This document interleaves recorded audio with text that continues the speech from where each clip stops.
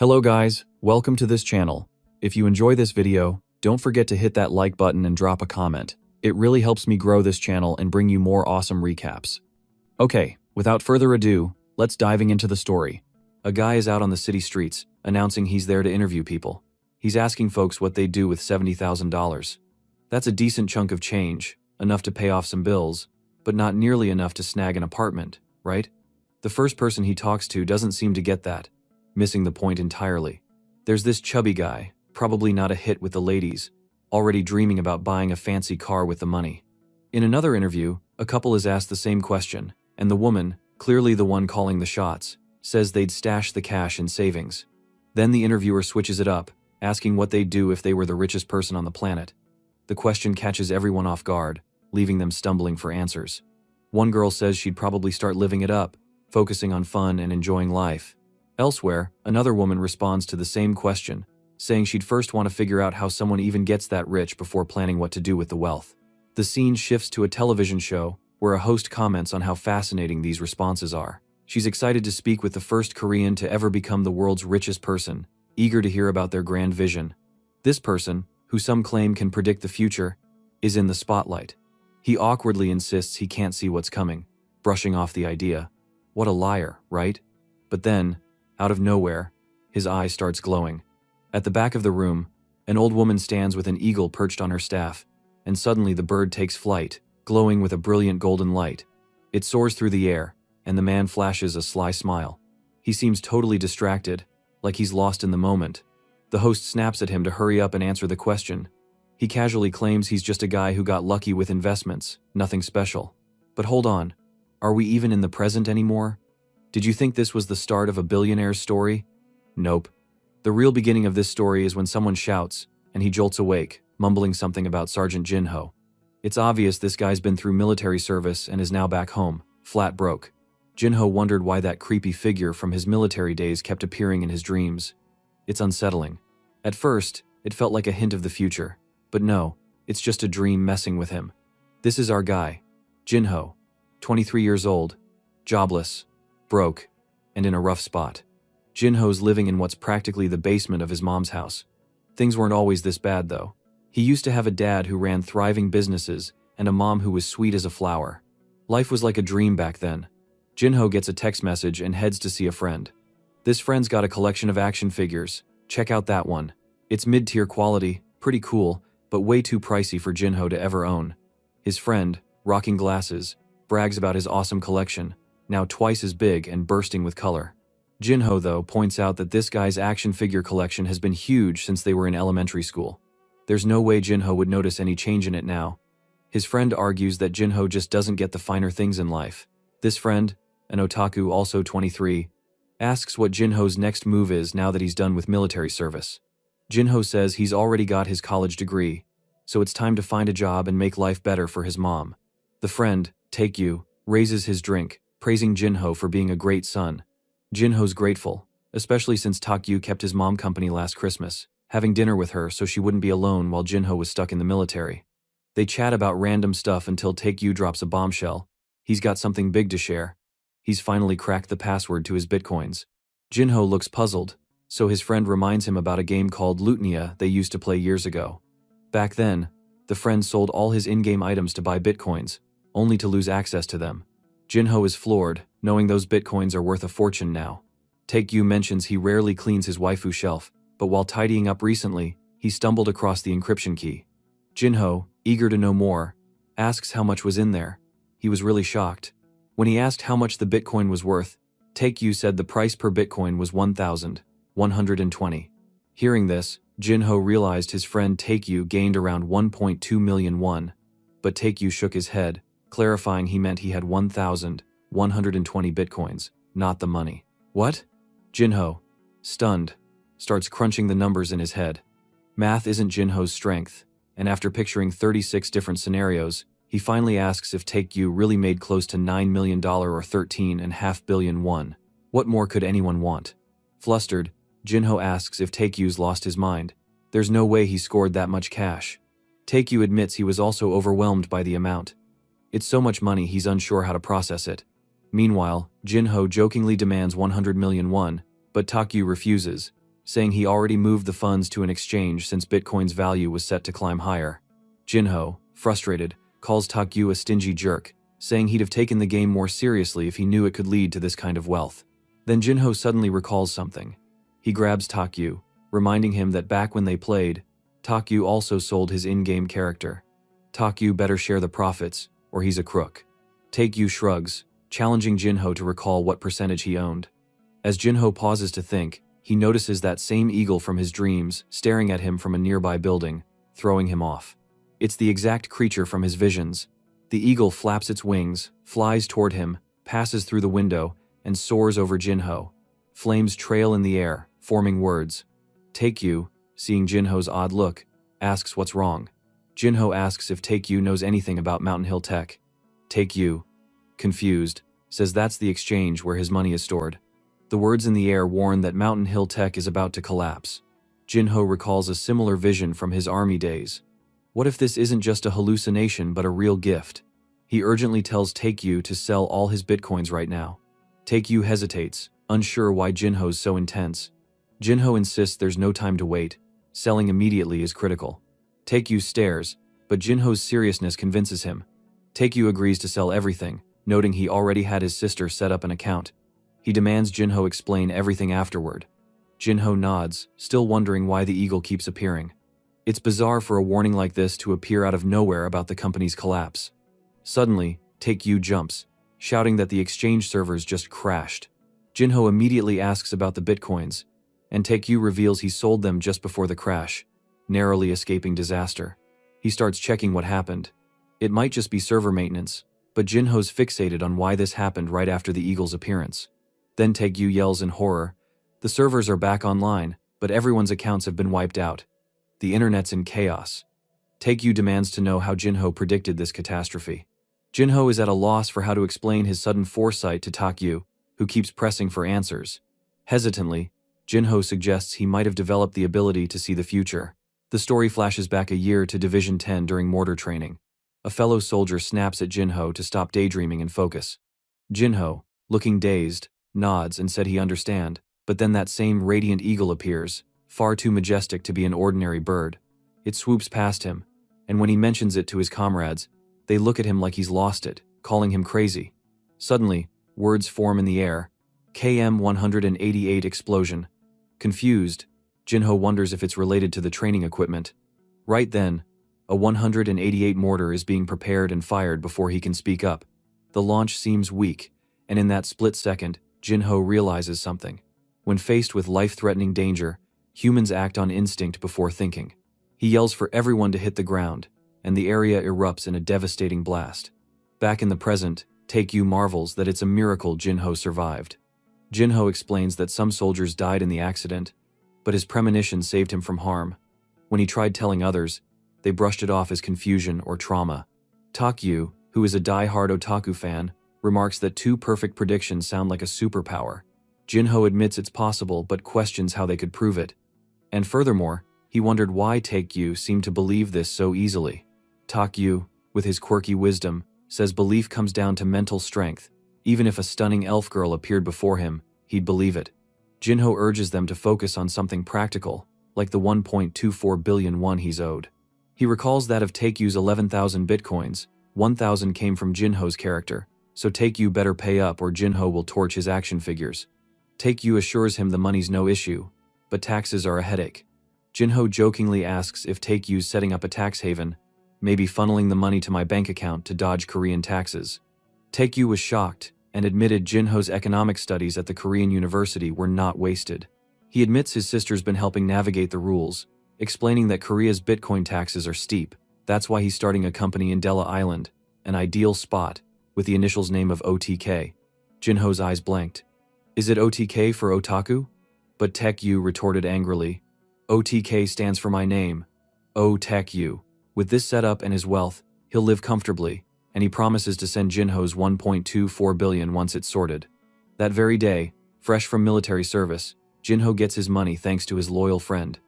At first, he only takes 500,000 won, as Takyu warns it's too soon to celebrate. Jinho can't get the full sum at once, even with the tax haven, since the government takes 20% on transfers. For now, Jinho has his 500 million, with the remaining 740 million safely stored.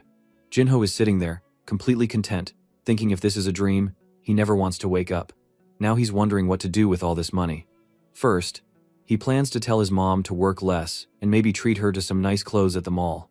As he walks, he notices a crowd gathered around a commotion. Getting closer, he hears someone shouting, threatening to report the incident to the owner and make a woman kneel.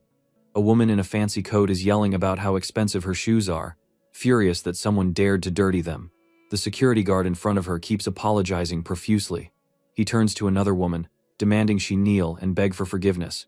Jinho's gut tells him, bet $1 quadrillion. That other woman is his mom. The other woman is raging, pointing at her shoe, insisting she clean it as an apology. The guard, flustered, urges the janitor to speak up. Jinho is stunned. His mom always said she worked at a call center, so why is she wearing a janitor's uniform?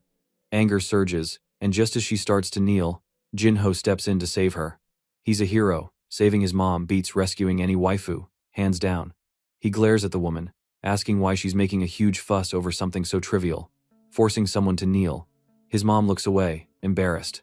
The woman, hands on hips, snaps, asking if he's her son. Jinho calmly confirms he is. But then his mom flips everything, denying it, claiming she doesn't know him. Usually, kids deny their parents, but Jinho turns the tables. He asks if she really thought he'd ever be ashamed of her. The crowd is baffled, whispering, wondering if she's truly his mom. Jinho demands the rude woman explain herself. She then claims Jinho's mom touched her shoe with a mop. Everyone's recording now. Jinho asks if this whole drama is really about that. The woman, losing steam, repeats that he has no idea how much her shoes cost.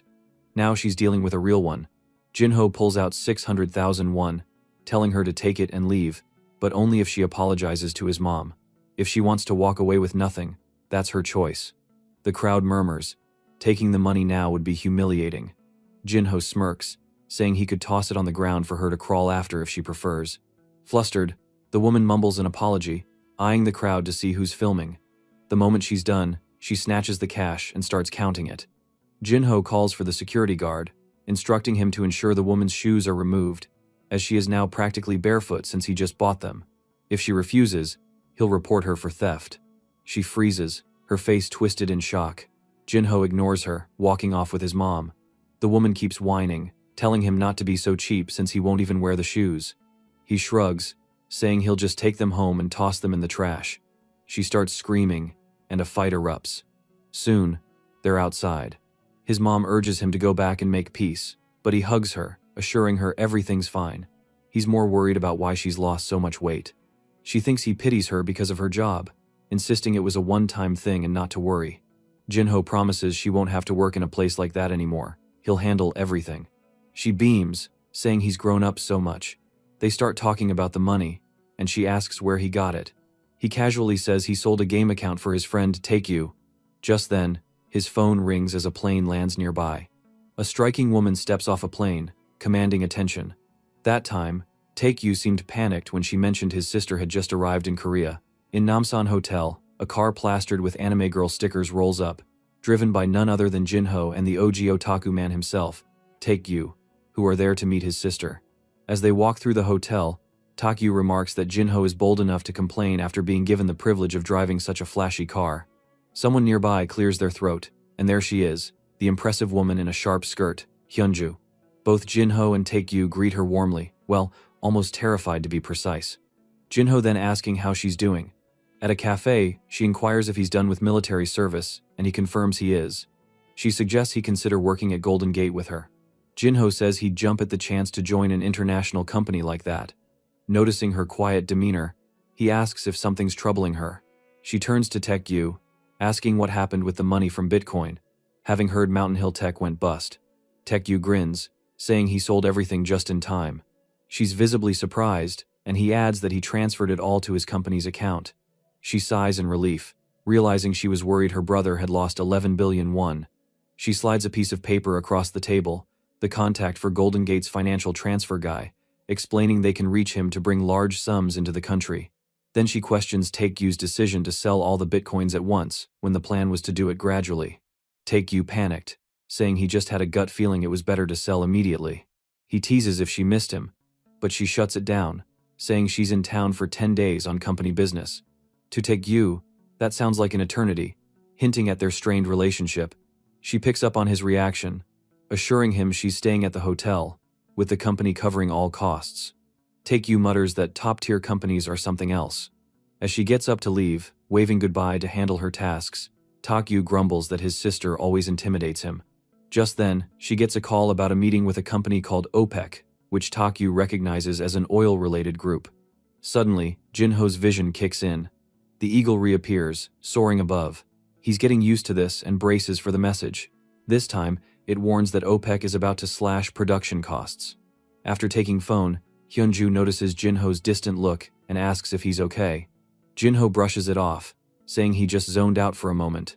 She then asks him to keep an eye on Tae-gyu, knowing her brother's hopeless.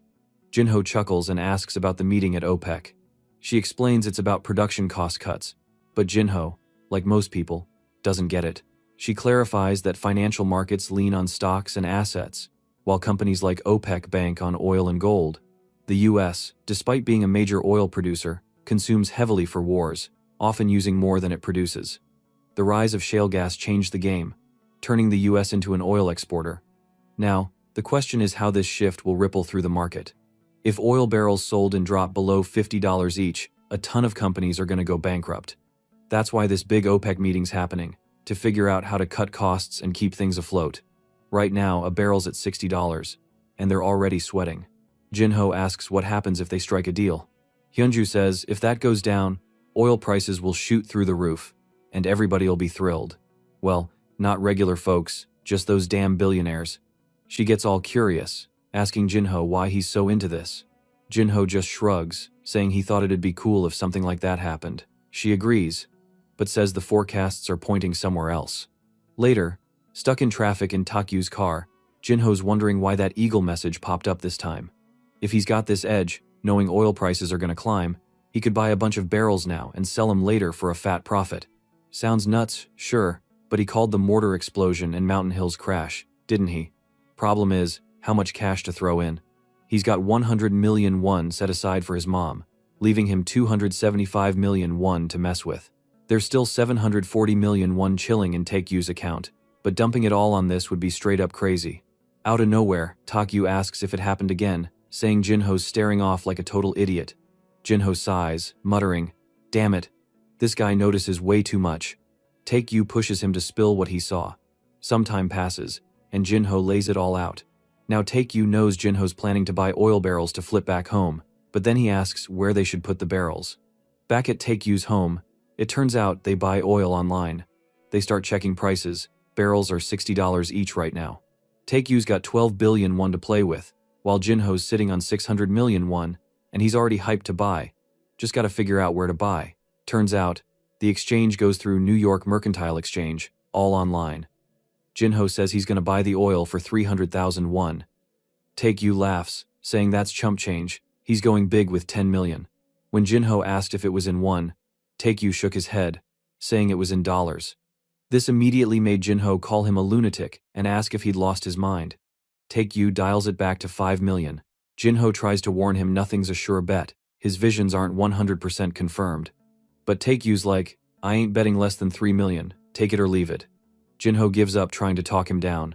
Thinking it over, barrel prices have already dipped a bit, so even if the deal flops, he might just lose a little. But throwing in 3.3 billion won? That's scary as hell, especially when the reason's still not confirmed yet. Still, you gotta be bold to win big. Jinho starts clicking, and boom, they buy the barrels. Now they just wait for the OPEC meeting. By some miracle, Jinho managed to sign a contract for 2-room and apartment for 120 million won deposit. The place is way nicer than he thought, with 2 bedrooms and a high floor where you can catch the sunrise. His mom's over the moon, getting all emotional about it, and for Jinho, hearing her say that makes it all worth it. While they're unpacking, his mom goes quiet, holding stuff from the boxes, things that were his dad's. Their homes kept getting smaller over the years, so there wasn't space to keep this stuff out. When he looked at his mother, she was gazing at a picture. Jinho then stares at a photo of a house his dad poured his heart into building for them, but after his death, they ran out of money and likely had to sell it. Seeing his mom clutch the picture, Jinho asks if she still thinks about his dad a lot. She says of course, he worked so hard just to die like that, And if only he'd lived a bit longer, he could have seen days like today. Jinho looks at the photo too, and his mom starts crying. She abruptly gets up, telling him to finish setting up his room while she rests for a bit. Jinho could only look at his mother. She's getting old. Scanning the kitchen, Jinho realizes they need new furniture and appliances. When he sees his mom hauling a box, he tells her to stop working so hard. He'll handle everything. That's when he hands her a card linked to an account with 100 million won. That's about $70,000. Damn. Korean currency's wild. But no joke, it's a serious amount.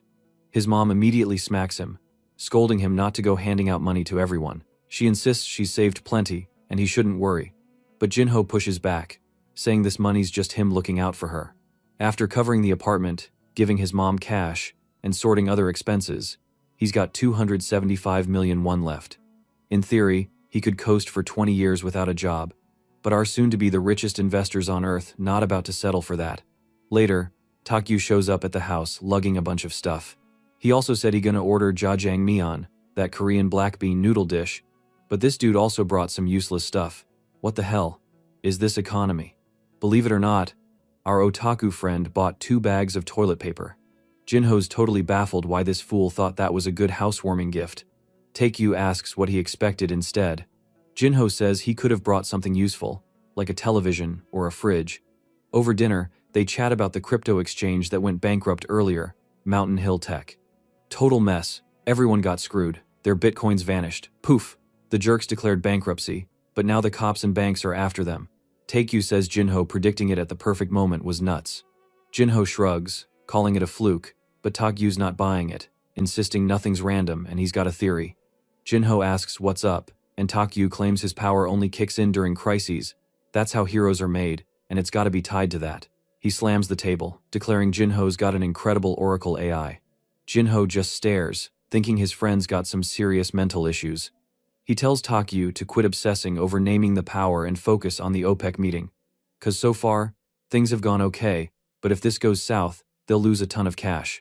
Takyu stays cool, saying it's all good, 'cause Jinho's got the Oracle AI. The next day, Takyu's back at Jinho's place for the meeting results. Jinho feels like he's stuck in some never-ending suspense flick. The results just won't drop. Since the meeting started, prices have already dipped 3%, meaning $70,000 gone down the drain. Jinho asks if Takyu's still chill about this, and Takyu, full of confidence, says he's not worried because he trusts the Oracle AI. To take his mind off it, Jinho plays a video game with him, but this damn nerd's only into dating sims with hot anime girls. Meanwhile, the money's still dropping, but Jinho tries to keep his cool. Losing it won't ruin his life.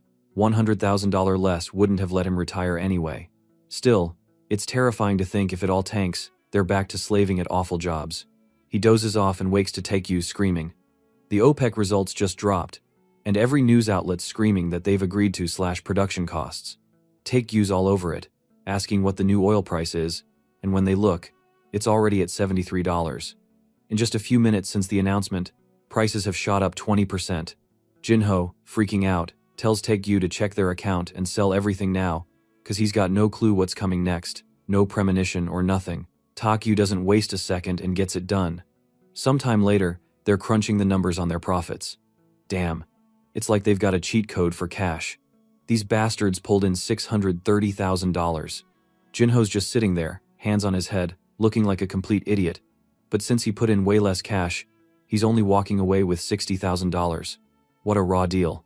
Takyu, though, says if he'd thrown in the full 10 million, he'd have made a killing. But that's not even the big deal compared to one huge fact. This is the 3rd time Jinho's nailed it. Luck might cover 1 or 2 hits, but 3 times?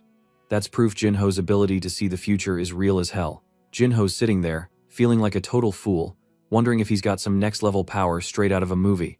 Normally, you'd think a special ability means some jacked guy running around, kicking ass, punching bad guys, and taking down villains. But in the modern world, where violence ain't the answer, a hero with just physical strength is useless. Machines can do all that heavy lifting, but seeing the future? That's something else, untouchable. Something not even the most powerful computers in the world could ever match. Takyu's hyped, asking if Jinho can predict everything, like sports results or accidents. If his power really works like that, it'd be absolutely insane. But Jinho, as much as he's a damn idiot sometimes, wants to figure out when this all started and why it even happens. Taegyu's got a point though. It all kicked off with that mortar accident when he was about to die, which shows his ability only pops up in emergencies. Obviously, if this ability is real, that little eagle might be a golden goose. The goal now is to figure out why it showed up the first time and how to make it appear again. While they're talking, Taegyu brings up that the first time it happened was with the Bitcoin crash, and the second was while chatting with his sister about OPEC. Looking at those two, maybe Jinho's power only works for financial stuff. Jinho thinks that's weird, cause of the mortar thing wasn't about finance. But Taegyu suggests maybe there's one small exception, life or death situations. Then, out of nowhere, Taegyu spins around in his chair and asks what happened after that accident. Jinho says it turned into a massive scandal, cause the mortar malfunction came from corruption and cheap, low-quality materials. Obviously, the companies supplying that junk saw their stock market value tank hard. Taegyu points out that, in a way, it wasn't just about Jinho's life. It was financial too.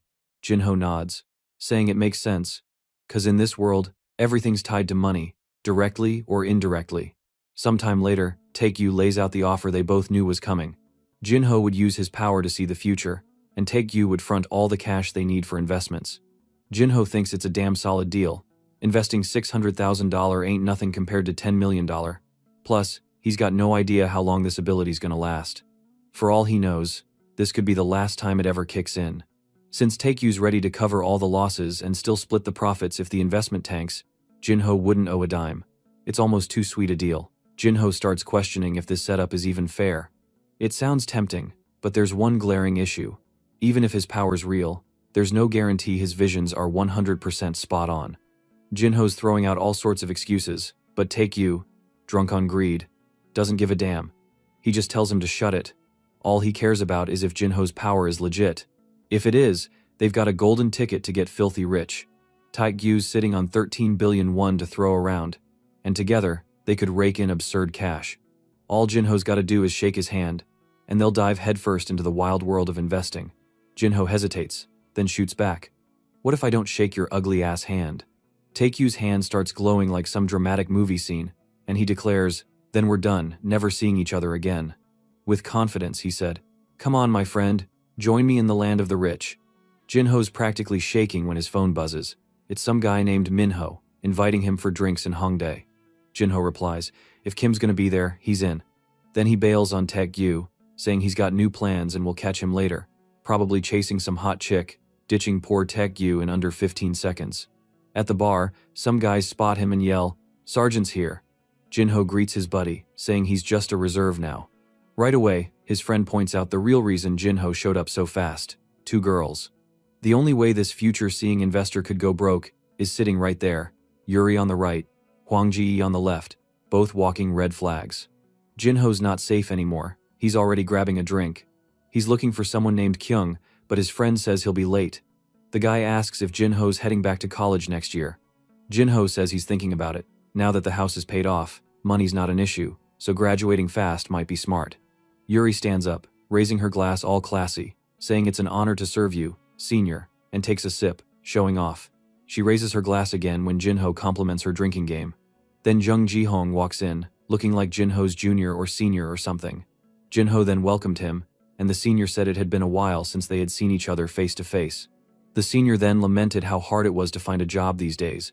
He mentioned 4 companies merging into one mega corporation. But the problem was, when 4 companies combine, they don't keep all the staff. Some people are going to be laid off. Jinho asks what this dumbass plans to do if he still can't get a job. The guy says he's already into investments, so maybe taking job at private equity company. After a few bottles, he's ranting that there's no such thing as a good investor in this country, just good entrepreneurs. But they need someone bold with serious cash to make big moves in the city. Maybe what Korea needs most is an Asian Warren Buffett. Meanwhile, Yuri's snapping a pic under the table. Is she recording? Told you this girl's trouble? I don't know, guys. Blonde girl in Manhwa is so sus. The clueless dude next to her finally asks, what the hell's she doing? She says, all innocent. She was supposed to meet a friend but ditched for this, so she's calling her friend over. When she drops the name Suna, the whole bar goes dead silent. Jinho starts sweating buckets. Either this girl's dangerous as hell, or something went down. But it's too late to back out. Suna's already walking in. Jinho's sitting there, looking like a total fool, sweating his ass off. She spots him right away. Jinho, whoa, it's their first reunion since the breakup. And damn, it's awkward as hell. This is his ex, so our guy's not some broke nobody and hopeless romantic like us. This bastard had a girlfriend before the story even kicked off. A few seconds later, it's just them at the table.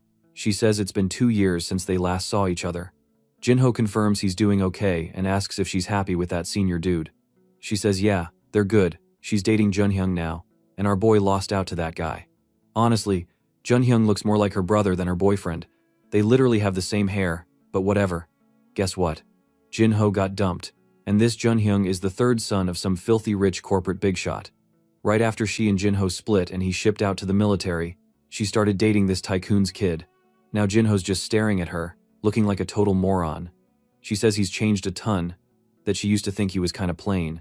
Damn. So she was even harsher back then. Jinho really caught her during her worst phase. She apologizes for dumping him when his life went to hell. Jinho just says it's cool, it's all in the past. Now she's getting all soft, biting her red lips, giving him that look, saying she always liked him a lot from the start. Jinho's not buying it. She hasn't even pulled the sad puppy face yet, and he's already asking what the hell she means by that. She says it might sound weird, but she's always liked him because he's got this confident vibe she's always been into. Jinho cuts in, asking why she broke up with him then. She shrugs, flat out saying she saw a chance to date a rich guy and took it. Yeah, she just admits it like it's no big deal. She adds she couldn't pass up her shot to chase her dreams. Her dream? Apparently, marrying rich. Jinho's like, what the hell does that even mean? She freezes, awkward as all get out, realizing she just screwed up. She stands up, all stiff and weird, saying she's out of there, but Jinho's not letting it slide, demanding what she means by her dream. She gives him one look, then bails, thinking to herself her dream's about being successful. Meanwhile, Jinho's slumped in his chair like a piece of garbage. 2 years ago, before his dad's funeral even happened, their house was already gone, his relatives ditched him, and Suna broke up with him before he could even process his grief. He got shipped off to the military, leaving his mom to fend for herself, working to survive. Man, that was a brutal blow, not many could have handled it. But lately, things flipped. His investments paid off, starting with that big oil trading win. Now he's sitting there, full of himself, wondering what success really is. Right then, the eagle shows up in front of him. Jinho even cracks a joke, asking if it's here for a drink, but as always, the creature takes off, soaring over him. When he sees the message, his eyes light up. This is his future.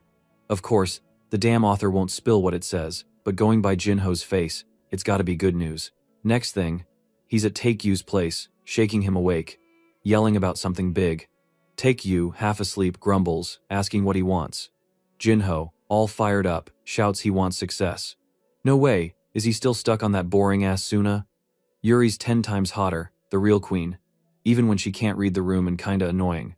But better than stupid Suna, right? Morning hits, and the hangover slams Jinho in. That's why they say drinking's just stealing joy from your future self. Dumb, drunk kids. Taekyu, being a real bro, already ordered Jinho a burger to shake off the hangover. My god, is this some American diet or what? Taekyu's dying to know what went down last night. Jinho just shrugs, saying he doesn't remember now. Is he bullshitting? Or was he so wasted he actually forgot? Taekyu starts roasting him on the spot, saying Jinho came home all hyped, yelling about seeing something big. Jinho sighs. Alright, I'll spill. He asks Taekyu if he's ever invested in anything. Taekyu scoffs. Hell no, of course not. Meanwhile, Jinho studied finance in college, joined investment clubs, but when he started investing for real, he only had 1 million won and lost nearly all of it. Pretty much every time he tried, he lost 50%. Taekyu gawks at him. So you studied all that just to learn jack shit? Jinho explains he only invested for a year. It takes time to get the hang of it. They pool their cash and realize they've got 13 billion won. Jinho knows that's more money than most folks will ever see in their lives. The catch is, in investing, the size of your stack matters big time. If you bet 10 million won to make 100 million, you need a crazy 1000% return. But with 10 billion won, just a 1% gain nets you 100 million. Taekyu only made bank on the oil trade because he threw in way more cash. But obviously, the more you bet, the bigger the risk. Takyu's like, so when are we diving in? Jinho raises an eyebrow. Why's a dude with 13 billion even itching to invest? Taekyu's answer is pure gold. The more money you got, the better, so I want more. This guy's just a tad greedy. Jinho's buddy then asks what he's planning to do with the cash. Jinho says he's holding off to invest, waiting for a vision first. If that eagle doesn't show, he's not moving a muscle, he's not a dumbass. After what his friends said, he figures he needs to dive into finance stuff to boost the odds of triggering his power. Days pass, and he's been reading every damn economic article out there. Investments, money transfers, stock trends, you name it. Watching like a hawk for his ability to kick in. But public info's mostly useless. When folks say something's gonna rise, it's already up. When they say it'll crash, it's already tanked. So you get no edge from it. Now Jinho's got a new headache. After all these days, his power hasn't sparked once. He's still confused. Did nothing actually go down at the bar that night? He saw something but forgot. What the hell happened? Taekyu suggests it's time they lock in a contract, splitting every profit by 50-50. They sign it, hope our boy checked the fine print. Jinho's heading out to grab a coffee, but Taekyu yells there's no coffee left. At that moment, Jinho's phone rings, and a voice on the line asks, "Is this Jinho?" He says yeah, and it's her, Yuri, our queen. Jinho instantly remembers that orange-haired stunner from the bar. Hell yeah, what's up, baby? She asks if he's free, saying she'd love to grab a hot coffee at a Starbucks, some deep web vibe spot. Jinho strolls in, and she jumps up, all excited, telling him to sit across from her. Okay, not the cozy seat next to her, but in front. She thanks him for showing up on short notice. Jinho brushes it off, saying it's no big deal since he was near a friend's place anyway. She catches him staring and asks, "Why you looking at me like that?" Jinho smirks, saying Yuri looks like a K-pop idol doing a dance cover. She fixes her hair, a bit embarrassed, asking if that means she's pretty. They keep chatting, and he learns she's from China, which probably means she's loaded. Jinho, not one for small talk, cuts to the chase, asking why she called him. Yuri says she wanted to apologize for inviting Suna that day at the bar, not knowing Suna was his ex. Jinho apologizes too, saying he knows she had no clue about their past. Well, she just can't read the room. Other than that, she is a diva. She asks if he's going back to college next semester now that his military service is done. He says yeah, and she mentions they'll likely be in the same class. Interesting. Then, out of nowhere, she says she's got a favor to ask. Jinho panicked, wondering why she's acting all shy now. Is she about to confess? Damn, he's got no idea what to say. Reject her? Accept her? She's way too gorgeous to turn down. Is that how this works? This guy's the real deal. But then she drops that she just needs help buying a new phone because she's scared of getting ripped off. Jinho realizes he was totally overthinking it. He agrees to help but warns he's not a tech whiz. She smiles, saying just having him there's enough. Jinho thinks Taekyu would have been perfect for this. That bastard buys every phone and gadget out there.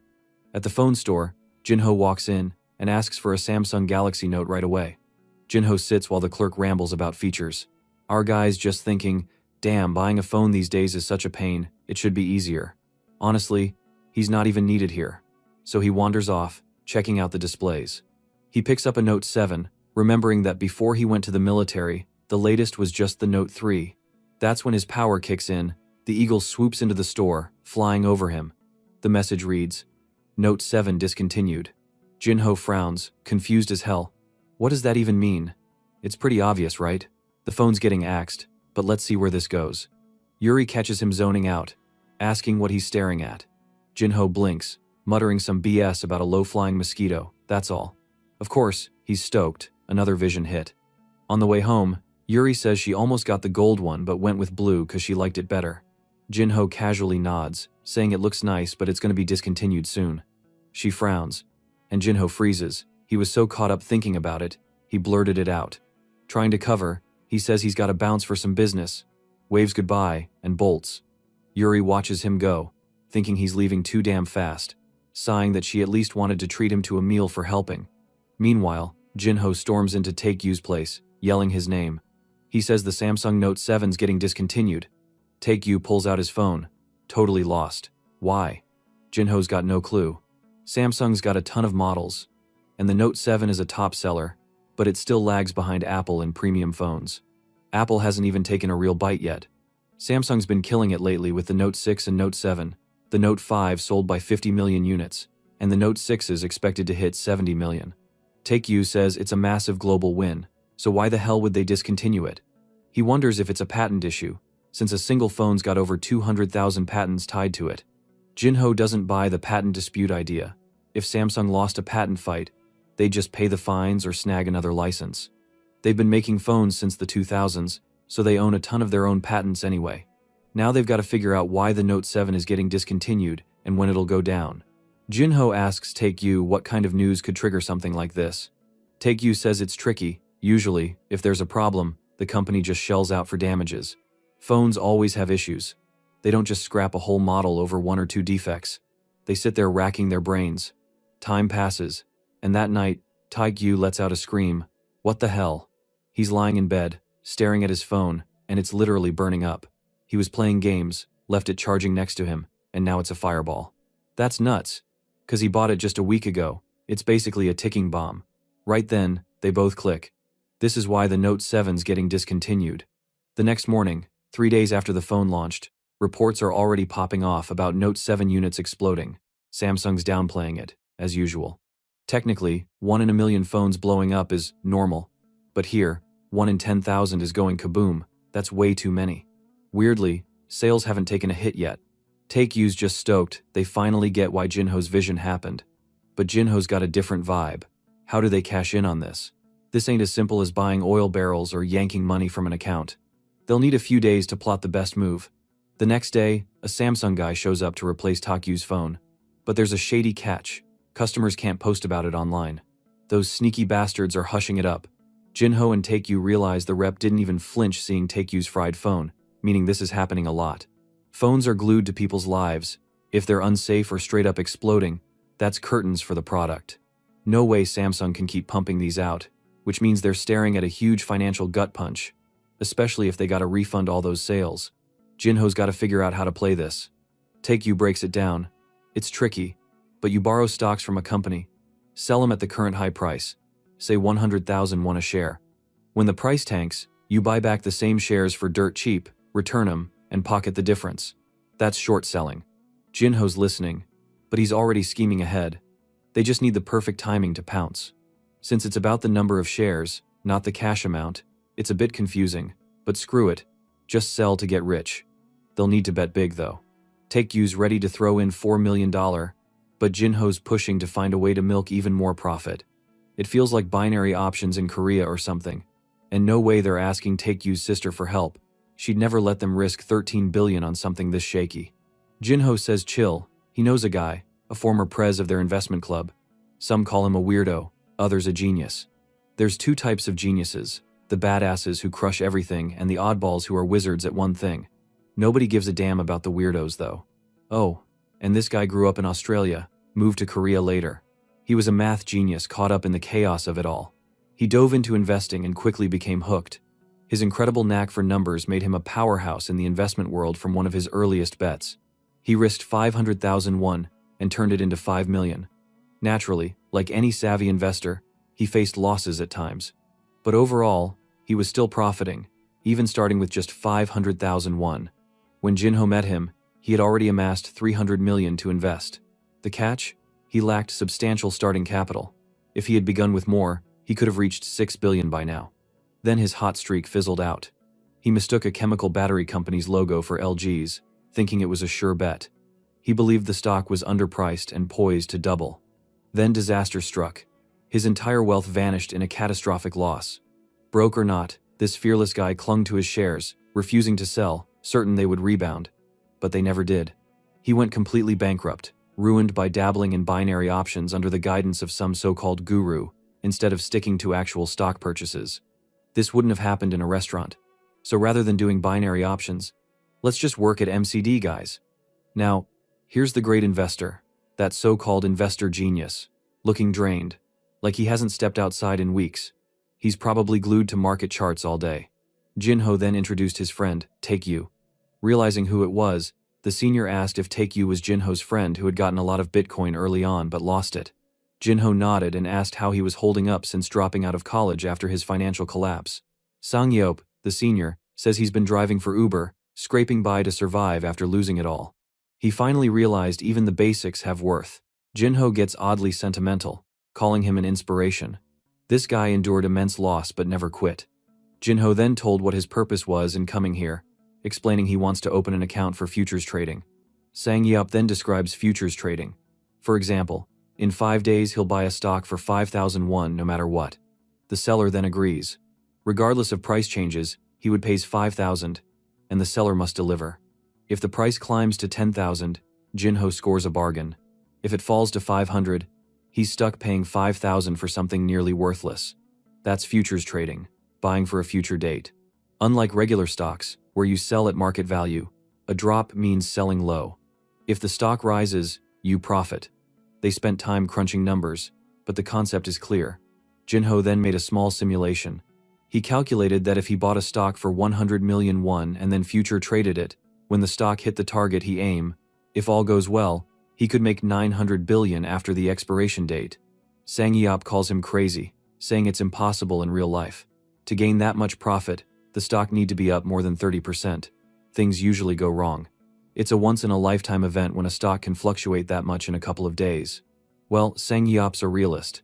This is what happens to people chasing online trading courses. You better send this channel $10 gift rather than buy from a sketchy trading gurus. Look at Senior Sang Yeop for example. He once had 300 million in his account.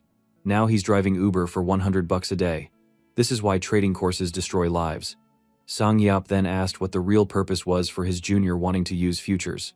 With confidence, Jinho stated he was going to short sell Samsung stock. Sang Yeop then brushes off Jinho's theory about the Note 7's failure, which is now selling like a hotcakes. Jinho smirks, noting it'll be discontinued. Sang Yeop, after some thought, conceded that there was a small chance of it happening. He correctly guessed the reason was explosions but stated that it wouldn't be enough to shake Samsung's ground in the market. Jinho plays it cautious, admitting it's possible but never certain. Sang Yeop warns him to be careful, or he could end up broke and miserable like him. With that, he waves goodbye. Outside the restaurant, Jinho, now confident, looks at Taekyu and says, "Let's give it a try." Jinho now has all he needs to act. The choice is clear. High risk for a huge payoff, or low risk for smaller gains. He's confident the price will drop at least 10%. Since it spiked 10% with the Note 7 launch, it'll likely fall 20%. News reports about Note 7 explosions are emerging, and these two are already at their screens, ready to invest heavily. Jinho hits the enter key. It's unclear how much they invested, but only 800 million remains in the account. If they truly dumped all 12 billion into this, these guys are out of their minds. Jinho, no longer feeling bold, sits there terrified, practically trembling. Then the worst hits. Samsung's stock jumps 8% the next day, tanking his futures bet. It's a total catastrophe, and he's on the verge of losing it all. Jinho, sipping his drink, notices Taekyu looking grim as well. Samsung seems to be expertly hiding the explosion issue, replacing units at lightning speed. But is Jinho still sure of himself? Not really, especially since the eagle's vision guided him. Taekyu asks if Samsung will discontinue the product tomorrow. Jinho just shrugs, hoping so. But they both know they're fucked as hell if the stock doesn't drop in the next couple of days. The next day, Samsung's CEO steps up, acknowledges the battery problem, promises replacements, and issues an apology. Instead of pulling the plug, they announce free replacements for 6 million units, which is a nightmare for Jinho. Public sentiment oddly swings positive. Replacing 6 million phones for free is seen as remarkable. They might even reuse the batteries and returned units for sales in less affluent markets. Yet, Samsung's stock only dips 1.5%. This company just showed how precise industry titans can be. Taekyu paces, crushed. 6 billion of their 12 billion is already gone. Jinho's unfair contract haunts him. He's causing his friend to lose 6 billion, while his own stake was smaller. He feels the weight of it all. Now Jinho doubts his abilities. Did he misinterpret the vision? Why is everything going wrong? That night, Jinho lies awake, thinking 6 billion could fund a lavish life forever. 100 million a month would more than suffice. But they lost it in one day. To recover a 50% loss, they'd need a 100% gain. Unless things shift before their futures bet expires, their billions will disappear. Jinho is paralyzed by fear, and Taekyu can't sleep either. They both wake up at midnight and head out for drinks, half joking about getting used to poverty, already acting like they're destined for the streets. The usual drama kicks in. Jinho says he warned Taekyu not to invest, but Taekyu insists he trusted Jinho's insight. Time drags on, and Samsung keeps replacing phones. New buyers and those with replacements are happy, and Samsung's stock keeps rising. Of their original 13 billion, only 3.6 billion is left. Thankfully, some was in regular stocks, or they'd be completely wiped out. Take-You slumps against the window, bidding farewell to the 13 billion. Jinho, no longer at ease, has lost 600 million himself. With just 1 week until their futures contract expires, if nothing changes, it's over. He recalls Sangyop's warning not to invest, or he'd end up broke. Jinho buries his face in his hands, wondering if he misread or misanalyzed the vision. The scene shifts to a plane. A man sprays a fire extinguisher near a bloodied woman, as if a Samsung device exploded. But it's just a dream. Jinho curses the misleading vision. But wait. His head pounds, his eye glows, as if confirming it's a true vision. The plane ticket on the floor shows the 9th of December. 4 days remain. Jinho urgently tells his partner that they have just 4 days until the vision unfolds. If his power is real, they have no reason to fear anymore. Take-You checks Samsung's stock, and everything still seems normal. But Jinho, overly dramatic, mutters that nothing is finished until it's truly done. Then more reports surface. Some Samsung batteries are exploding again because a contact point inside the phone is causing fires. 4 days later, the news explodes. A Samsung phone detonates mid-flight, injuring a passenger. Nobody wants to board a plane with a potential bomb, and the Note 7 is officially banned from being taken on flights. The next morning, the stock market opens, and Samsung's shares drop by 10%. Experts immediately claim this is the ideal moment to buy more Samsung stock, but Jinho and Take-You aren't buying it. Meanwhile, at Samsung's executive meeting, the vice president, Im Jin-young, enters, and they're all discussing the battery explosions and the injured passenger. Some executives propose replacing the phones again, but public opinion is already destroyed. A strategist suggests another recall to buy time, and everyone in the room agrees that delaying the fallout is the top priority. The vice president faces the challenge of buying time without further losing public trust. Everyone knows there are ways, but nobody has the courage to propose them. He wonders what his father would do. The man who built the company from nothing, passed it to his father, who then passed it to him when he fell ill. This is truly an example of nepotism in Korea.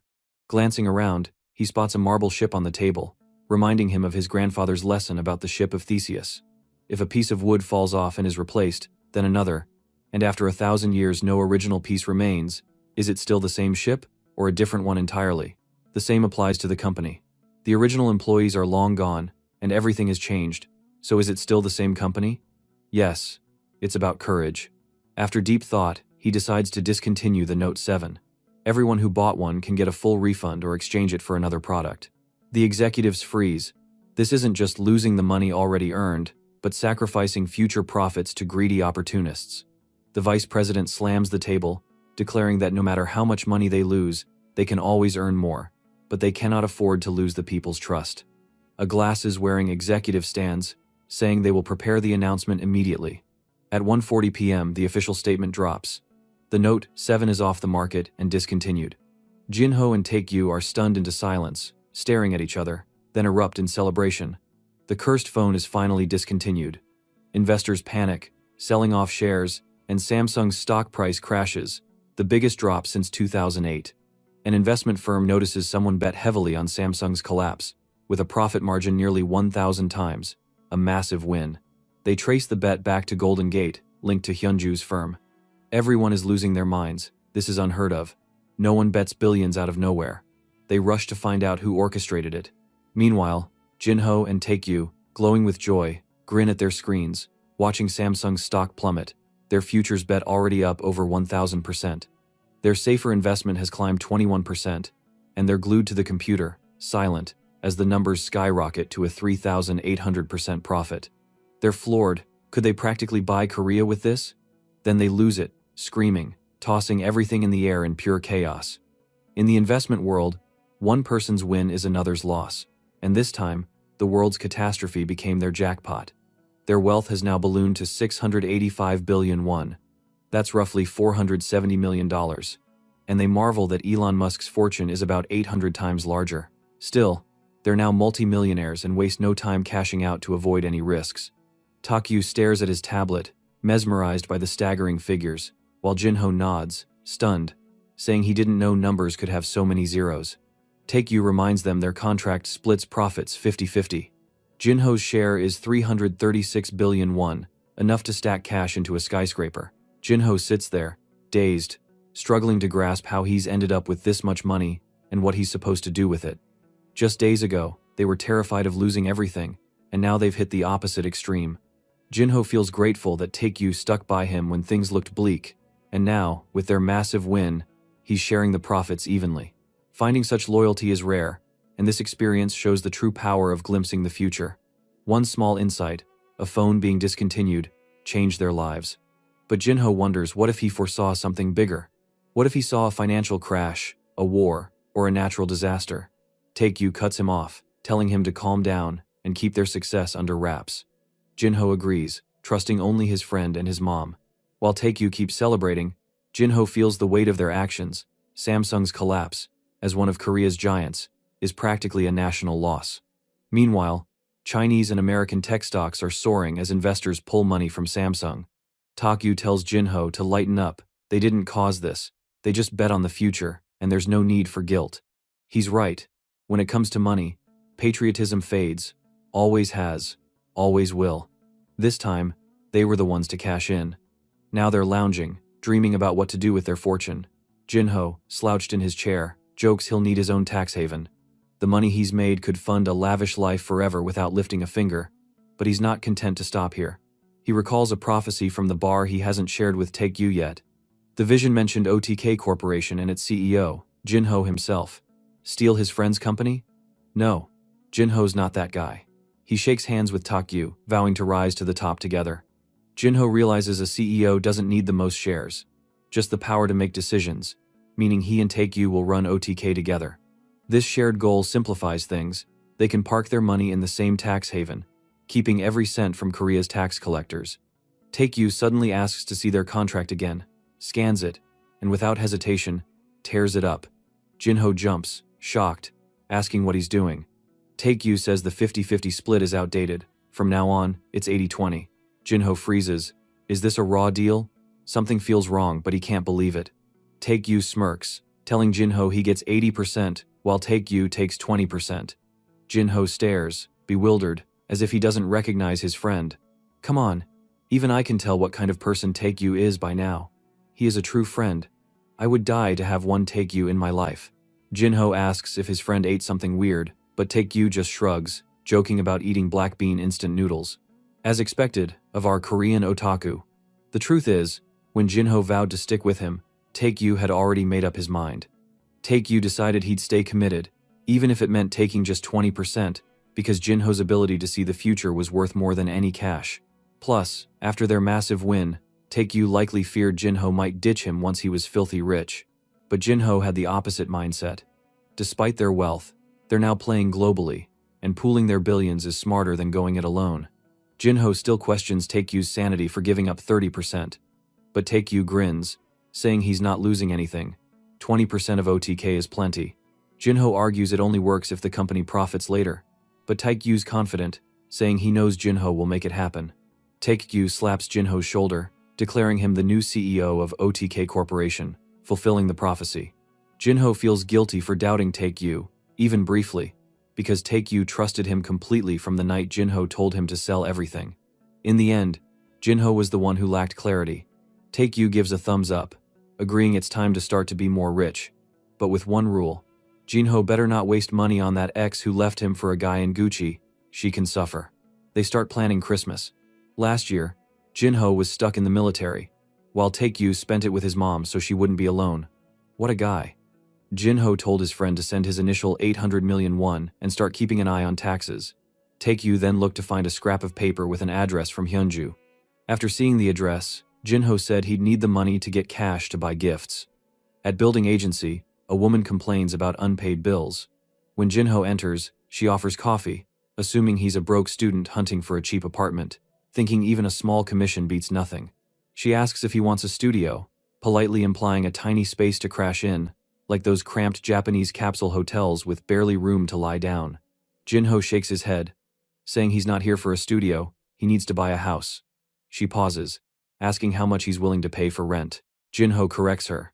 He's buying, not renting. She's stunned, but Jinho repeats he's buying. She snaps out of it, explaining house prices vary by location, size, and condition, ranging from 300 million to 1 billion won for high-end homes. Jinho steps to the door, points at a house across the street, and asks how much it costs. She glances over and says 600 million. It's his childhood home, the one his father built. Man, this guy's sentimental. Jinho goes quiet, then says he wants it. The agent's confused but sees no reason to refuse. Her commission would be huge. She starts checking similar listings, but Jinho stops her. Jinho firmly states he wants that exact house. The agent sighs, gesturing toward the garage where a car is parked, noting that someone already lives there. Jinho responds that he knows, but the owner wouldn't refuse an offer above market value. The agent nods, admitting it's true, but questions why anyone would pay more than the market price. Jinho strides to his suitcase, pulls out a huge stack of golden brown bills, practically the size of a gold bar, and slams it on the table. He announces he's willing to pay 200 million above market price. He adds that if the agent makes this happen, he'll include a bonus for her as a broker fee. The owner of the house reflects that she'd always dreamed of moving from an apartment into a house, and this deal could be her chance, especially since the house was sold at a discount years ago when Jinho's mother was forced to let it go. Back then, Jinho's mother had to sell it below market value because the house was in terrible condition, moldy, falling apart, and trashed. That's how the current owners got a great deal and made a decent profit. But even after all these years, the house never appreciated, still valued at 500 million won. The agent had been trying to sell it for a bit more, but there were no buyers. Then the current owner gets a call from the real estate office. Someone's offering 800 million. She freezes. That's enough to buy a luxury apartment, far better than this place. But she's cunning, with a plaque on her wall reading, "Humble beginnings lead to a prosperous future." She schemes with her husband, convinced there's a reason for the 200 million over market price, and decides to push for more. She calls back, saying she won't sell for 800 million but might consider 1 billion until the buyer nearly walks away. Welp, she is greedy as hell. But when the agent said the buyer was planning to cancel the deal and go for another house, she panicked and then accepted the 800 million deal. Later that evening, she's already calculating a deposit, wanting at least 30% up front to ensure the buyer doesn't back out. Jinho, the buyer, requests they vacate within 4 days, before Christmas, so he can spend the holiday there. She immediately refuses, saying it's impossible to move in 4 days without a place to go. The agent relays Jinho's new offer, an extra 20 million to rent a place immediately if they clear out fast. That seals it for her. The agent then calls Jinho to confirm the family will be gone by tomorrow. Jinho, who finally relaxes, has reclaimed his childhood home 2 years after his father's death. The agent congratulates him. It's time to sign the contract, at least. She's secured a massive commission. Now outside, Christmas trees are set up across the city. Jinho, meanwhile, is irritated, seeing couples everywhere while he's single and miserable. But he's excited about buying presents, which lifts his mood. His phone rings, it's his mom. Jinho smiles, feeling the Christmas spirit, answering that he's on his way home. He's planned to take his mom out to eat, though she insists on eating at home to save money. Jinho pushes her out the door, already climbing into Taegyu's car, which is decked out with his waifu plastered on the doors. The hell, Taegyu now is rich as hell, but his car is still this trash. Jinho mom asks where they're headed, but Jinho says it's a secret, promising somewhere really nice. Then his phone rings. It's Yuri. She was furious, asking why he hasn't answered her calls, her voice still stuck in his head. Jinho apologizes to her, saying he didn't notice the call, especially on Christmas. Yuri then presses him about how he knew the Note 7 would be discontinued, a detail he accidentally let slip earlier.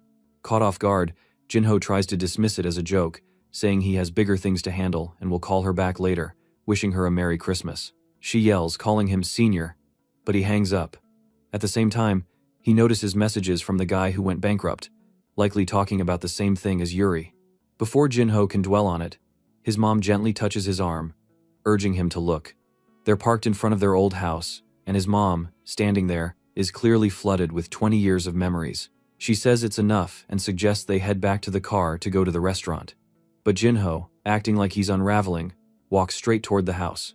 His mom tries to stop him, but he's already inside, noting it looks like the previous residents have moved out.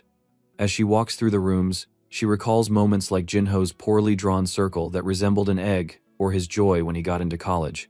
She lowers her head, saying it's enough. They need to leave since the house, though empty, still belongs to someone else. Jinho asks what she means by someone else's house, startling her. He explains it's like they've rented it, because it's finally theirs again, revealing he bought it back. His mom, overcome with emotion, demands to know how. Jinho explains he made money with his friend Taekgyu and used it to buy the house. His mom drops to her knees, and he knows she's been bottling up her pain since his dad's death. She's endured suffering, struggle, and sadness, and it's no lie to say it's been tough. Overwhelmed, she tells Jinho he's grown up so much and become so responsible. He urges her to calm down, insisting today is for joy, not tears. Meanwhile, Taekgyu, standing nearby, is sobbing with the most unflattering expression, drooling everywhere, caught up in the moment. Jinho starts explaining to his mom but avoids revealing the full amount money he got to spare her a heart attack. When she asks how much money he has left, he says 1%, about 3 billion won. She's stunned even at that, and he muses she'd faint if she knew the real figure. He mentions he's considering skipping college to focus on investing. His mom warns that investing is risky, recalling his dad saying that anyone promising a secret to wealth is usually a liar. Jinho feels awkward, wondering why she doubts him, but understands her concern. He reassures her he'll be cautious, only using his earned money, a safer strategy. She sighs, saying she'll have to rely on Taekgyu to keep Jinho from squandering it all. Jinho nods, assuring her Taegyu's trustworthy, never letting him waste billions or trillions. The house needs repairs though, especially the sink, where the water looks like it could give you tetanus. His mom was anxious, fretting that repairs would cost a fortune, but Jinho reassured her not to stress, promising she could stay in their current home until everything was fixed. Just then, his friend, Taekgyu, piped up, noting their restaurant reservation was nearing and they needed to head out. Soon enough, they were clinking glasses, savoring a calm Christmas together. In his thoughts, our boy spoke to his dad, assuring him he could rest easy now, vowing to look after his mom. This guy's got a heart of gold. Cut to the next scene. He was already helping his mom relocate, telling her not to fret. She urged him to keep in touch and promised to check on him if anything went wrong. Our boy then went with Taekgyu. Inside the car, Taekgyu mentioned gearing up for bigger investments and needing a proper base, revealing he had bought a new house specifically to focus on their investment goals. When he asked about the cost, he dropped a staggering 4.2 billion won. Seriously? He snagged a sprawling cinematic mansion. The plan was for him to live on the first floor while his friend stayed on the second floor. That wasn't all. Taekgyu also wanted his friend's opinion on a space for a library on the ground floor. Guys, we could tell what this guy was really scheming, a manga shop library probably. Then the otaku boy declared it was shopping time. Jinho asks why they need to shop when everything already comes with the house. But Taekgyu says it's not about how much you make, but how much you spend. Naturally, like us, our boy thought that logic was nonsense. Still, they went shopping, like a newlywed duo furnishing their home. Jinho was visibly nervous, while the otaku strutted in, demanding a 100-inch Samsung television. The salesperson seemed uneasy until Taekgyu casually said he'd take one of every pricey item in the store. The salesman, already picturing a discount card, looked baffled when the attacker insisted on only Samsung products, crediting the brand for their good fortune. The bill totaled $68,000, and Taekgyu just remarked he expected it to cost way more. With that, they left, store staff bowing as they exited. The next day, the house was fully decked out, like a movie set mansion, pool table, chandeliers, straight out a fancy rich kid house. Upstairs, one room was the investment hub. One document spitting out of the printer was the company's registration, the OTK certification, showing our boy owned 80% of the shares. He sat, staring at the paper, still struggling to believe it. Now they had to figure out how to trigger his predictions more often, since that was the only way to invest with confidence. They needed methods to boost the odds. Right now, predictions were wildly erratic and vague, offering limited details. For instance, a prediction might hint that a plot of land would rise in value, but it wouldn't clarify if that had happened tomorrow or in a decade. They nearly lost everything with the phone fiasco because the prediction only said, discontinue, with no timeline. Plus, long-term predictions weren't guaranteed truths. The future isn't set in stone, and their choices, or others, could shift the outcome. Taekgyu noted that natural events like volcanoes or meteors were fixed, but human-influenced outcomes were more likely to change. Our boy was stunned. His friend grasped something so profound and asked how he knew. Taekgyu just shrugged, saying time travel and altering the future are standard topics. The frustrating thing was, that jerk was actually correct. Jinho explained with an example. If they'd waited even a bit on the Samsung deal, all their cash would have been gone. Elon's worth might not rise if some critical supplies suddenly got too costly. Predictions were key, but how they acted on them was even more important. Taekyu was totally pretending to agree.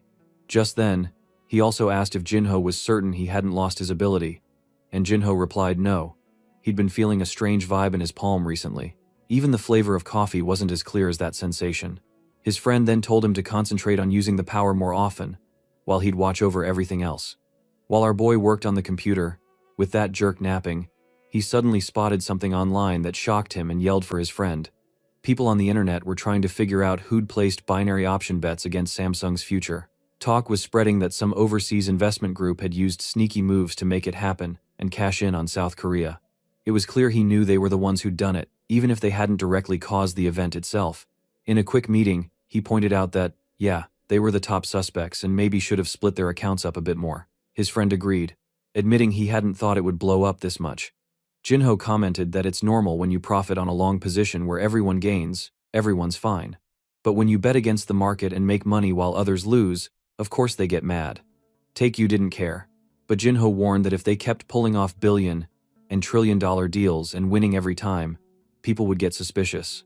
The way to avoid suspicion, my guys, was by making some normal investments, so their company would turn into a holding. It would grab shares in different companies. That way, their profits would look like they just happened naturally, while their other investments would seem like regular wins and losses. He tried to break it down with lots of red and flat arrows on percentage charts, but I'm too clueless to get it. Just say they'll spread money across many places. They'll buy up various companies using that future knowledge along with some standard investments. After figuring it all out, they were already shaking hands, saying it was time to get moving. But in just a moment, they looked totally worn out.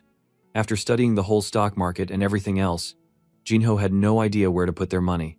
By the time it was 11:58 p.m., he spent a full day analyzing, while Taekyu doing nothing at all. But whatever, right? The jerk is loaded. He's the boss. It doesn't matter. That's when Taekyu suddenly just came in with a pile of papers, saying he knew their boy would get fed up staring at a monitor all day. Dude, you're doing nothing and just giving my MC more work? At this point, whether Jinho was awake or asleep, all he saw was paper, paper, and more paper. And he still hadn't found anything useful. Plus, the predictions weren't kicking in. On top of that, they had so much money that investing in small stuff would mess up the market. But investing in something huge meant they'd have to pour in billions upon billions, which was dangerous with that kind of cash. When you don't know how to do something but have money, what do? You hire someone who knows. That was their strategy. They were going to create a division of their OTK company, filled with investors to take care of the work for them, and the first person they wanted to bring on was already in mind. That's when Taekyu's phone suddenly rang, and he answered the call in a panic. It was his fierce sister, absolutely ripping into her foolish brother, demanding to know why his house was empty. He tried to clarify that he was in the middle of moving, but she just ordered him to send the address right away. Jinho, who thought the timing was perfect, had been eager to meet her. Next scene, Hyunju had already shown up at the house, but why did the artist draw her from behind? Dude, of course it would have been cooler to show them watching her back. She was a badass alpha woman. Hold on. Looking closer, she's gripping a cigarette in her hand, the notorious life shortener. Taekyu was about to crack open a window, complaining the place reeked, but she sharply told him to sit down. Even with 330 billion, these guys couldn't dodge her scolding. She demanded to know what this house was, and he said he'd be living there now. She clearly wanted more details, but the guy was acting like a total idiot. Explain what, man? She jumped onto the table, furious, demanding to know how the hell he had billions in his bank account. Man, she was climbing on the table.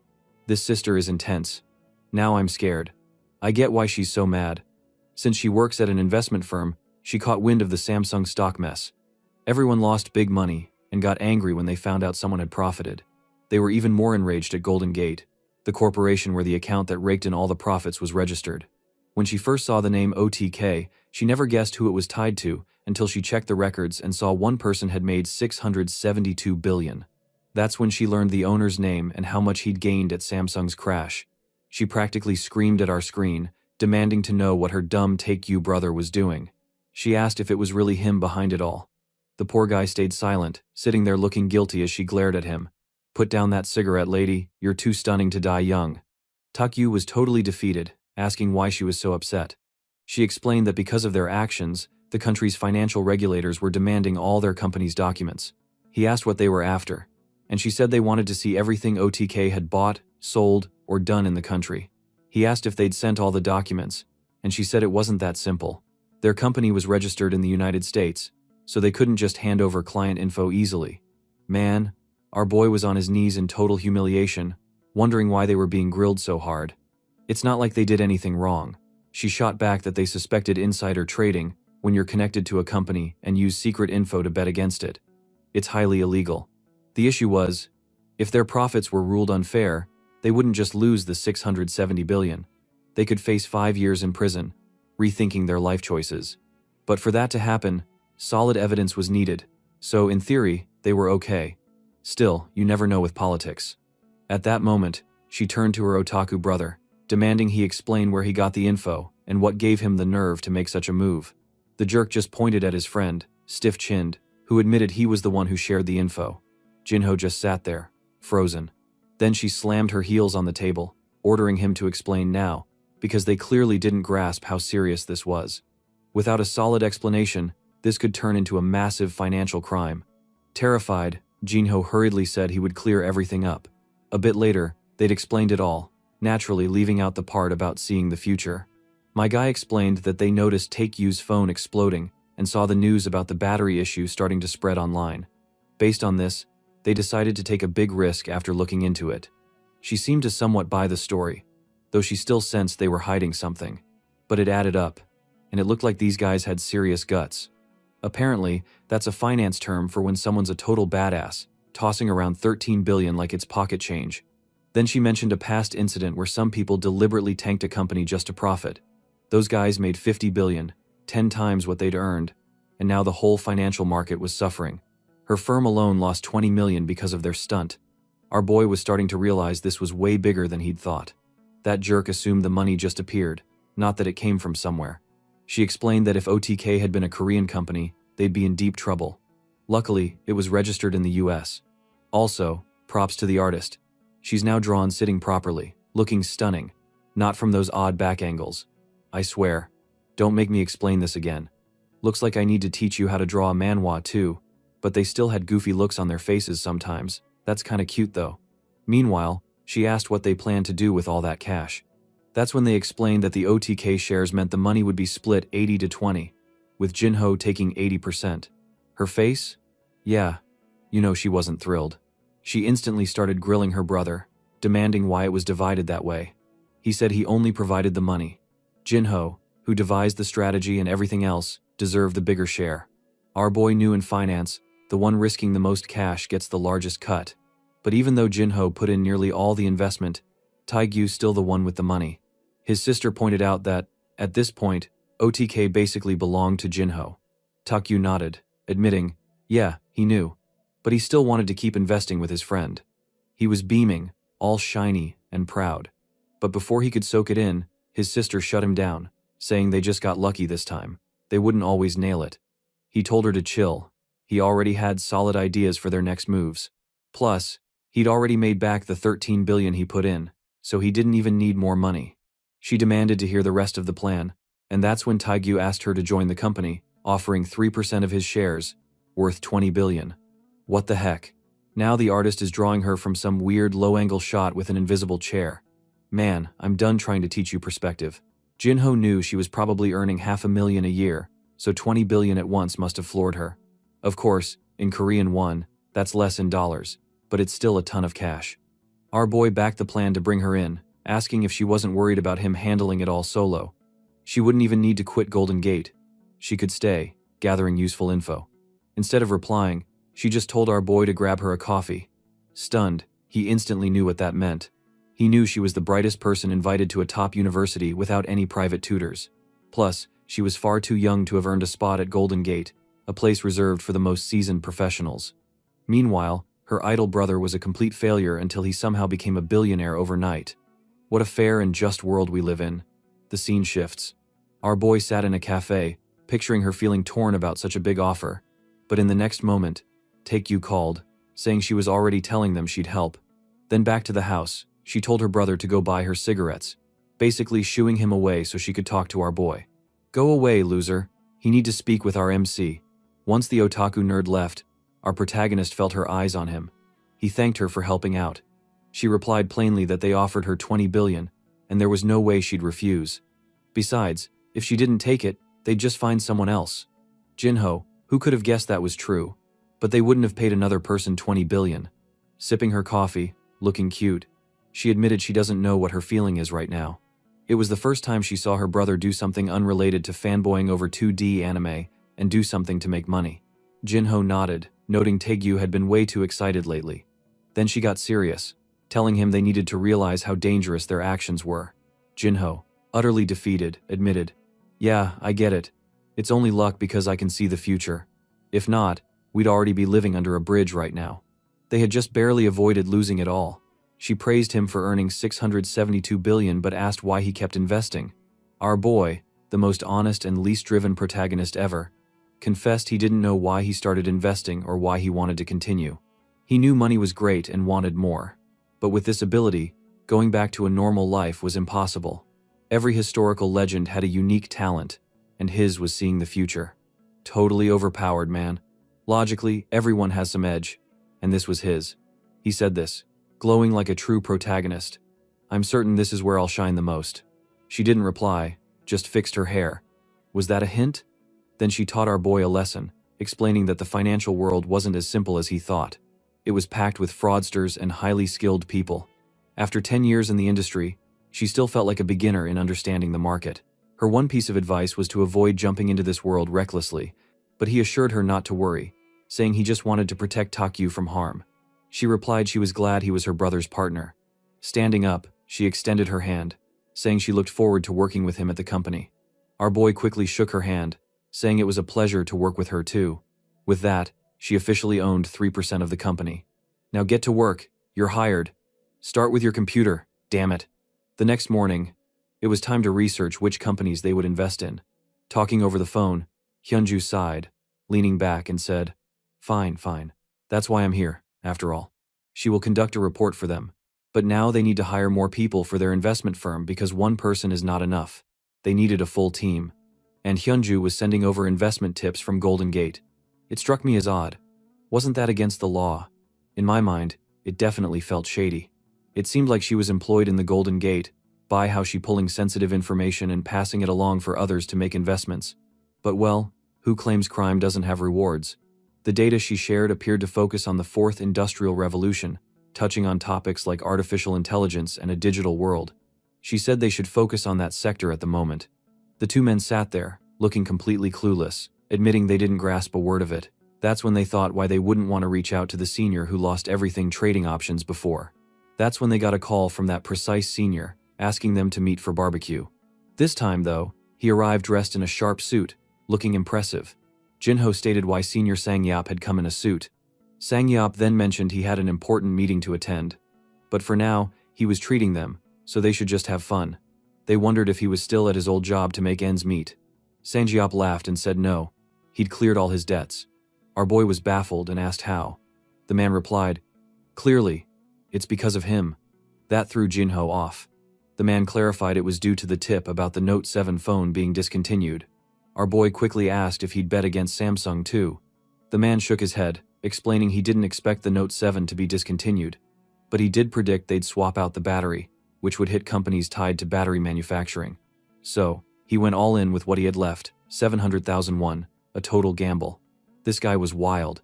He either hit big or lost everything, and once again, he left them stunned. He spotted an investment chance that even Jinho, who was glued to the market, completely overlooked. Jinho had to know how much he earned. The man warned them not to lose it when he shared the number. 150 million won. It might not sound massive, but consider this. He began with just 700,000. That's unreal profit.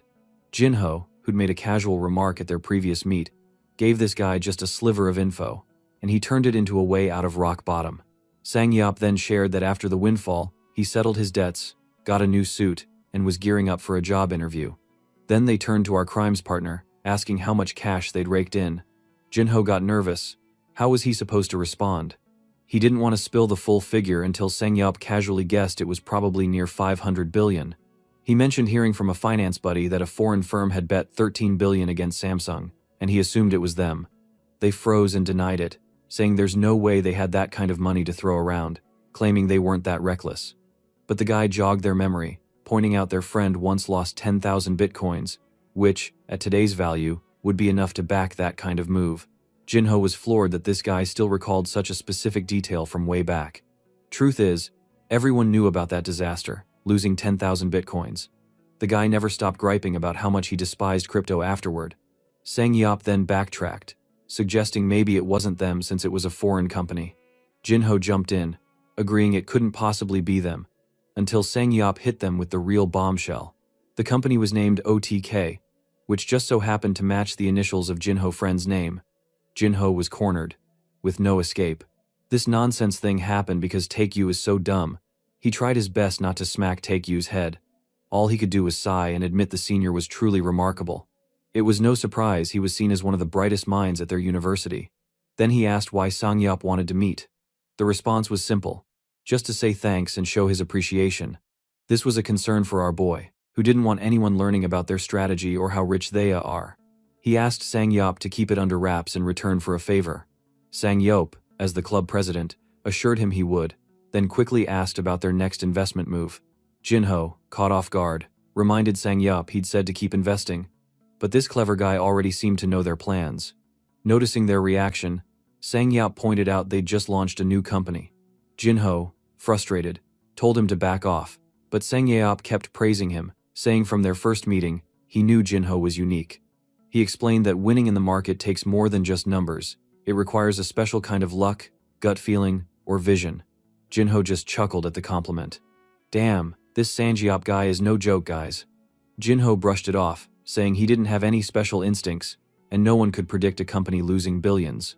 Sangyop smirked, saying not everything has an explanation. After years in the market, he'd learned the biggest shifts are always unexpected, quoting Isaac Newton about calculating celestial movements but not human madness. That quote hit hard, making Jinho feel almost poetic. Sangyop declared that to rule the market, you must embrace the chaos, stay bold yet calm, and keep a clear, steady mind. And he saw Jinho as a strong investor because of this. He's got that thing, Chad intuition. That's why he had his eye on Jinho as his next boss. Now, Sangyop was curious about the outcomes of their efforts. Jinho, confused, asked what results he meant, calling Sangyop crazy. Sangyop clarified he was there for the interview he'd mentioned earlier. Jinho, impressed by his brilliance, agreed to hire him on the spot. He realized Sangyop had been steering the conversation toward this moment from the start, while his otaku friend ate quietly, oblivious to the deal unfolding. They knew Sangyop was the help they needed. Of course, Hyunju is also a key figure, but just the three of them wouldn't cut it. They needed someone who could analyze the market objectively and make smart choices. Some might see Sangyop's approach as self-serving, cozying up for personal gain. Still, his talent was clear, and Jinho genuinely admired his audacity. As the company's CEO, Jinho said he was seeking someone to help them expand to match his ambitions. The table fell quiet as Sangyop, staring at his drink, called Jinho's name and declared himself as his senior. Sangyop jokingly said Jinho should serve him with both hands, then stood up, dismissing the formality. He clasped his hands, ready to work, and said he'd keep personal and business lives separate, valuing skill over age. He was convinced partnering with Jinho was the best move. Jinho knew Sangyop was far more equipped than both of them. Honestly, a CEO's role isn't about being the most skilled but about finding those who are. Jinho teased Sangyop, calling him a wannabe Jeff Bezos. With that, they shook hands, welcoming Sangyop to OTK Company. The barbecue turned into a full-blown celebration. Even Jinho was finally unwinding with a beer, admitting he'd been nervous but could now relax.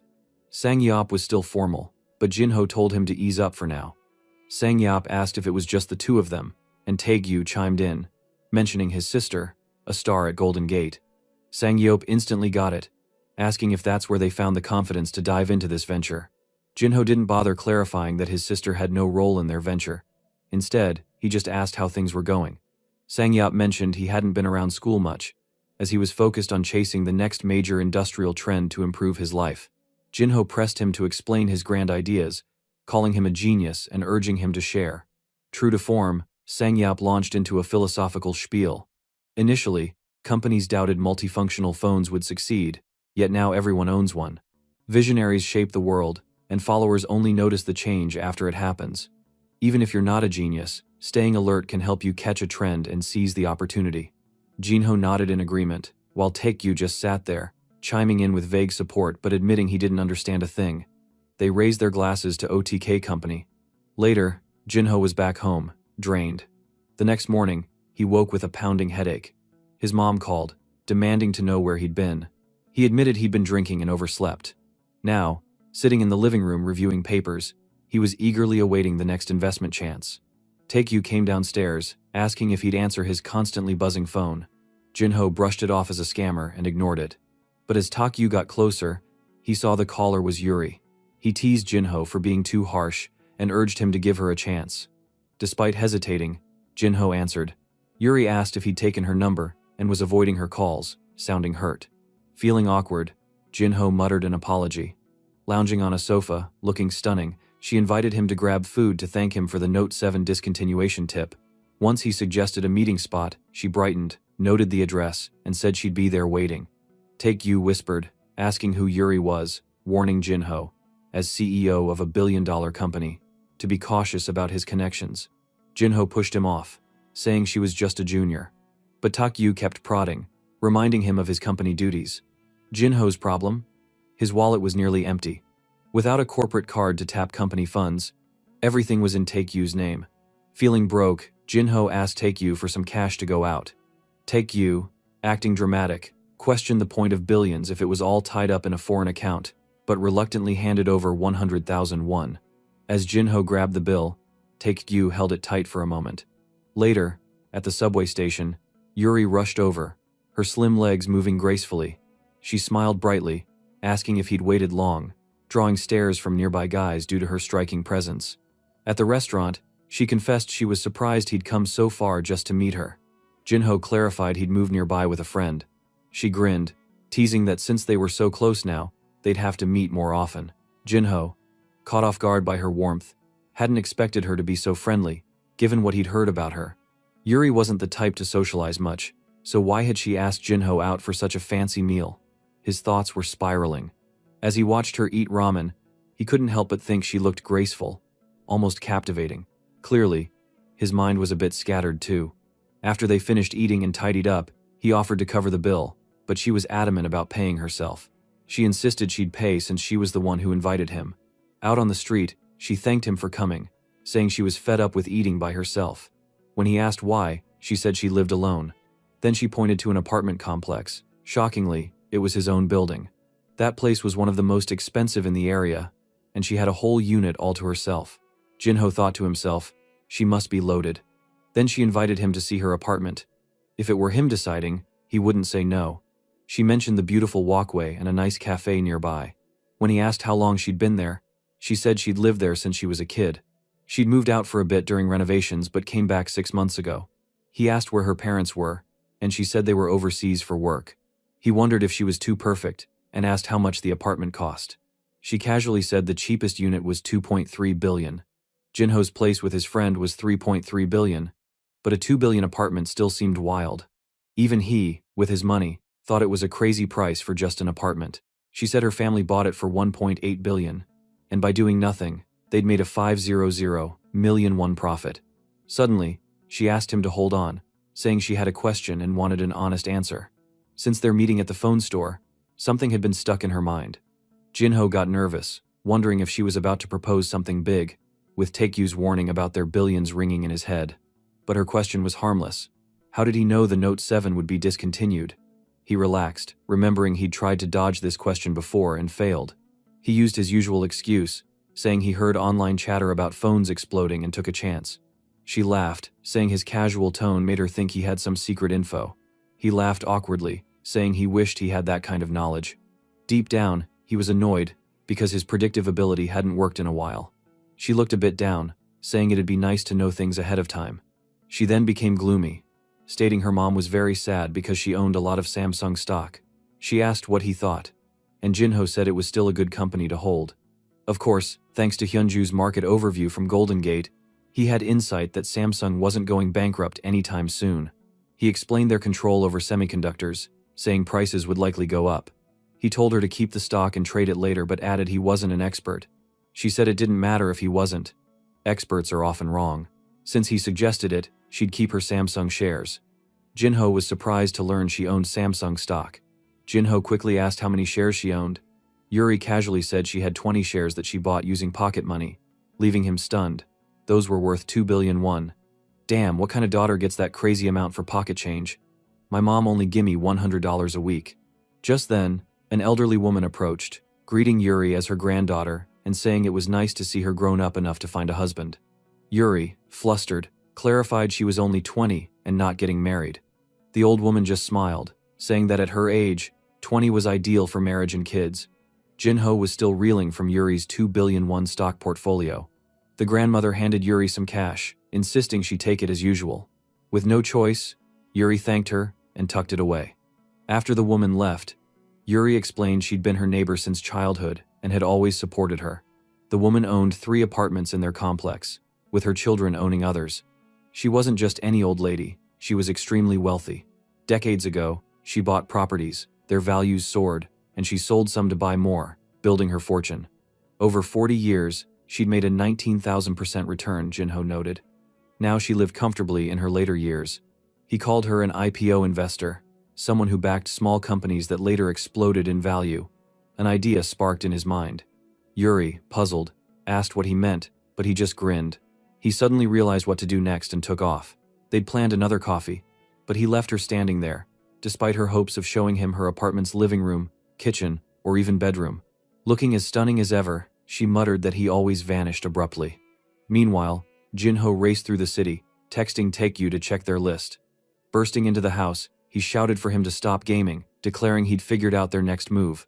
Taekyu asked if he'd had a vision, but Jinho said no, explaining a strategy inspired by the apartment complex's success. The plan was to invest in startups or companies restructuring, catching them before their value surged. Taekyu, distracted, asked about Jinho nearly visiting Yuri's apartment. Jinho pushed him to focus, exasperated. He stressed this was their industrial revolution, like cars overtaking carriages, Airbnb disrupting hotels, or Uber replacing taxis. They needed to find startups poised to spark a revolution. After a lengthy explanation, Taekyu finally understood. Such investments were tough for most, but their future-seeing ability gave them an edge. They just needed his visions to trigger while evaluating startups. Next thing we know, it was New Year's, and Jinho's mom visited, cooking for them. Everyone was emotional, thrilled to avoid poverty again.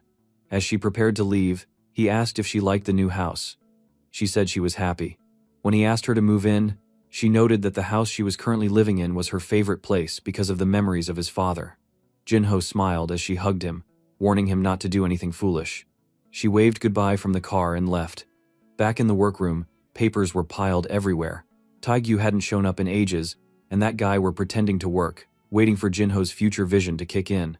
The only investments they'd recently made were suggested by the office queen, Hyunju, whose impressive skills made it hard to believe she was related to Taekyu. Jinho stared at towering stacks of papers about new companies, desperately waiting for his vision to activate, but it wasn't happening. Hours later, Taekyu was slumped on the couch, fast asleep with his Nintendo Switch in hand. Jinho clutched papers, sensing a faint energy in his hands. Suddenly, he smacked them down to jolt Taekyu awake, demanding he get to work instead of lazing around just because no vision had come. Taekyu shouted back, asking if he was nuts, but Jinho smirked, saying he was joking, and told him to scatter the papers across the floor. His instincts were growing keener, and Taekyu was at least good for this task. They spread the documents out, and Jinho slid his hand over them. Some papers felt empty, so he ordered Taekyu to tear up every one that didn't spark anything. If a paper didn't trigger his senses, it was destroyed. A grueling test of patience. Taekyu, however, thought the endurance struggle was Jinho's problem, not his, and stayed unbothered.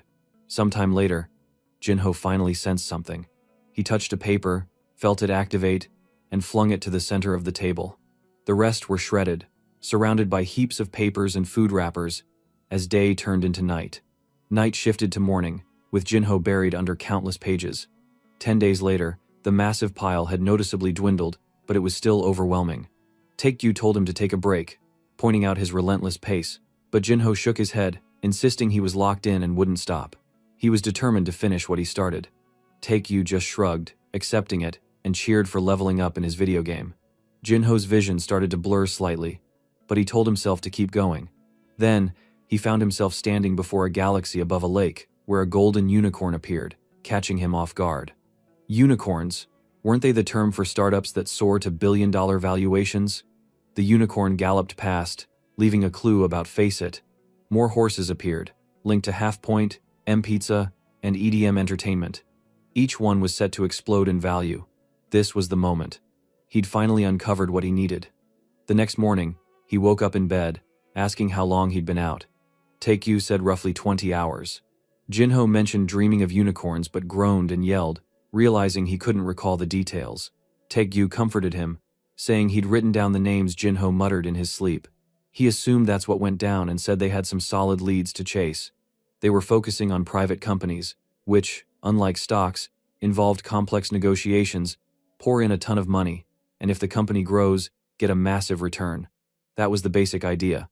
Jinho pointed out that building a whole team to manage these investments would take far too long. They needed to move quickly to capture the opportunities from his dream. A two-step strategy was required, and he was fully prepared to jump into action. Sang-yeop was nervous when he suddenly got a call from our boy, asking him to come over. He waited by the door and could somehow hear Jinho and the others talking inside. It looked like they planned to use Golden Gate's name to build trust as serious investors. Hyunju mentioned that managing this deal would take 1.8% of the total investment amount. Plus, a 500 million investment would mean a commission of at least 9 million. Sang-yeop, hearing these huge numbers, was totally floored. These young folks were playing at an elite level. He felt a bit ashamed of the cash he'd bragged about 150 million won that day. Maybe it's just a pocket money for them. As he watched the meeting unfold, Sang-yeop got more nervous, thinking Jinho was truly headed for big things. The catch for Jinho was, they couldn't keep investing via OTK company, since it couldn't be connected to Korea. Being known as major investors would help with publicity, but staying unknown kept their lives quieter and safer for family, like Jinho's mom. Taekyu pointed out that investing this way would be challenging. That's when Jinho said he had a specific plan and told Sang-yeop, who was hesitating by the door, to come inside already. Blushing, Sang-yeop said sorry and stepped into the room. He introduced himself, a bit shy, to the Golden Gate Queen, who kindly said she was thrilled to meet him and gave her name as Hyunju. Sang-yeop thought she was clearly a big deal. Then Jinho started explaining the company's goals, saying they'd set up an investment subsidiary under OTK, which would finance it all. The initial funding was $70 billion, and Sang-yeop would be in charge of it. Sang-yeop nearly had a heart attack, stunned by the scale. He wasn't even that old. He'd also get 2% of the company's profits each year. Sang-yeop was reeling. 70 billion to start a company, and they were handing it all to him. The boldness he'd shown at that dinner came from thinking this was just a possibility. Now it was real. Right there was Jinho, a genius investor who'd made billions on his first try, and Taekyu was there too, making Sang-yeop's mind spin for some reason. Those two people combination is too strange, but he doesn't know why. His intuition said both of them would make the company big. To be honest, he thought he'd just be a regular worker, but now he was running a subsidiary with shares in it all. Jinho praised how he'd handled the Note 7 deal and every choice he'd made. Sang-yeop couldn't back out. Jinho had already rented an office space for him to work in. It seemed the queen had arranged it all. Sang-yeop, embarrassed and flustered, said he hadn't expected things to move so fast. Jinho told him that was final, no turning back, as Sang-yeop was the right guy for the role. Taekyu, as always, wanted to pick the subsidiary's name. Jinho quickly shut down Taekyu's idea of some over-the-top name like Royal Blood Company. Watching Jinho, Sang-yeop was amazed at how he stayed the same guy despite all his success. Sang-yeop stood and suggested naming the subsidiary K, short for Keep, since it would hold the funds from the main company. And just like that, the company was named K Company. Hyunju and Taekyu remarked that the name was straightforward yet powerful. Jinho agreed, declaring Sang-yeop as the CEO since he'd oversee all of K Company's operations. Jinho even handed them a USB containing all the company details, presenting it in an absurdly fancy hotel setting. Hyunju was swamped with documents, while Jinho and Taekyu stood by the window, gazing out. It seemed this spot, right by the airport, would be K Company's office, perfect for investors to arrive and depart swiftly. Today, they were set to meet one of the company's lawyers, and a girl come with confident stride made it clear she was a force to be reckoned with. The queen rose to welcome her as she approached. She seemed surprisingly down to earth compared to others. Her name was Ellie, 26, joining the legal team to handle legal matters. Jinho smiled, admitting he hadn't expected a woman. prompting Tae-gyu to tease if the CEO was scouting for female hires. Jinho brushed him off and greeted her. Tae-gyu introduced himself, and Ellie, all smiles, shared that she'd pictured the company head as an older man, not a young guy like Jinho. Hyunju teased her, asking if she was interested in their CEO. Tae-gyu, standing behind Jinho, was already hooked. Yeah, this guy was nuts from any drama, including the elderly neighbor drama from his Ulf apartment. Apparently, Ellie spoke 4 languages, making her a powerhouse for global investment deals. Jinho marveled at how some people, unlike him and Tae-gyu, were truly exceptional. Hyunju had already briefed Ellie, ensuring she knew her Golden Gate work must stay separate. The queen then asked how Jinho planned to manage the meetings for their scheduled investment. Would he meet face-to-face or avoid them? Jinho replied he'd meet each person directly to gauge who was joining. She nodded, saying that was ideal. Then it was time to dive into investments. Jinho was set to nail it all. He launched into investment basics. Buying more of a company gives more control but higher risk. Buying less means less control and lower risk, but you can't shape the company's path as much. Tae-gyu felt like Tae-gyu, dazed by pie charts, not understanding what Jinho was talking about. Jinho sat at the table's edge, a bit uneasy in his suit, finding these company meetings somewhat daunting. He explained to our lazy otaku that they just needed to invest without interfering with the company's management. Meanwhile, Hyunju and Ellie were relaxed, as if this was just a casual outing. Jinho glanced at the meeting list and looked startled. Tae-gyu asked if he was okay, but he brushed it off. Just then, the first 2 company owners arrived. Toby Strong and Gerald Bacon. Gerald Bacon. What a quintessentially American name. Jinho believed strong companies should sum up their mission in one sentence. He steeled himself to hear what these eccentrics would pitch. The spiky-haired one, Toby, said Face had aimed to be the Netflix of the adult industry. At least he was concise. Bet boys who see this recap gonna search it now. He explained the industry was worth $15 billion now but projected to hit $100 billion, with their company growing tenfold. Current leaders clung to outdated models. With super-duper horny Face, he planned to disrupt by building the Netflix of adult entertainment. Speaking entirely in English, they left Jinho and Tae-gyu completely confused. Looking closely, their logo seemed like a blend of Facebook's and Netflix's, and Netflix was disguised as Metflix. In this manhwa. For what you ask? To avoid striking from those company, of course. Come on, we are in investing manhwa. You should be able to use your brain to this extent, right? Toby said they wanted to fuse Netflix's tech with the adult industry, incorporating VR and other innovations. The presentation was so bold that even the screen was pixelated, concealing who knows what visuals. Tae-gyu took one look at the images and proclaimed the idea was absolutely brilliant. Of course, as expected, Tae-gyu is a cultured otaku man. The Queen of Gambit, I mean the Money Queen, however, said it didn't add up. Why would anyone pay for content that's free online? Tae-gyu quickly told her to hush, boasting he was the authority on this industry. She gave in, agreeing they'd invest in Face It. It appeared the investors, especially Tae-gyu, were genuinely intrigued. The next company, M Pizza, pitched robots making pizzas without human staff, a tasty way to bet on the end of manual labor. Tae-gyu declared it a perfect plan and urged investment. Hyunju wasn't convinced, but Tae-gyu, dubbing himself the pizza expert, claimed she didn't understand pizza like he did. He went on about taste, saying it'd be great since people were familiar with ordering pizza and loved its flavor. After a long debate, they invested $7.5 million. Night came, and Jinho fell onto his bed, exhausted. He asked if Tae-gyu was worn out, but he said no. The meeting was easy since he just sat there the whole time. Jinho realized Tae-gyu hadn't used any mental effort. Unfortunately, another meeting awaited tomorrow. He thought about resting but instead chose to take a walk under the moonlight. His mind wandered to Suna, the girl who dumped him for the sketchy-looking dude, wondering if her vision of success looked like his current life. Leaving the hotel, he ran into Ellie, exercising at night. After a full day of meetings, she was still running, out of breath and a bit cheeky, saying she'd just wrapped up her workout. She offered to grab a beer, and he accepted. At the bar, he asked if this was her first time in Korea. She said no. She'd been here 3 times, but this was her first work trip. He thanked her for her help, saying she'd been a huge asset. Then she mentioned the Note 7 explosion issue, a devastating event that wiped out people's money, including Golden Gates. But she was aware how bold and good OTK was. The company that was linked to Jinho and his friend, who had made billions of dollars from a single prediction. She raised her beer can to toast his success. Jinho was stunned, His moves had made waves so far that someone from another country knew. He modestly called it luck, but she said no way. It took guts to bet on the explosions news to cause discontinued. Jinho thought to himself it was thanks to Taekyu, who'd pushed him to invest, believing in his skill. Ellie then found it amusing that people thought OTK was Japanese, since its name sounded like otaku.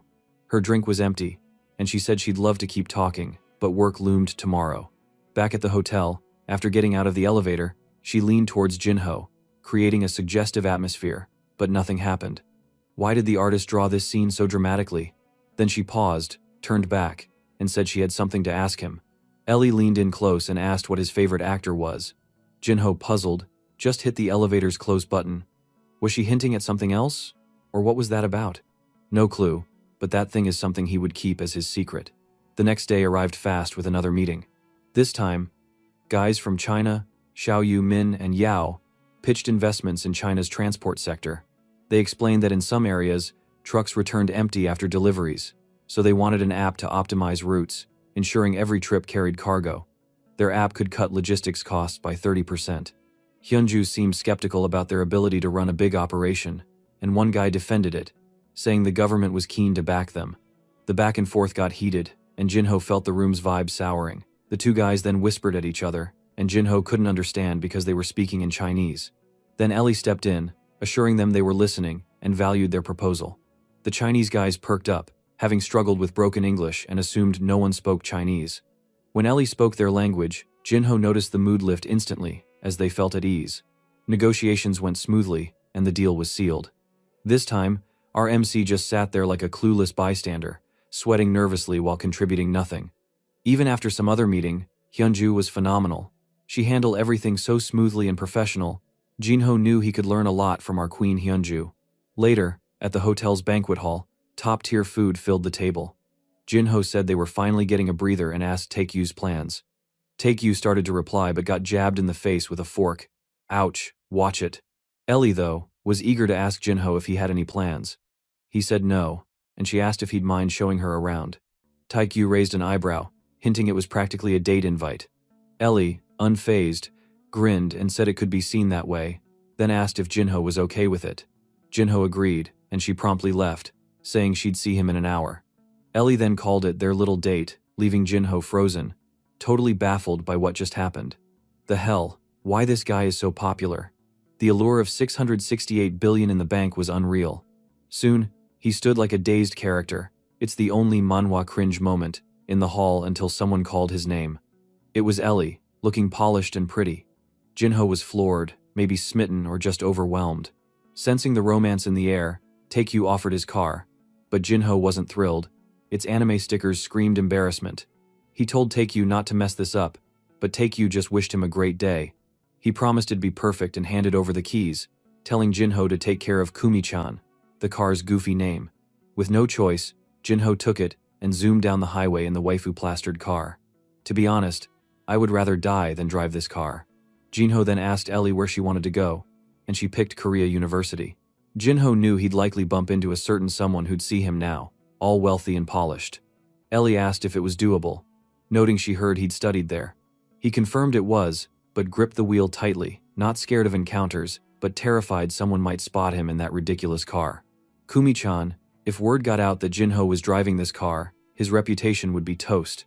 Yet there he was, parking Kumi-chan next to a sleek BMW. As he stepped out, Ellie started to ask something, but Jinho's priority was clear: distance himself from this embarrassing vehicle. Then someone yelled his name, saying they'd missed him. He waved back, standing in the chilly air, agreeing it had been ages, but his friends were already gawking at the car, asking what kind of wild ride it was. A strange girl appeared, glaring at him with disgust, asking if he had no shame cruising around with those stickers. Her name was Jimmy, 23 years old. Jinho shot back, asking what her issue was with how others decorate their cars. She snapped that he should think about how gross it made others feel to see that junk. Jinho knew her type. She loved stirring trouble. His friends told him to brush her off, saying she was always like this. He nodded, admitting she'd always been a pain, though seeing her after so long felt odd. Then Jimmy shouted for Suna, and there she was, with the new boyfriend, the couple strolling beside a flashy sports car. Suna instantly clocked Taekyu's sticker-plastered car. She knew it was his. Jimmy laughed in Jinho's face, calling the car absurd and saying she heard his family went broke, so showing up in that was shameless. His friends told her to shut it and stop being so rude. Then Ellie spoke up, asking why she was yelling. Jimmy spun toward her, even angrier, demanding if she knew who she was. Ellie played innocent, stepping beside Jinho and asking if these were his friends. He said they were just old-school acquaintances. His friends were now curious about this stunning woman, and out of nowhere, Ellie handed over her business card. Ellie, Golden Gate, a lawyer, and a fierce one. That silenced everyone, especially since she was such a powerhouse. Jimmy froze. She was pretty but not worth a dime to Jinho. Then Suna's new BF stepped up, offering a handshake, trying to charm Ellie and outshine Jinho. He might as well have sliced off his own hand with a katana, right guys? He asked what brought her to Korea, travel, or business. She said it was for critical work, but today felt more like a break. After days cooped up in a hotel with Jinho, she wanted to explore the university. His friends thought Jinho was a legend, spending days in a hotel with her, unstoppable. Jinho tried clarifying it wasn't what they thought, while Suna bit her lip, barely containing her jealousy. Meanwhile, her boyfriend handed Ellie his business card, introducing himself.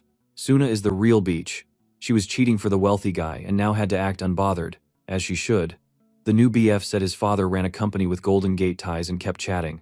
Glancing at Jinho, he offered that if he ever needed help, he could just shoot him a message. Jinho expressed gratitude but seemed indifferent toward the man, thinking that a connection with this construction company might be useful someday, though he doubted he'd ever need it given his own network. Still, he politely noted that this gesture provided some reassurance while smiling slightly, as if he didn't care that much. The man might have sensed a subtle jab or indirect message, feeling pressured, when Suna turned and urged everyone to hurry. The new boyfriend listened to he, then mentioned enjoying meeting Ellie as they left, while others invited Jinho to lunch. In the background, Jimmy the strange girl was annoyed, thinking there was nothing remarkable about being a Golden Gate lawyer. After shaking off the crowd, they completed their university tour and wandered through Seoul's parks, enjoying the scenery. Ellie remarked that the girl from the wealthy couple earlier was quite attractive. When asked if she meant Suna, she confirmed, mentioning it was likely the Korean beauty people always praised. Jinho was puzzled about how she knew of Suna, and she explained that Taekyu had already shared the full story of Jinho and his ex, leaving Jinho furious and eager to confront his friend. Ellie inquired if he still had feelings for Suna, and he firmly denied it, noting their breakup was long ago. Meanwhile, Suna watched from a car as he walked off with his new shady boyfriend, reflecting on their past. "Eat that trash, girl. You don't deserve our handsome and kind Meek." Ellie then mentioned they'd be busy tomorrow, expressed enjoyment of the date, and they shook hands. Without even a hug, it felt like a quintessential Korean interaction starting from scratch. In Suna's new BF car, a conversation unfolded. The man asked if that was Jinho, her ex-boyfriend. Suna smiled and teased if he was jealous.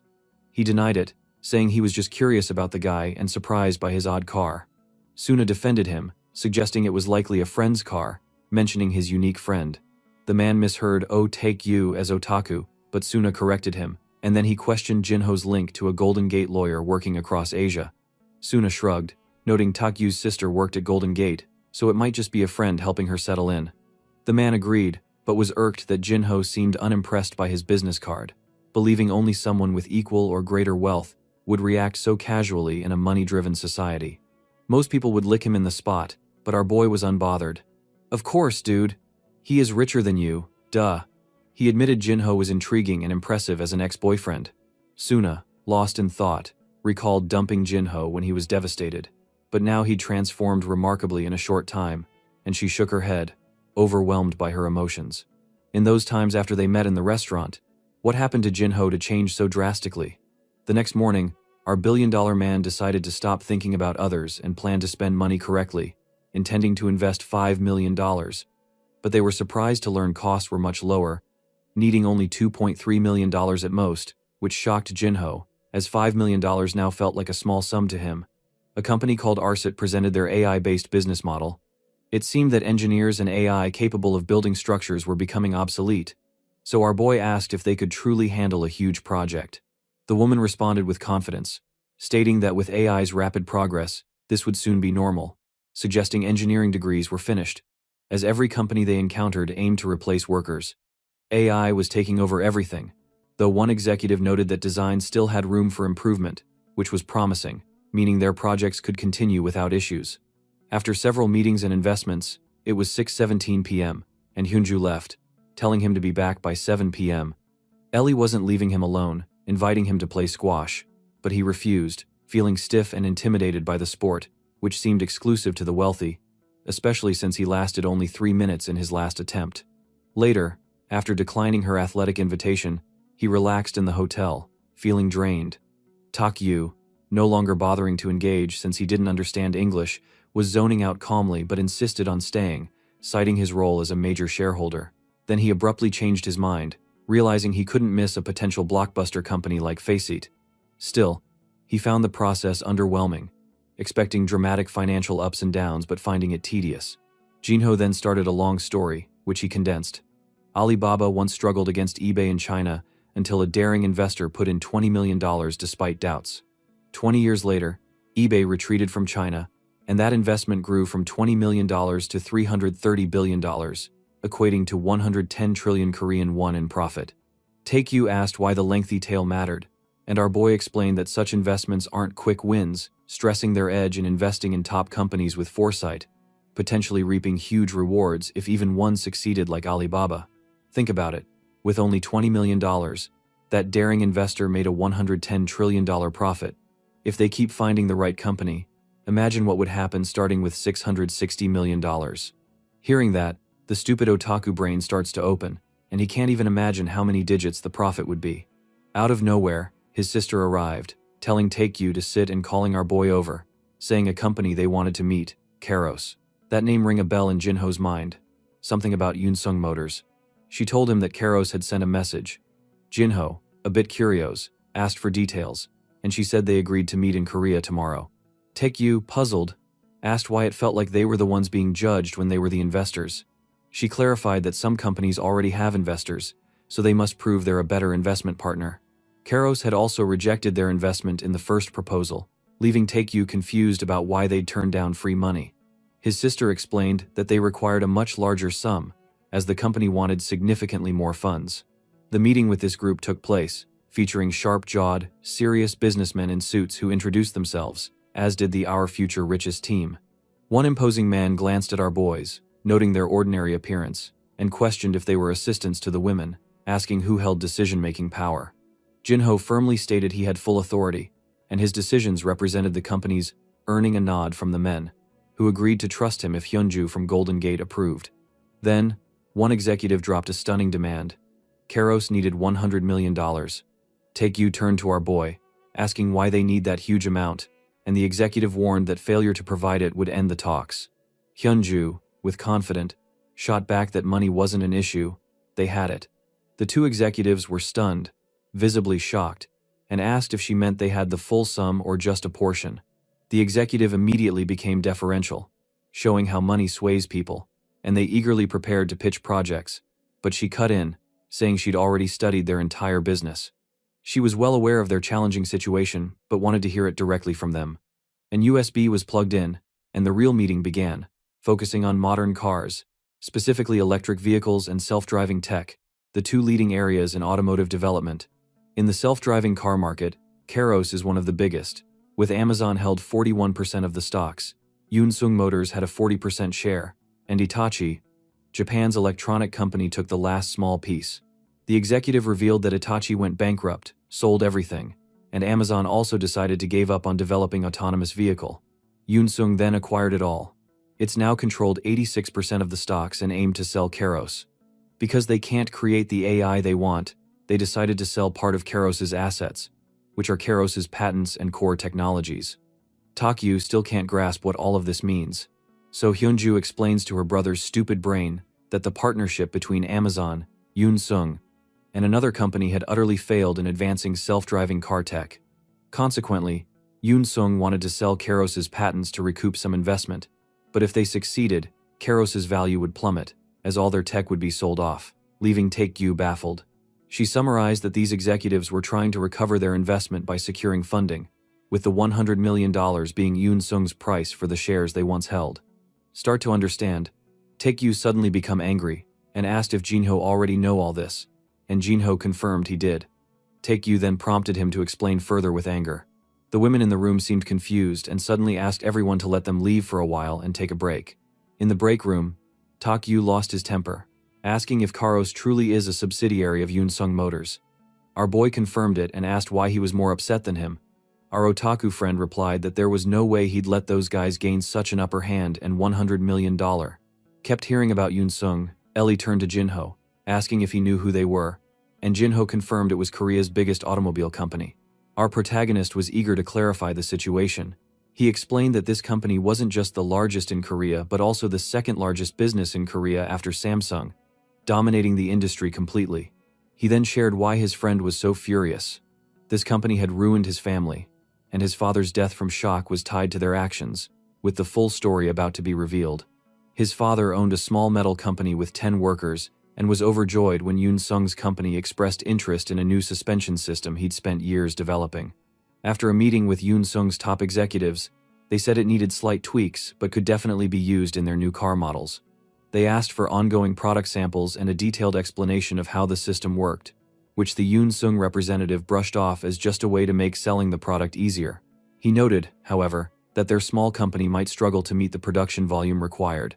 At home, his father shared the news with Jinho's mom, so he chose to expand their facility even when needing to take on debt.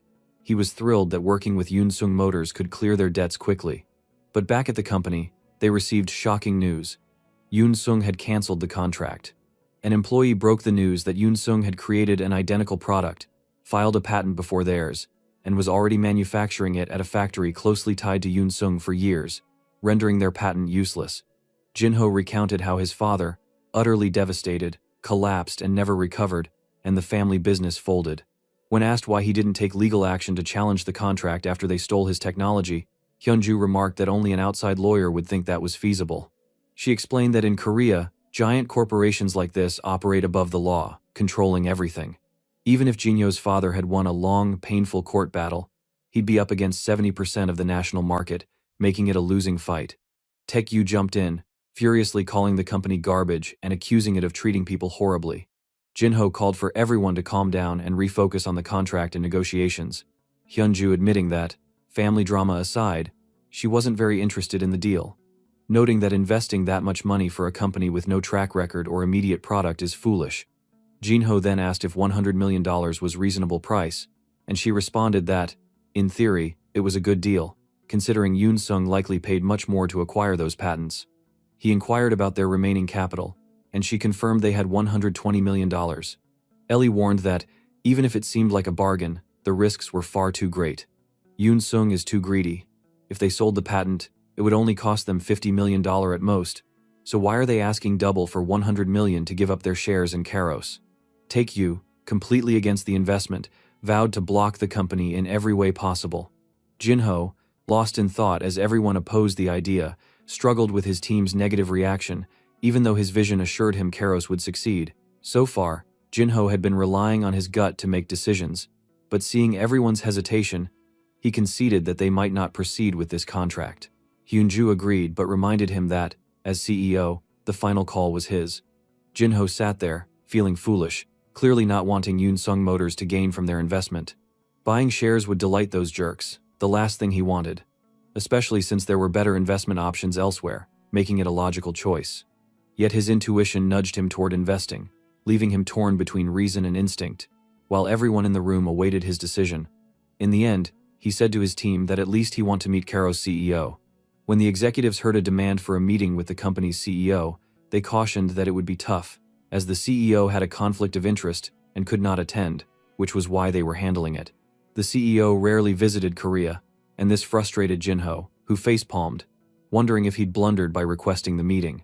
Hyunju scolded them to be sharper, noting they were the ones desperate for the $100 million, even dramatically removing her glasses, which Jinho found distracting. She stressed that they needed to act fast and respect the CEO's wishes. The executive relented, agreeing to try contacting their CEO. Jinho, relieved, thought things were falling into place. The next day, Tak-yu asked if Jinho had decided, declaring he was done meddling and the choice is in Jinho's hand. Jinho, who'd stayed up all night, was troubled by the idea of partnering with a Karos and make a big profit for Yoon-sung that exploits and discards people. Then a quirky blonde man appeared, introducing himself as the CEO of Karos. Jinho presented himself as the CEO of OTK, noting the man's odd, almost albino appearance.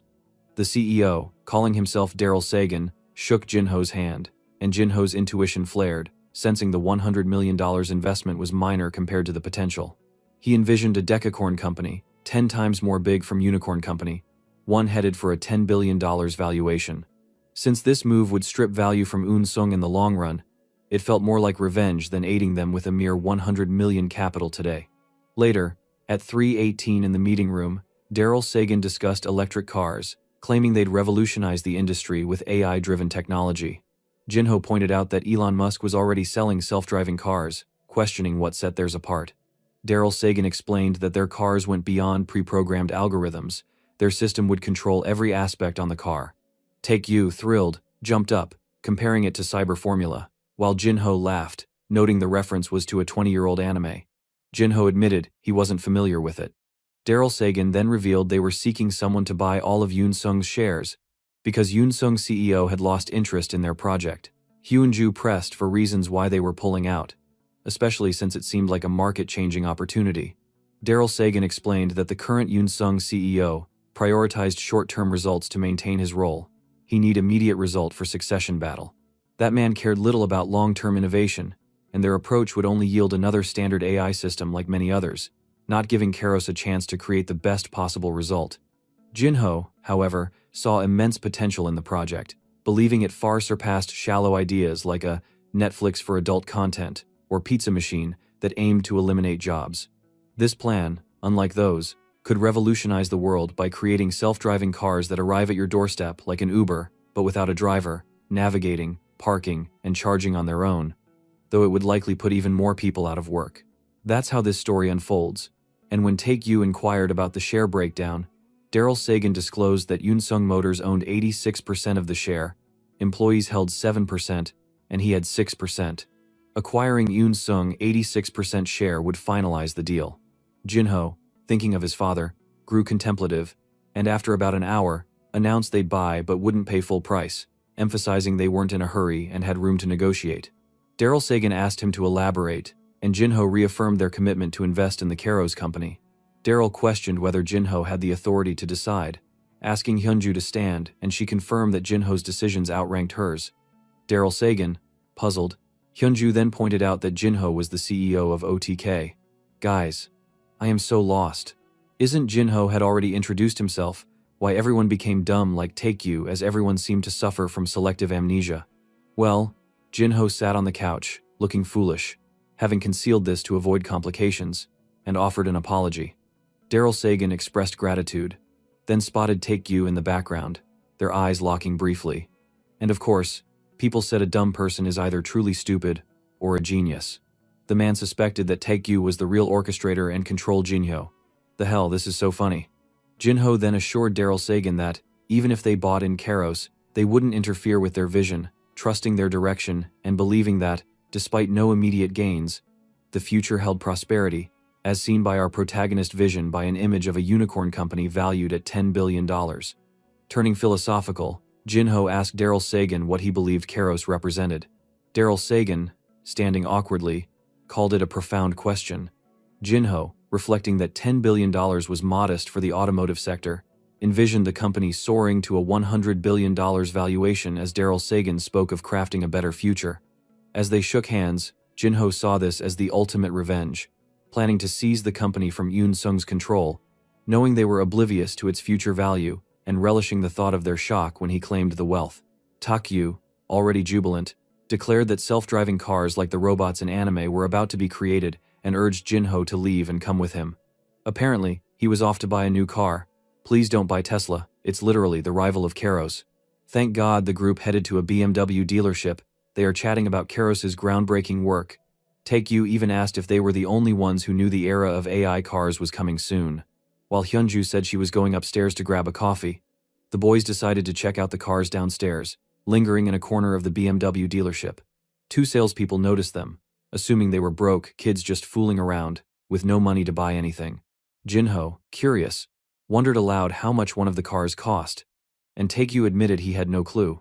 One salesman started to approach, but his spiky-haired colleague advised against it, pointing out the ridiculous car they arrived in, suggesting they were just high schoolers not worth bothering with. Still, the new salesman insisted it would be good practice, even if they were gawking at a banana-shaped fancy car. It's look ugly in my eyes. Taekyu asked if their self-driving system would soon be in all cars, and the new salesman approached, asking if they liked anything and offering a test drive. Jinho, humbly, said he didn't know when he'd ever afford such a car, but the salesman encouraged him, noting he was young and might become a client someday. Shit. Was Jinho acting down to earth when he is rich as hell? Jinho appreciated the salesman's upbeat attitude as he described the Series 4 convertibles. Taekyu jokingly suggested buying a few cars, but Jinho said they'd attract too much attention. The salesman found their rich kid act amusing, thinking it lightened his day. Jinho pointed to a sleek black car in the corner, asking to see it, and the salesman explained it was the flagship model, the brand's top-tier car, packed with the best technology to showcase their excellence. Jinho, sitting inside, remarked on its spaciousness and asked if it could be taken home today with a signed contract. The salesman confirmed the white and gray models were available and quoted the price at $139 million. Jinho, initially shocked, was reminded by Taekyu it was won, not dollars, and admitted it was more affordable than he'd expected, never imagining such a car could be within reach. The salesman, smiling, thought they were really committed to their play-rich game. Jinho quietly pulled Taekyu aside, asking for $150 million to buy it quickly. The salesman, still skeptical, mused that the day these kids actually bought something would be wild, while Taekyu handed over his card, warning Jinho to repay him when dividends came in, then declared he'd take a car too, the BMW with golden doors. The salesman, growing weary of their antics, asked when they planned to buy the Model 8, expecting a joke like, "I'm 137 million short, but I'll be back." Instead, Jinho pulled out Taegyu's black card, instructing him to charge both cars immediately. The salesman looked at the card that somehow now sparkled with golden light. At that moment, the legendary sales king, Kim Do-yoon, awakened. His quote is, "Every customer like a potential VIP." As he headed to prepare the contracts, the spiky-haired colleague asked if they were getting the cheapest model and financing it over months, unaware of the massive sale just secured. The salesman told his colleague that Jinho and Taekyu had selected the flagship and lead models, not the budget ones, and the card was already approved, shocking his buddy as he rushed off. Meanwhile, Taekyu stared at the car, realizing it wouldn't be easy to make this car as pretty as Kumi-chan, but Jinho could only beg him not to ruin the car again. Taekyu then noticed another car and asked Jinho when he'd repay the 100,001 he'd borrowed. He meant the cash Jinho needed for a date with Yuri, and just then, Ellie showed up, playfully probing about this girl who required 100,000 won for a date. Taekyu, adding fuel to the fire, revealed that the CEO of OTK, aka Jinho, even went to her house, piling on Jinho's embarrassment. Ellie smirked like a sly gremlin as Hyunju arrived, asking if they'd chosen their cars. Jinho said he was getting the Series F, but Ellie teased that it might be too big for him. Then Jinho leaned in, whispering something to her that left her blushing. The fuck? What are they talking about? I'm super annoyed when characters whisper secrets. Ellie, now hyped, called him a cool guy, making me even more itch to know what was said. With Ellie flight nearing, they squeezed in fun, hitting an amusement park, getting woozy on rides, and tackling the Viking ship, the story racing forward. Before long, Ellie was on her plane and gone, and all their investments were locked in, numerous companies set to succeed now in their portfolio. Taekyu likened it to an auto-farming game, where they just wait for the characters to grow stronger. The next day, they dropped by the office purchased for Sangyup, where the team was worn out, not planning to return so soon after their investment spree. Jinho said he was curious about the office but checked if the guy was holding up. He insisted he was fine, no need for concern. Jinho remarked that the office was plain despite the 70 billion allocated, and the guy explained that with enough wealth, showing off feels pointless. They paused for a break, and Sangyup shared that he'd been sleeping and working at the office every day, showering at a sauna across the street, describing his grueling schedule. Jinho, stunned by his drive, urged hiring more staff to avoid working himself to death. Jinho volunteered to assist with hiring and asked if Jinho knew Jung Gi-hong.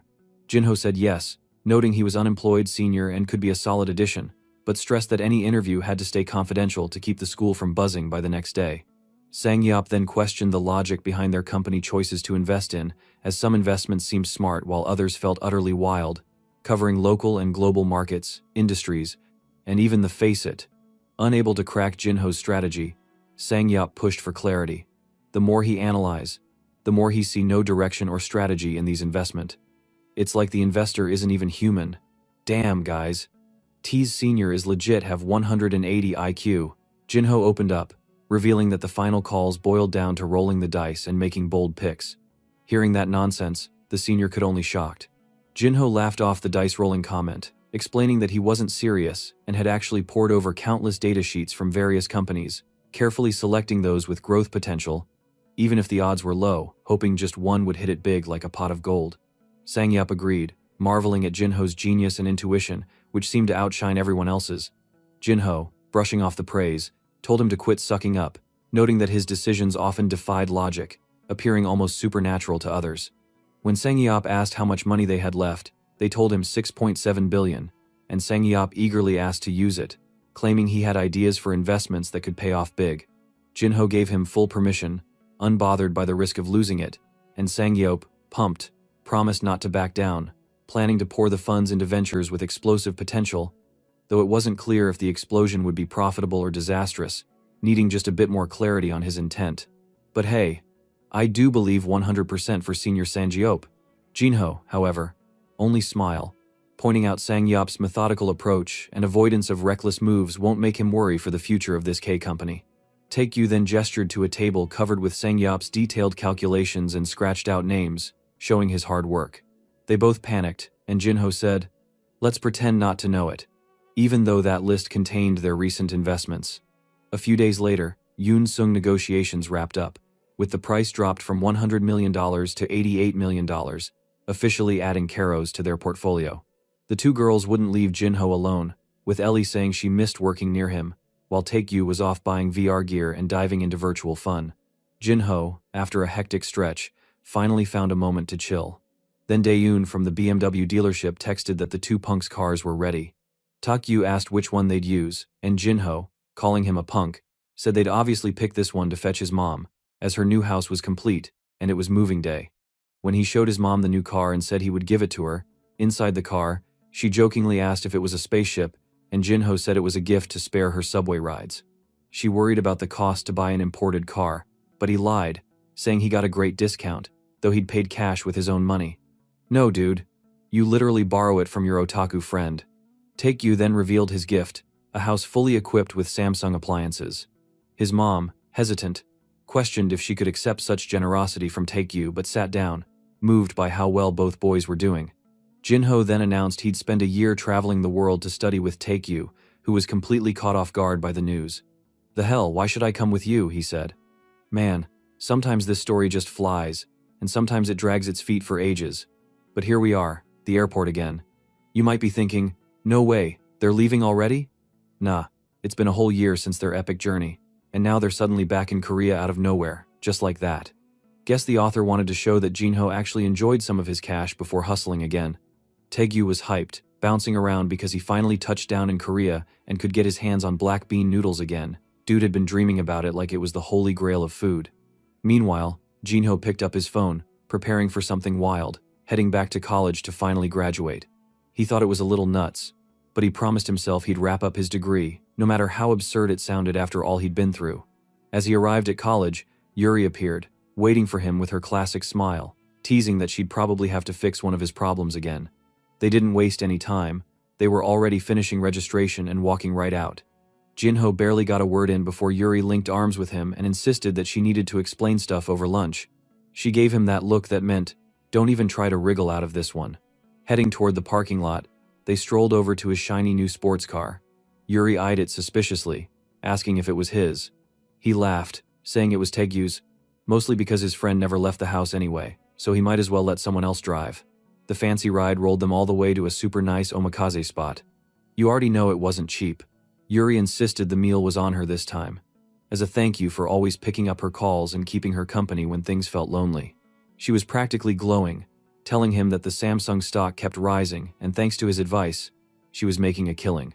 He remembered telling her to hold on to that stock, not to panic sell, because the price would soar soon. Curious, Jinho asked how much she raked in, remembering that last time she only had 20 shares. She claimed it was at least 100 million won, but after hearing his advice, she'd bought 30 more. so the profit way beyond that. Jinho grinned and gave her props for being so gutsy. She made that money because she took the risks. But Yuri noticed something. Last time, he'd freaked when she said she had 20 shares, but now, when she mentioned buying 30 more, he didn't even bat an eye. To her, that was proof he'd changed a ton in just a year. Jinho waved it off, saying nothing wild happened, just tested some things here and there, no big deal. Then, she leaned in to ask about orientation and the freshman party. He shot both down, saying he had a trip to Hong Kong coming up. Curious, Yuri wanted to know what was up. He shrugged, saying he was just there to hang with a friend and meet new people, and she should come with too, have some fun for herself. He basically laid it all out there, like he was about to go see another girl in another country, straight up savage. A few days zipped by and then, chaos. Taegyu, the otaku, lost his mind, hollering about some crisis. Jinho wanted to know what was up, and Taegyu ranted about something called Lost Iris Fantasy. Turns out, it was in trouble. The company might cancel it, or kill development, or who knows what. Jinho didn't even know what that was, so Taegyu went off about how this was the legendary series, and the main character was his waifu, and even plastered all over his car.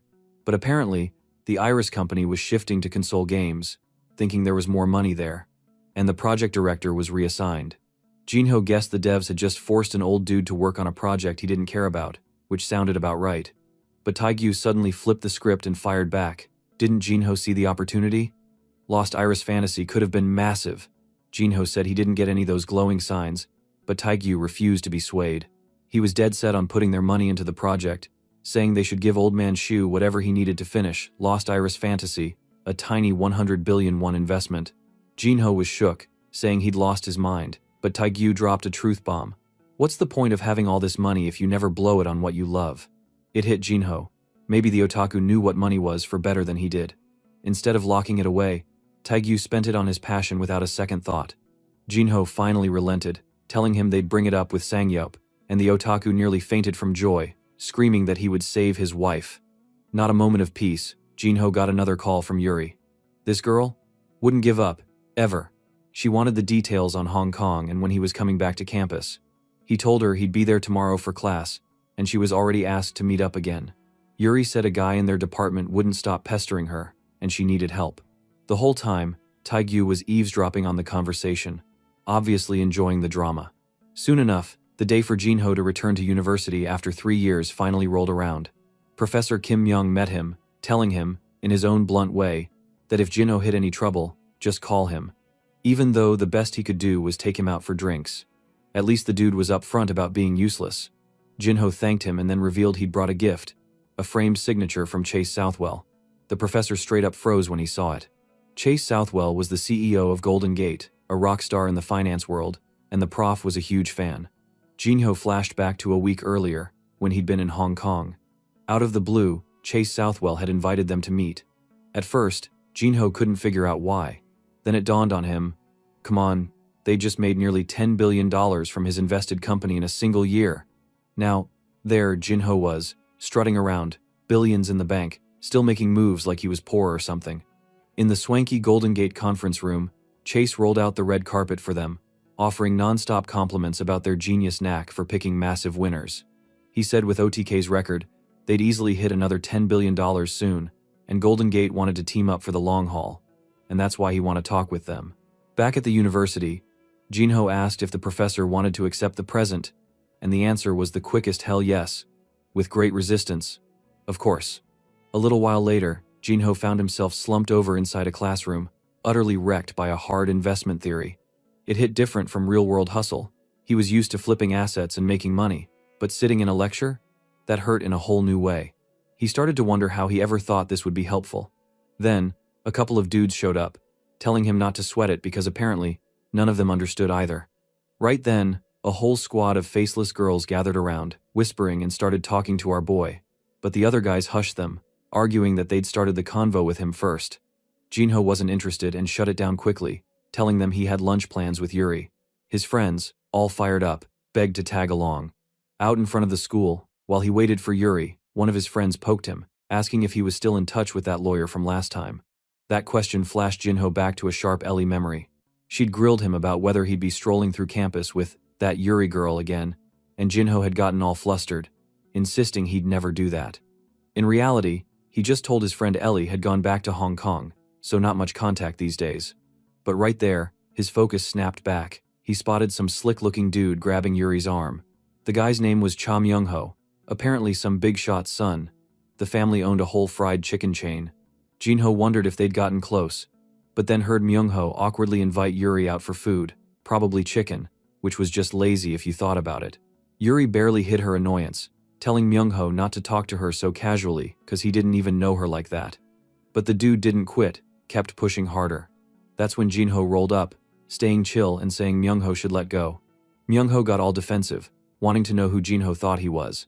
Jin-ho introduced himself like the boss he was, a senior in the business department. Hearing his name, Myung-ho just shrugged, said he'd never heard of him, and told him to get out the way since he had plans to eat dinner with Yuri. But Yuri shot him down for good, repeating she wasn't interested. As realization clicked, Jin-ho figured this must be the annoying guy Yuri kept complaining about. He told Myung-ho it was too bad, but he and Yuri already had plans. Myung-ho instantly got salty, asking why Jin-ho was smirking.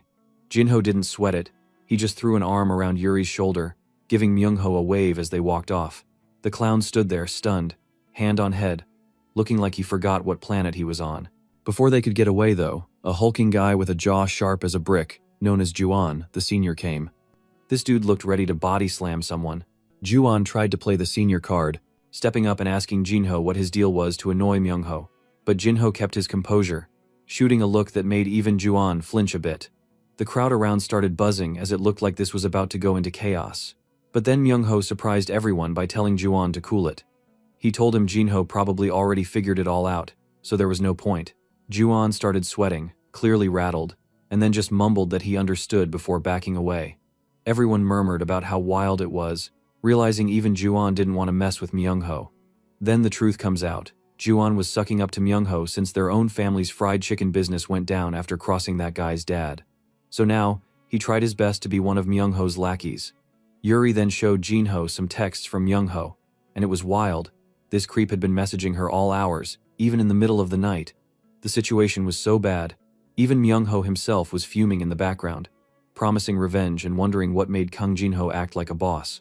Fast forward to that night, the crew packed into a little bar, not even thinking about the chaos from earlier. They were just there to drink, hang out, and maybe laugh about the drama. Suddenly, Suna walked in. Yeah, that Suna, sashaying up and asking how Jin-ho was doing. He answered super chill, showing he wasn't fazed at all. Even his friends wondered if they'd sat at the wrong table this time. But then the door flew open, and in rolled the clown trio. Myung-ho, Ju-an, and an annoying girl who was all over Myung-ho. She talked about Jin-ho's car last time, talking trash about the stickers plastered on it, but then quickly flipped and gushed about how Myung-ho drove a real man's car. She spotted Jin-ho and immediately started drama.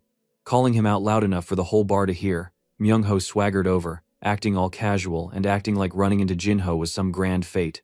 The clown dropped the bomb that he'd heard about Jin-ho's family going bankrupt, saying that must be why Jin-ho left school. But Jin-ho brushed it off and said, yeah, they went broke, but by some fluke he'd made it back. Not missing a beat, Myung-ho reached for Yuri's shoulder again, and she told him off, telling him to stop it. Trying to play it down, Myung-ho told her to forget what happened, but Jin-ho went savage.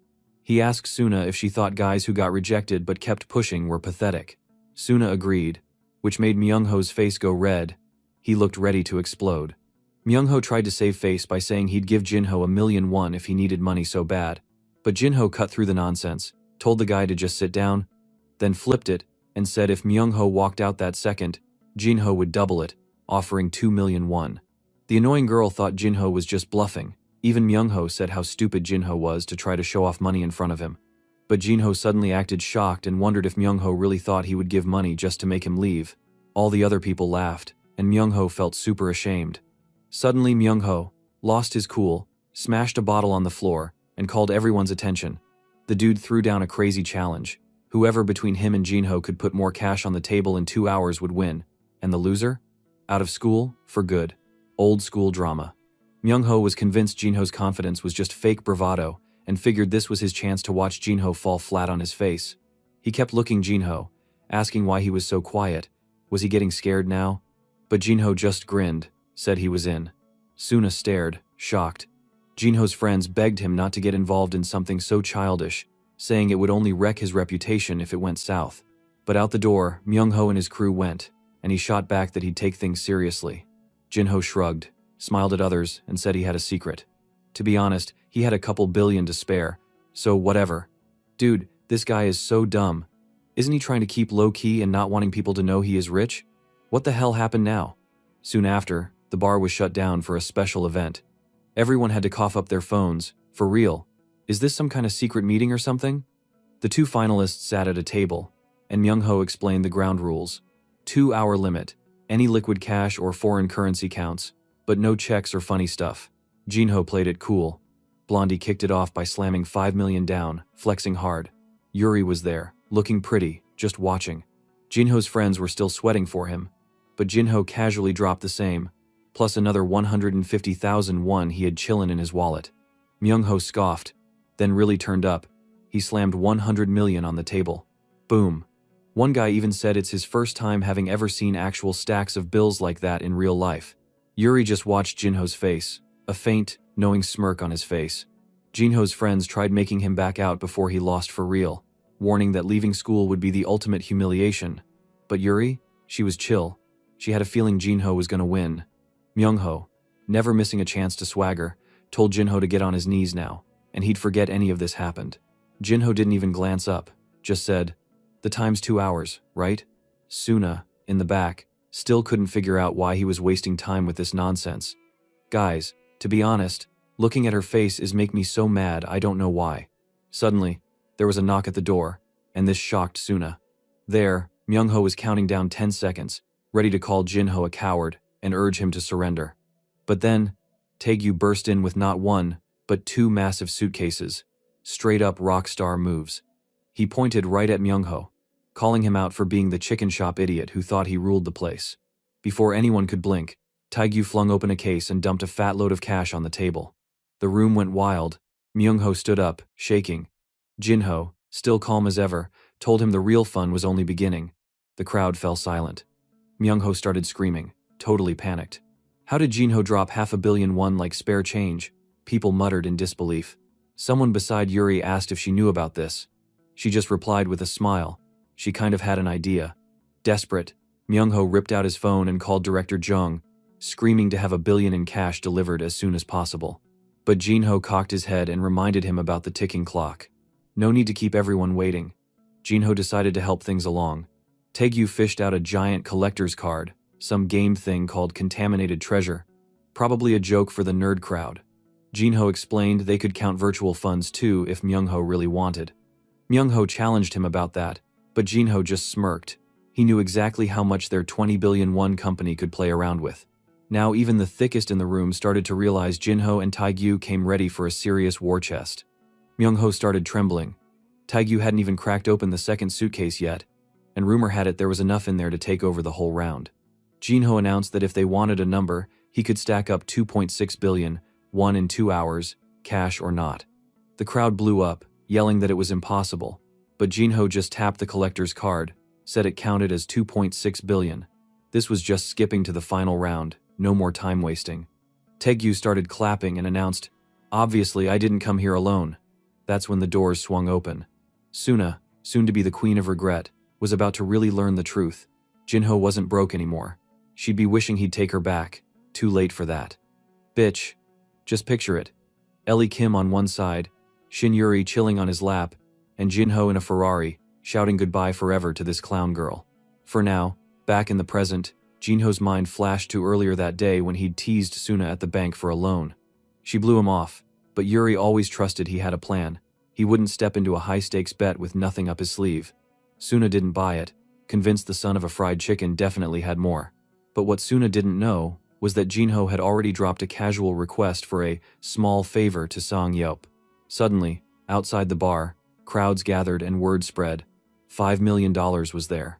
Golden Gate bankers, yes, real-life investment pros, marched in carrying stacked briefcases. Even security showed up to hold off the rubberneckers. Jinho calmly tallied up the stashes. "That's 6 billion won in total," he said. Shrugging like this was pocket change. Myung-ho gaped, totally lost. He couldn't believe how this nobody could suddenly summon the full power of Golden Gate and haul in so much money, like flipping a switch. Everyone tuned in as the clock counted down. 10, 9, 8. Yuri shouted, 5.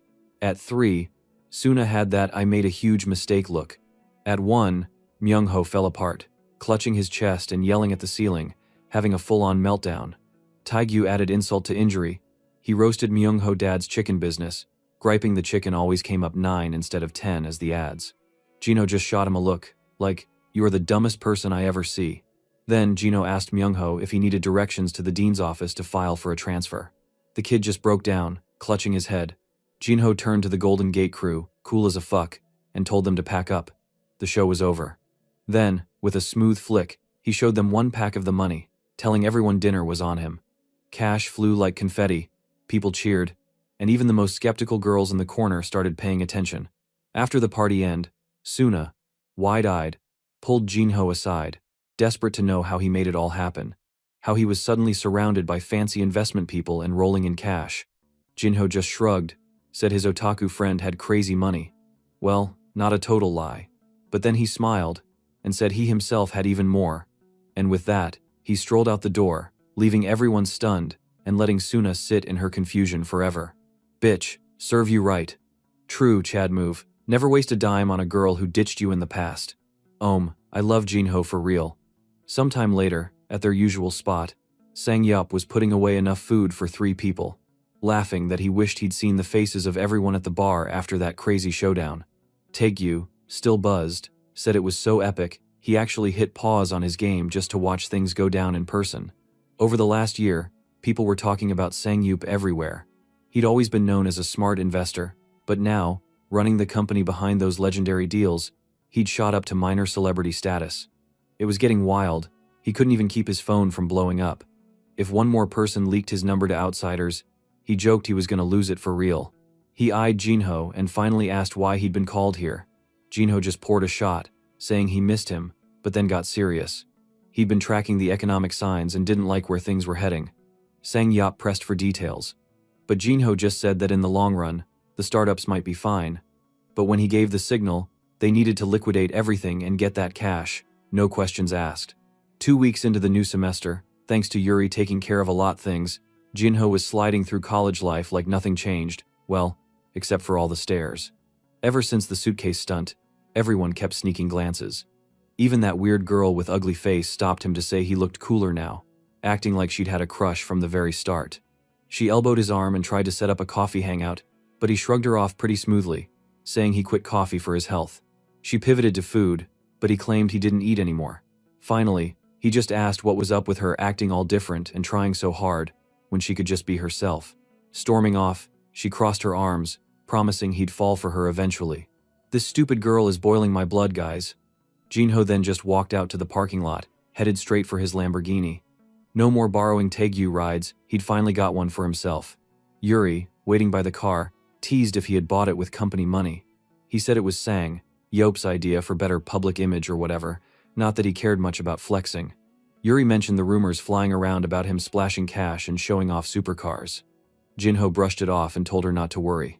She nodded, saying she trusted him, but now she needed a joyride whether he liked it or not. Cruising down the road, air conditioning blasting, Yuri got a call from her dad. It was short. When she hung up, Jinho asked who it was. She replied that her dad was heading to the UK for a business trip. He pressed her. Was something special up? She explained there was going to be a big vote, Brexit, where the UK might leave the European Union. Apparently, it's this thing that happened a while back in 2016 when the UK left the European Union, guys. Back to the story. She didn't know the details herself, just that it was going to affect a lot of money people. As soon as she mentioned Brexit, a glowing eagle zipped right past the windshield, shocking him. He completely blanked, staring forward until Yuri yelled at him to focus before he crashed. My boy, for real, couldn't that eagle have picked a better moment? Our boy almost got cooked. Jinho saw the vision. The UK leaving the EU. He snapped back, asking what kind of work her dad did. Yuri told him he handled fund investments, pretty high up actually. Instantly, Jinho told her he had to run, emergency. She already knew the drill. Every time they hung out, something came up. Wait, is Yuri the lucky charm for Jinho though? He always sees the eagle with Yuri. The next thing we know is that she was left at home as Jinho took off again.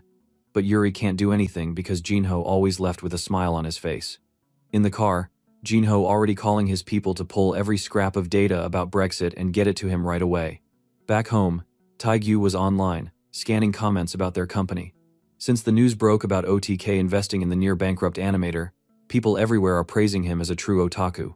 But looking at our boy, Taegyu brought up Brexit, wondering why he so insisted when every expert in the news was saying the UK would probably stay in the EU. But Jinho wasn't buying it. He said experts say whatever keeps them rich, don't trust the television with the real money moves. He broke it down simply. The EU was a group of European countries, but the UK was never tight with them to begin with. They didn't even bother using the euro.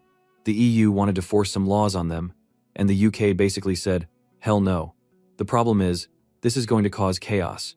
Some stocks are going to crash, others will shoot way up. Now, that's the kind of short-term opportunity where you can make a lot of money. The key, though, was that there was a set deadline, the 23rd of June. So he can bet money without wondering when it's going to happen, like the Samsung Galaxy Note accident. Jinho grinned and said it out loud. Time to thank the British Empire. They're about to hand us free money. Suddenly, scene switch. Airport. Ellie just arrived, missing Jinho like crazy. He asked about the UK. Then Hyunju said she talked with the UK Golden Gate branch as he requested. But the vibe there was all gloomy. Jinho said they should talk more at a restaurant. In the next scene, there they were, greeting Sung, Yope again. For real, every major move in this story started with a meal. Ellie shared that the UK public was sour about opening up to immigrants, recent violent events and all. Jinho immediately predicted that this made a leave vote way more likely. Hyunju pointed to the polling numbers, though. Still an 80% chance of staying, according to experts. Jinho asked Ellie for her opinion. She thought staying in was most likely, since so much of the UK's trade depended on the EU. Hyunju agreed. Losing that partnership would be a financial disaster, not to mention hiring only locals would blow up costs. Golden Gate was even thinking about moving their branch from the UK to Germany. Meanwhile, Sang Yope just wanted to know why they all cared so much, since they were just chilling back in Korea. Hyunju pointed out she only dug into it because Jinho asked. That's when our boy finally dropped the plan. He wanted to use the shares from both companies they owned as collateral. The big move? Taking out a loan for trading the Brexit, all in. At that moment, Ellie jumped up from her seat like she saw a ghost and asked if Jinho had straight up lost his mind.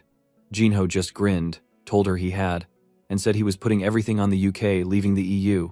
That made everyone stop breathing for a second. Even Hyunju, who could keep a poker face better than most, demanded if he realized just how crazy this was. She asked him if he had any clue how massive of a play he was planning.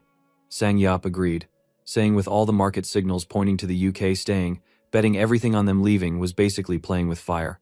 If they do a wrong move, everything they build is going to collapse in an instant.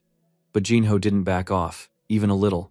He pointed out that the vote hadn't happened yet, so the future was wide open. He said everyone thought staying was the safe choice, but he didn't buy it. People never act as rational as the numbers suggest. And with that, he told them about his future vision, plain and simple. He just knew the UK was actually going to leave. The team freaked out. It was too much, way too risky, and no expert out there was warning about an upset event like that. Jinho fired back that experts were the worst people to trust anyway. Ellie argued that it wasn't just the finance geeks. Even the media, and anyone with a brain, thought the UK would stay. But Jinho explained they were missing something. The Leave vote crowd was quiet, conservative, and off the radar. But on voting day, they'd storm the polls. Hyunju insisted that when there's cash on the line, people usually choose stability. But our boy cut in that this vote was about politics, not logic. That stuff gets real weird, real quick. Jinho didn't want to debate all night. He dropped a folder in front of each of them. It was a full-blown plan, with numbers, backup plans, and the whole outline strategy. They stared at the folders like he'd dropped a bomb on the table. He told them to trust him, the vote would pass.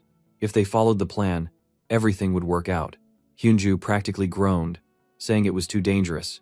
Ellie wanted to know why Jinho kept risking it all when he could already retire. Jinho shrugged. People always asked him that. Ever since he and Taegyu first struck gold, he'd always given the same answer. He just loved making money, chasing the next big opportunity, and no amount was ever enough. Sang Yope was still shook. He reminded everyone of the winter 2 years ago, when he'd lost everything. One bad call, and he was rock bottom. But our boy just turned around and said even if they lost it all again, they'd just build it back, no sweat. That snapped Sang-yup out of it. He realized he'd been getting soft, playing it safe too long. If Jinho truly believed in this, he was in for all of it. Hyunju threw her hands up, saying resistance was pointless if his mind was set. Taegyu gave a short, firm nod. He was in too. Ellie looked nervous, but she promised to help in every way she could. Inside, Jinho knew everyone probably thought he was a crazy gambler. But after this, they'd changed their mind. After all, he got the Eagle message as his cheat code. With everyone on board, he set it straight. It was time to make some money. That marked the start of one of the wildest moves ever made in the investment world. Meanwhile, over in the UK, in the nerve center of the currency exchange, OTK's reputation was spreading fast. Those wild startup investors were suddenly flooding billions into Forex. Word on the street was they'd wrangled up $10 billion in cash. Everyone in the London market recognized their name from blowing up during the exploding smartphone disaster, and now, they were playing on a new level. Crazy returns if this gamble landed right, possibly turning $10 billion into $100 billion. The risk management folks at the banks and exchanges were losing their minds, watching all those flashy trades pouring in. They thought OTK just played with startups. Nobody saw these foreign currency bombing coming. Even the analysts wanted to know what the heck they were doing. Were they crazy or what betting on UK leaving EU? At home, Taegyu came through with the real talk with Jinho. He explained it in gamer logic. If you took $1, you could buy 2001. If the rate suddenly became 4001 per dollar, your cash just doubled for doing nothing. $1 becomes 2. The plan was to short the pound hard, bet on it crashing, scoop up the profit. Jinho gave a history lesson on George Soros, the man who basically broke the British pound doing the same thing. Soros was a guy who pulled the same move, betting against a country's currency, and now it seems our boys want to do the same. He laid out the red and blue scale. OTK was going to buy so much dollar currency, betting on Brexit will drop pound sterling, while the rest of the planet went in the other direction to buy pounds and hope UK will stay with EU. At the same time, bankers all over the world received news that OTK was betting Brexit would cause the pound to decline. They all laughed and chose to do the opposite. They only had one thought. OTK was going to go bankrupt this time because of their crazy, stupid move. Back to Taegyu. He said it was suicide. Soros went against one country, but Jinho was going against the world. But Jinho shrugged. All they had to do was survive to voting day, and when the results dropped, the winnings would be theirs. Back at campus, some dudes invited Jinho out for drinks, joking maybe he could meet the famous former senior Ki-hong, who now worked at the huge company K-company with senior Sang-yup. Dude, they had no clue Jinho was the boss behind the scenes. Jinho said thanks, but turned them down, hands shaking a little. His phone was blowing up with calls from Chase at Golden Gate. The legend himself wanted to know what game Jinho was playing in the currency market. Chase warned him this was a big, obvious mistake. No one would back him up, and he should pull the plug while he had the chance. But Jinho couldn't help but laugh. Chase just called him a colleague, and that hit different. Jinho told Chase thanks for the concern, but he was seeing this through. When the results hit, everyone would get it.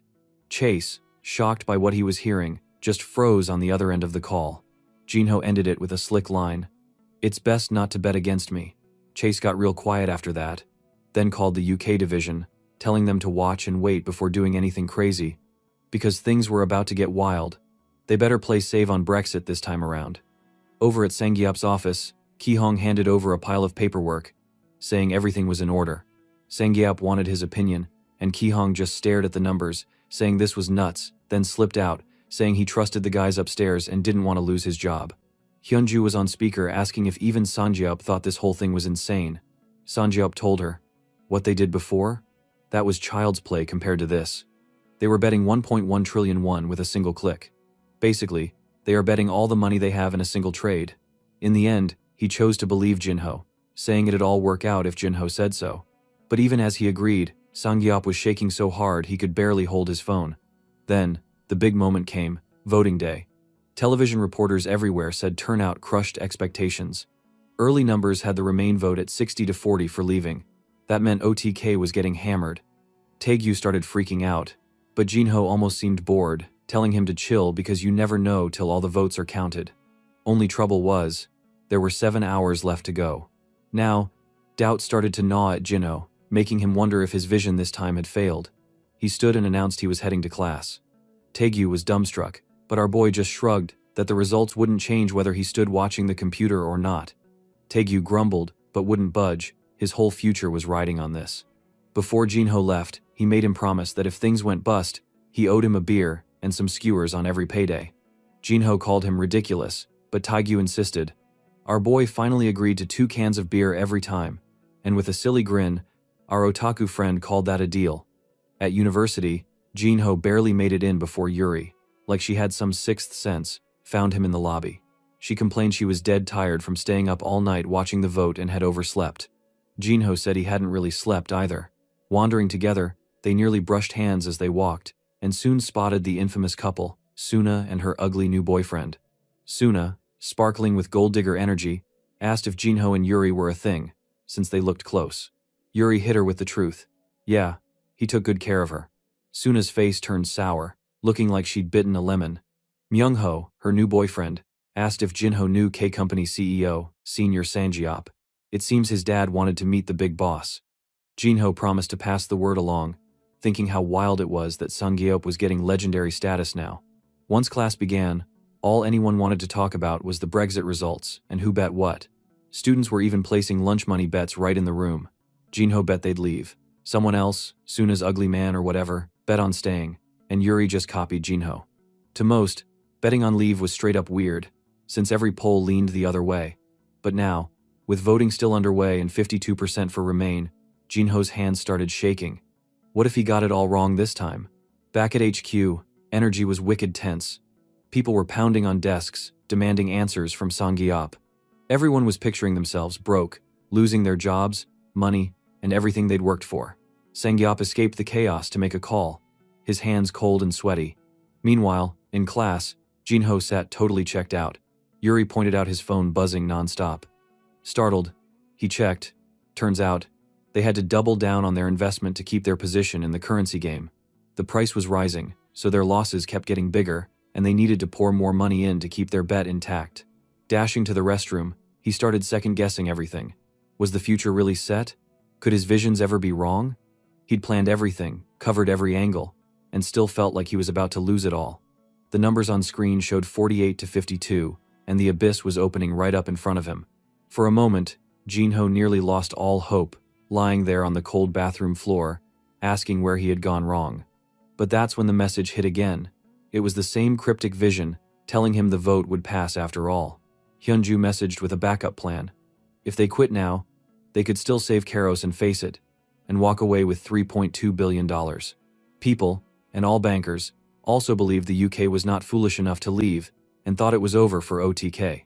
Even Taegyu chose to drink to ease his mind, and Sangiop was throwing up due to the buildup of stress. But Jinho gave the order, use everything that's left, wager the final money on the British pound's collapse and go for the 50 times profit. Hyunju begged him to think it through, but he barked back, do it. In the end, Hyunju only took a sigh. Even her brother had already signed off on the last stand order, to follow Jinho's words no matter what. Hyunju gave up then. If Jinho and her brother believed, so would she. She poured herself a hard drink, nearly trembling. Ellie came by to ask if she'd lost her mind. That time, Hyunju placed her hand on the computer and began betting all of their money. Ellie yelled at her, but when she learned it was Jinho's order, she told Hyunju to pour her one too. They were following Jinho's orders to the end. Sangiop gave Jinho a call, then asked if, should he go broke, Jinho would hire him again if he made it back from the pits. Jinho gave his word. The first person he'd hire off the street would be Sangiop. The senior could only cry, trying not to break down. Yeah, everyone chooses to believe in Jinho. All over Europe, the party had already started. Television anchors, politicians, and jokers on the street were celebrating. The world saw the UK and Europe as one. The numbers looked set, and no one on planet Earth thought the script could flip now. With the vote crawling towards its dramatic end, everyone either felt like a king, or, in OTK's case, like their entire future was about to vanish. One of the analysts pointed out how the wild crew from OTK was doubling down, sticking with the exact same plan right to the bitter end. Some suit nearby said these poor fools must be making a last desperate play. Soon they'd just vanish, completely destroyed. Truth was, everyone figured the real victims would be the unlucky workers who'd end up broke from this insane stunt. Meanwhile, locked in a college bathroom, Jinho was battling a total meltdown. Doubt clawed at him. Maybe that last vision was nothing but a daydream. Maybe this time, going up against the whole world's money had been a huge mistake. Every breath felt heavy. He didn't even have the guts left to check the news. The only noise he heard was his phone ringing somewhere in the distance, absolutely losing it. Then, suddenly, a voice piped up. "It's over." Jinho looked up and saw Suna walking by. She asked what he was doing there, and Jinho felt so lost he barely knew how to answer. She turned to leave, but then paused, turned back, and casually dropped the bomb. "You won." Jinho blinked, dumbfounded. "What?" Suna just repeated. "You won the bet." The vote flipped. The UK's leaving the European Union.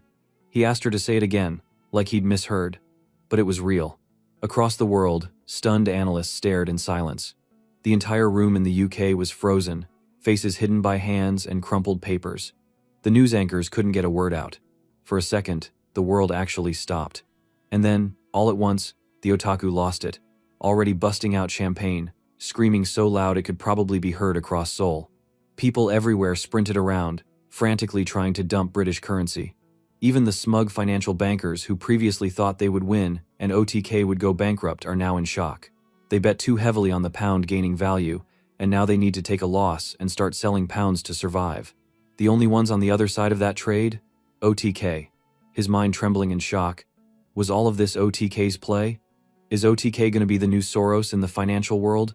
The entire system started to collapse. Alarms blared, and some poor broker was begging the world to halt the sell-off, but it was way too late. Back in the hallway, Suna tried to read if anything was wrong, but all Jinho could do was stand up and thank her, saying it was nothing.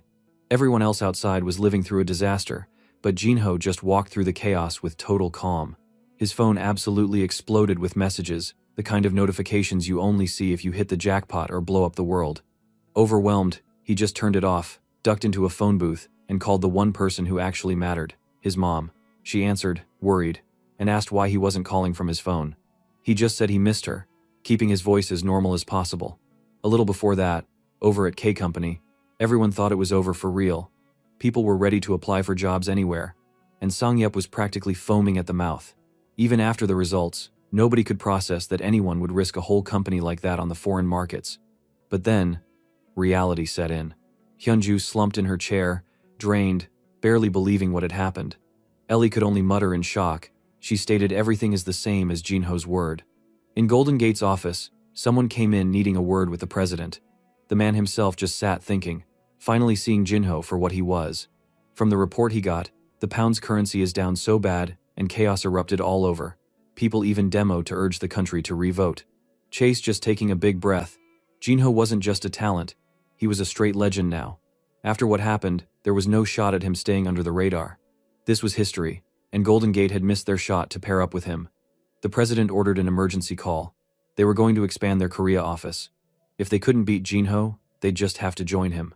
The next day, after the dust settled, OTK's crazy plays closed out. Company's value shot up to 5.9 trillion won, and OTK itself skyrocketed to 45 trillion won. That's $34 billion, bro. It clicked. They just hit 10% of Elon Musk's money. World domination? Coming up, baby. Jinho stared at the numbers, struggling to believe it. Taegyu just laughed, crowning Jinho the new richest person in Korea. Jinho was sure it wasn't real. The CEO of Samsung had 20 trillion won for sure. But as he crunched the math, he realized there was a chance he'd just beat that man up. He couldn't accept it. No way that old Samsung shark didn't have more cash hiding under the rug. All over the city, restaurants buzzed with gossip about what just went down. Everyone else got burned, except for the damn OTK bastards. Some journalists started putting it together, hammering out a headline about the Beast's attack, the company that came out of nowhere and destroyed the entire European financial market. OTK's crew became infamous overnight. Of course, when you make $30 billion betting against the world, people come hunting for you. Taegyu said it happened every time. Jinho replied, yeah, but this time they'd crossed the line for real. The streets even filled with protest signs. OTK, give money back to society. People in the UK straight up threatened his life if he visited. His friend even joked, congrats man, there goes one more country you'll never be able to enter. Right after that, Sangyup called, complaining about a swarm of reporters so thick he hadn't seen daylight since yesterday. You could hear 50 journalists shouting questions, cameras aimed like cannons. Even the financial news couldn't stop with the updates. Golden Gate was officially expanding in Korea. Jinho remembered Chase's last call, hinting about good news. Now the picture was clear. Chase had even appeared on national television, saying he had faith in Korean investors, and when Jinho teased him about never betting against him, the old man just replied, "I'd never do such a thing." Golden Gate beefing up their Korea operation? That was Chase's way of saying, "We're with you now." Jinho respected the move. CEO or not, Chase could pivot with the best. Taegyu wondered what would happen to all those Golden Gate employees overseas. Jinho guessed they'd probably be transferred to Korea. That's when Hyunju got called in for a major meeting. Chase told her she'd be running the expanded Korea division. Not just as another name on a door, but with full authority. All that, on top of being a legendary top university grad, New York wunderkind, Asia division chief, third largest shareholder of OTK with over $1 trillion. In one move, she became one of the highest regarded executives in Korea. Wow, congrats to our badass sister. The next day, the moment Jinho arrived at the campus, he knew something was off. There was a huge pack of reporters waiting near the entrance, their cameras ready like sharks smelling blood. Jinho paused, totally confused. Why the heck are there reporters at his school? Is K-pop having a surprise concert? Or what? He searched the crowd for someone he knew, but before he could play detective, the reporters spotted him. Without warning, they swarmed him in a chaotic mess of camera flashes and loud questions. Someone with a big mic shouted his name, asking if he could give a quick comment. Someone else fired off questions about the investment and if he'd known anything about Brexit ahead of time. At first, Jinho totally blanked out. Why were these people screaming at him? Did his big moves finally get busted? Have they found out about him? How much do they know? He always figured a day like this would come, but he'd seriously hoped it would be, like, much later in life. He almost thought about running, but then a friend popped up, pushed his way through the crowd, and told Jinho to just act normal and be chill. That made him relax for a second, but then someone else yelled, asking about Sang-yeop, calling him a senior and wanting to know what kind of guy he was. Someone else insisted Jinho must have an epic story to share about CEO Park Sang-yeop, and even wondered if Jinho could call him live on the spot. Jinho realized what was happening. It wasn't about him at all. These reporters just wanted gossip on Sang-yeop, not on Jinho's own secrets. Suddenly calm, he shrugged and said, "Sorry, but he really doesn't know anything about all that." Jinho gave them a polite excuse about needing to rush to class and ducked out. He figured there was no reason to give even a tiny clue right now. It was definitely not the right time. That night, he was chilling at his place when Sang-yeop dropped by, looking super stressed. With a sigh, Sang-yeop explained that his whole day was crazy. Even now, reporters are crowding outside the company building and calling him non-stop on weird numbers. He had no clue how they even got his info, and said he might have to change his number just to get some peace. Taekyu just laughed, telling Sang-yeop that he was basically a celebrity now. But Sang-yeop didn't find it funny. He muttered that things were way out of control. His whole neighborhood was going wild, and he worried he'd end up homeless if the insanity kept up. Through dinner, Sang-yeop kept grumbling about how rough election night had been, and asked Jinho how he found the guts to make such a massive bet with everyone watching. Jinho just shrugged again, saying he had a feeling he'd win. Sang-yeop just stared, super confused. He couldn't even imagine making that kind of all-or-nothing decision. When he did the math backward, Sang-yeop figured the only answer was that Jinho already knew how Brexit was going to turn out. That made Taekyu choke on his favorite jjajangmyeon noodles. No sane person would make a move like that unless they saw the future. Even knowing the outcome, Sang-yeop admitted he wouldn't have pulled that trigger. He stated that K Company's earnings from this last move were up to 4.8 trillion won. He honestly didn't know what to do with such a truckload of cash. Jinho asked what ideas he had for investing next. Sang-yeop said he'd been digging into the cryptocurrency market. Crypto, he explained, had no real government backing or set authority, but for some reason people believed it had value. Taekyu butted in with a smirk, saying he knew all about that. He rattled off facts about how crypto like Bitcoin couldn't be copied or hacked, and how the total supply was capped by math, not by some corrupted government. It was smarter to just see crypto like gold. Jinho sat back, thinking about it. Cryptocurrencies, huh? That sure sounded familiar. After all of his story begins when Taekyu finds his Bitcoin data. Suddenly, he felt the hair on the back of his neck stand up. The air changed, and his old vision friend, the golden eagle, popped into his mind, flapping its wings and dropping a new hint, this time about Ethereum mining. Jinho turned to Sang-yeop, asking him what he knew about Ethereum. Taekyu just grinned wider, clearly catching on that Jinho was chasing another one of his weird hunches. Sang-Yap explained that Ethereum was a newer cryptocurrency. Not only could it record payments and transactions, but you could code contracts onto it, letting transactions happen automatically under set conditions. Right now, it was only about a tenth the size of Bitcoin's market, so still kind of small time.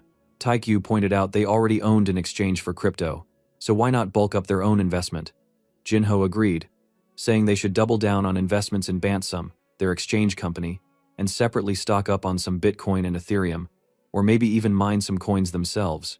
When asked if Jinho was truly confident the market would explode, he just said that crypto would grow for a while but wasn't quite big enough yet for OTK company to fully jump in. The $30 billion cash pile sitting with OTK was looking for something bigger. The next day, Jinho was back in class. His professor started with some hot news. The famous Golden Gate was opening in Korea and hinted that anyone who worked hard might snag a seat at this legendary firm. They were even skipping their normal setup in Gwanghwamun and heading instead for an office in Gangnam, a weird move. The professor jabbed that if anyone made it in, they'd better come back and spill the real story about what was going on. Jinho wondered, why Gangnam? Why ditch a perfectly good office for a whole new setup? What could Gangnam offer them? His mind went wild with possibilities. Could it be me? Did any of this connect back to what he'd done? He remembered that last late-night phone call with Chase, the mysterious guy always one step ahead. Suddenly, Yuri spun around in her seat, asking what he meant by it being because of him. Jinho got flustered, dodged the question, but Yuri kept bugging him, poking him to spill his secrets. Just then, the professor called them out for flirting in class. Yuri winked and teased back, making every guy in class glare daggers at Jinho. This girl is so consistent, guys. I swear. She better be the new girlfriend or I'm gonna smack our MC. After class, he grabbed Taekgyu and drove over to the airport. When they got there, reporters filled the arrivals gate. Taekgyu was shocked, wondering if a K-drama star was on the flight. But when the crowd started shouting about the future of the Korean market and asking for comments from the first Korean branch director of Golden Gate, Jinho and Taekgyu completely froze. The big shot director all the press wanted? It was Hyunju. The two friends looked at each other, jaws dropped. They'd just learned that Hyunju was now head of one of the most powerful financial firms in Korea, and she hadn't told either of them a thing. Out of nowhere, Ellie rushed up, looking excited, and told everyone that Hyunju was the very first woman to ever become a branch manager. Ellie suddenly grabbed Jinho's hand and said she missed him a lot. Wow, she is playing the game, guys. Meanwhile, Hyunju faced the crowd of reporters and explained the hiring process. She said the company would follow the rules and pick the best people, no matter if they were men or women. Ellie turned to Jinho and let him know that Hyunju needed to head straight to the office. She thought it was better if they all left for the office together. When they got there, Hyunju greeted Jinho and Taekgyu with a huge, proud smile since it had been so long since they'd met in person. Taekgyu still looked confused. He asked his sister how long she had been the branch manager and why she hadn't told him first. Hyunju said she'd wanted to share her news that day, but the media had found out before she had the chance. Jinho smiled and congratulated her. Still, she insisted it was all thanks to Jinho. She said that without OTK and K Company, there would never have been a Korean branch, so she could never have become branch manager by herself. Jinho looked surprised, not sure how something he did could make Golden Gate open a brand new branch in Korea. He quickly changed the topic and asked Ellie if she was going to move to Korea too. Ellie nodded and told him she was now on the legal team for the Korean branch. But then Hyunju playfully teased Ellie, asking if that was really the main reason she came. Ellie got flustered and explained that she was here because Hyunju wanted her to be, and she felt a little embarrassed. Seeing Hyunju joking around with Ellie, Jinho tried to make things less awkward by saying it was great that the two showed up together. He smiled and said she was grateful to have them both in Korea, since they'd be such huge help. Suddenly, Hyunju yawned. Taekgyu laughed and joked that his sister looked tired, asking if she was okay. Hyunju explained she hardly got any sleep, thanks to the crazy company transition, plus she couldn't rest on the flight because she had to go through a bunch of documents. Taekgyu teased that Hyunju was already rich, since she owned 3% of OTK, so she should take things easy. But Hyunju just smiled and said she loved working, and that was why she did it. Jinho shook his head, thinking how he would never be able to match Hyunju's workaholic energy. Next, Hyunju wanted to know if OTK had found a good building for their new office yet. Jinho admitted they hadn't. Without hesitation, she asked if OTK should just buy the building next to the Golden Gate branch. She even said that if Jinho was interested, she'd sell it on the spot. Jinho seemed surprised. Sure, the Golden Gate branch building was actually a twin set of buildings, but he didn't think someone could just sell half of it so quickly without talking to someone higher up. Then, Hyunju said that Chase had mentioned she had the highest decision power in Branch Korea, including this building. That made Jinho get serious. He asked her how much it would cost. Hyunju smiled big and said they would need to discuss all the details first, but the price should be around 500 billion won. Takyu said that was way too expensive, but Hyunju looked at the numbers and said that, honestly, it was kind of a fair price for a building in Gangnam, given the market these days. He then asked why Golden Gate was even selling one of its buildings. Hyunju said the company needed more money after suddenly starting a Korean branch, but that maybe it was also a favor for an important client.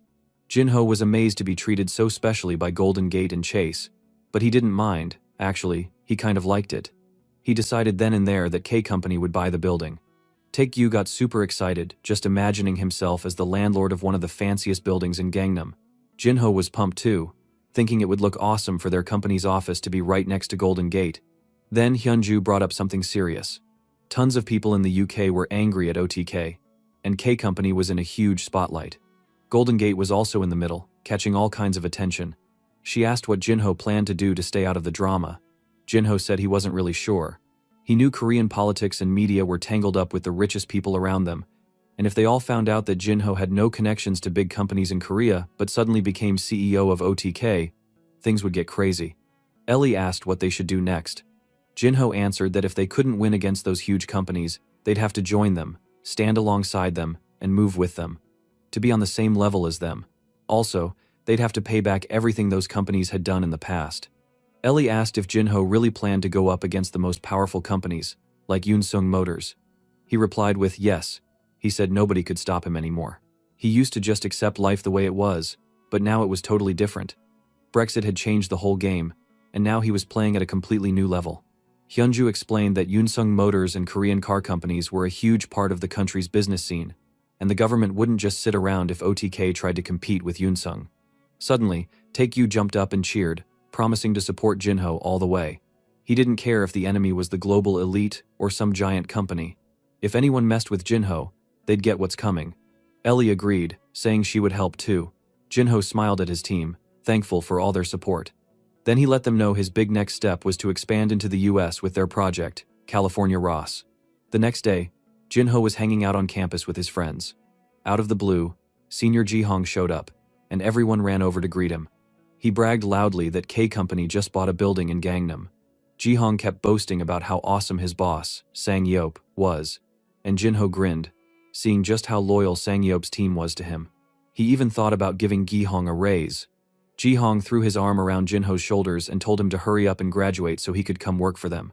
He promised he would teach Jinho everything from A to Z. Dude, you are literally asking to teach your boss. Jinho only smiled, enjoying the nonsense. Suddenly, some juniors came over saying they wanted to join the economics club's dinner that night. All of them were from the math department and wanted to hear stories about CEO Sang Yeop. Jihong got excited and told them to join the party, proudly waving around the company credit card and saying he'd pay for everyone to have a great night. The whole group cheered, and the mood was through the roof. Then, suddenly a bitch called Suna showed up and asked if Jinho wanted to come with them to dinner. For God's sake, stop disturbing our MC. She mentioned finals were over and vacation was starting. Then she asked Jinho if he remembered how they first met at the party right after he finished his army service and wanted to know what had happened ever since. Jinho got confused and asked what Suna meant. She said Jinho wasn't the same person she used to know and asked what he was hiding.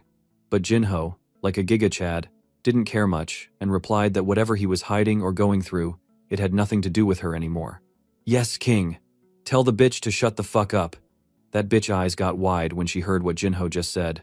She looked surprised. It was like she hadn't expected Jinho to be so cold. So just go then. But deep down, Jinho was thinking. While he dated Suna, he learned a thing or two about her. She was really sharp. She had a kind of quick gut feeling about things, sometimes even faster than normal logic. He thought that was cool, but now that they were strangers again, it only felt awkward. He told her that a lot of time had passed, so obviously he wasn't the same anymore. Luckily, Yuri, our goddess and my bet to be Jinho's girlfriend, comes as the savior. She popped into the scene just at the right time. She smiled, waved, and wanted to know if his exams went well and asked if he wanted to hang out, now that tests were finally over. She even teased and asked if she could borrow Jinho for a bit from Suna. With all this happening, Suna just said they'd talk later and slipped away. Thank God. I don't know my blood boiling when that stupid-ass girl comes into the screen. After Suna left, Yuri looked at Jinho and smirked, saying, "You saw that I saved you, right?" Jinho chuckled to himself. Another quick thinker, he thought. She wanted to know if he had any holiday plans now that break had started. He said he was about to go on a trip, with a friend, to the US. Yuri wanted to know who he was traveling with and where exactly he was headed. Jinho answered honestly. It was with a guy, and they were flying straight to America. Nearby, Suna's boyfriend was talking quietly with a guy wearing glasses. The glasses guy asked if that guy over there was Kang Jinho, and he confirmed. Suna's boyfriend thought Jinho was really weird. The other guy, whose name was revealed to be Huang Yusong, started spilling what he knew. He said that before Jinho went into the army, his family suddenly went broke. But now, Jinho lived in a fancy house in Gangnam with a friend, and that friend's older sister had just become head of Golden Gate's Korean branch.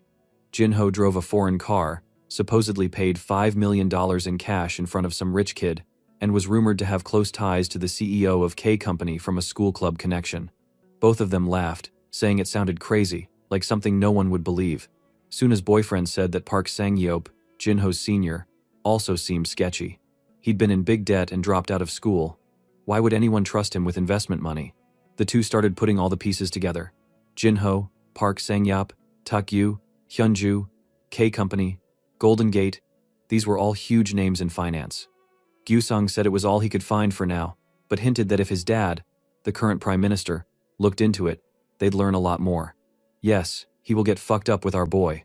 Meanwhile, Jinho and Takyu were on a plane to the United States. Jinho started reading the documents, focusing on the latest trend in the car business. Car sharing was changing everything. Old car companies now had it rough. If the main factory stopped, all the smaller companies working with them would be in trouble too, maybe even leading to mass unemployment and local problems. The big car companies were buying each other up, closing factories, or joining forces, leaving just 5 giants in control. One of those was Unsung Motors. Jinho sighed. He already knew how massive Unsung was, but it still surprised him. Even so, he wasn't scared, probably because OTK had managed to pull Unsung's ace card for themselves. Once Jinho and Takyu arrived in America, a Golden Gate worker named Henry came to greet them. Henry said branch manager Chase Southwell had ordered security and a guide for them. He suggested they rest at their hotel first, but Jinho insisted on heading straight to business. Takyu just grinned. Finally, it was time to see what their auto-hunting adventure had brought them. They rolled into KaroS headquarters and the main R&D center. There, Daryl welcomed them with a laugh, saying they'd become famous while they were gone. Daryl had read the Brexit article and was glad things turned out well. He even joked that he was scared the company might change owners. But in his opinion, the current owner was the best thing ever to happen to KaroS. Takyu tried to be humble, saying all they did was invest some money. Daryl replied that the hands-off approach actually helped development speed up, especially compared to when Unsung Motors interfered. Daryl was eager to show off what they'd been working on.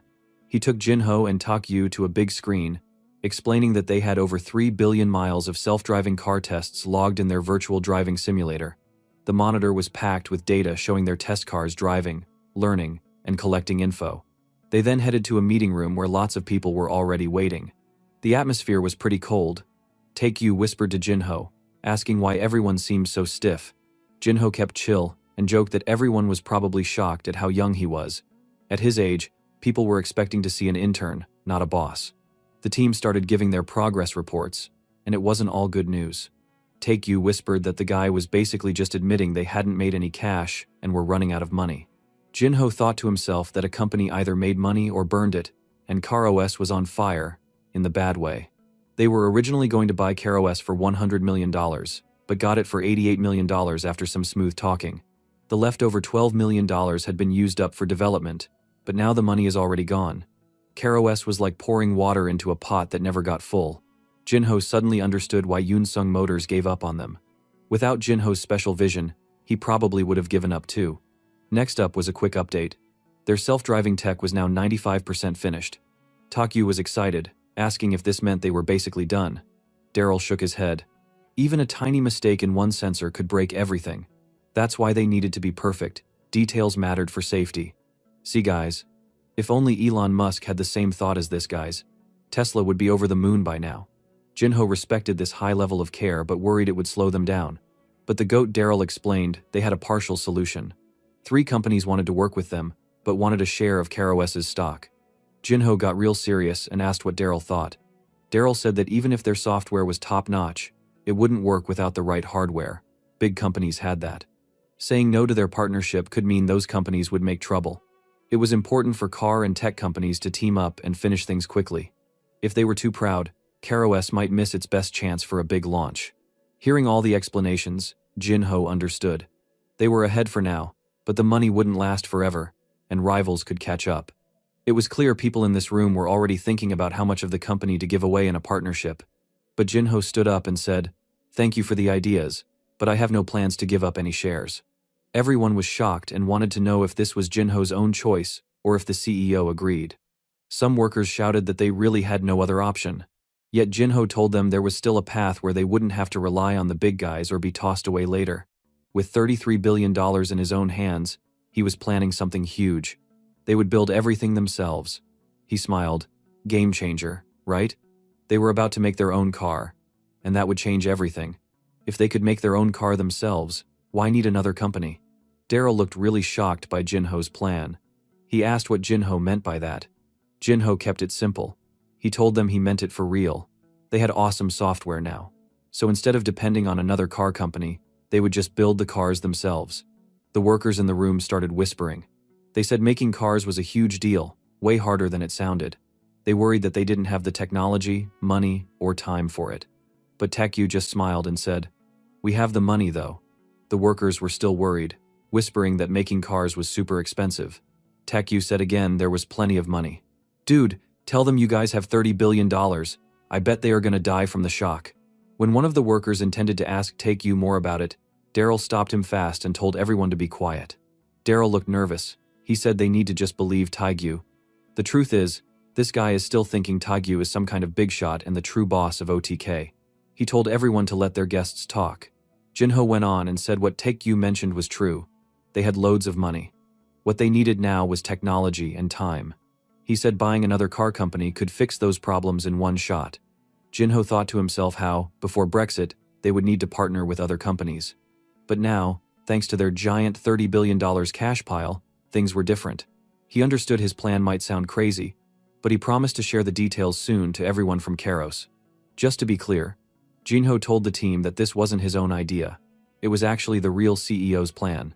That night, Jinho and Taekyu got to stay in this awesome, huge house that Golden Gate lent them. Taekyu loved it, saying it was way too big for just the two of them. But Henry just said he was glad they liked it and to ask if they needed anything at all, anytime. After Henry left, Taekyu sprawled out on the sofa and asked Jinho if he'd thought about which car company they should buy. Jinho replied that they definitely had enough money, but buying a car company was a huge deal that could shake up jobs and needed government approval from the US. It wasn't just about money. A lot of contracts and politics were mixed in. Taekyu wondered why not just partner with whatever car company if their goal is just to make cars and compete with Yunsung Motors. Yet Jinho explained they still need a good company and solid plan. Tesla, for example, when they made electric cars at first, other car companies thought it was a joke. But when electric cars took off, Tesla suddenly became a giant, even threatening Yunsung Motors. He believed self-driving cars would change the world even more than electric cars. If they wanted to win big, they needed to bet big. Since they actually had the money, there was no need to split anything with other companies and just go all in. Taekyu, starting to get bored of the topic, jumping up and laughing. He cheered, stating they still have bigger problems than car bullshit, which is what they were having for dinner. Jinho said he already messaged Henry. Soon after, Henry came back and said he found a great steakhouse. He also asked if it would be alright if his grandpa joined them for dinner, and Jinho quickly agreed, saying he'd be happy to treat them. When they arrived at the steakhouse, the smell was amazing. While they looked at the menu, a man in a hat walked up to them. Henry smiled and introduced him as his grandfather. The old man grinned and said he was really excited to meet the CEO of OTK Company. Hearing that, Jinho got nervous and asked if he knew who he was. The man told him he'd heard a lot about both Jinho and Taekyu from his friend Southwell. Suddenly, Jinho smiled, figuring it all out. He politely said he was pleased to meet him too. The old man was James Clark Goldman, the CEO of Golden Gate himself. James smiled and said Jinho had really good intuition for picking up on his identity. He wanted to know how Jinho figured it out so fast. Jinho told him the Asia branch, Chase, manager was someone he trusted and shared important information with. Even though the situation was rare, Jinho said he learned not to judge things too quickly from his senior. James clapped softly and laughed, saying Jinho was really sharp. He was surprised, but in a good way. He offered to toast with some wine to celebrate. James said when Southwell told him Jinho was coming, he made sure Henry took care of them right away. Jinho realized it was crazy and amazing that such a legendary investor would go so far just for him and Taekyu. James then said he didn't like discussing their big wins in public, even though what they achieved was truly amazing. He asked Jinho if he knew why he always avoided the media and tried to keep out of the spotlight. James leaned in and told Jinho a little secret. He wasn't actually good at investing. He joked that he knew nothing about financial products like trading, shareholders, or anything hard about it. Taekyu lifted his own glass, agreeing with James that he sometimes felt lost about those things too. James said financial products were simple when he was young, but now things got so complicated, he couldn't keep up. That's why he liked to stay hidden, and people started calling him the reclusive investor. James admitted again he had no special skill in investing, but he believed he was great at understanding people. He looked at Jinho through a circle he made with his fingers and said that when he talked with someone, he could tell if they were trustworthy. Jinho thought to himself that James Goldman's real skill was strategic thinking and choosing people, not just picking stocks. James finished the meal with a big compliment. He said that tonight he'd finally found another amazing investor. Both Jinho and Henry were a bit shocked. Then James looked at Taekyu with his little finger circle and said Mr. Taekyu was just as awesome as Jinho. When Taekyu heard his name, he looked around, surprised, and blurted out, "Huh? Me?" James then reminded everyone that it was actually Taekyu who first saw how smart Jinho was.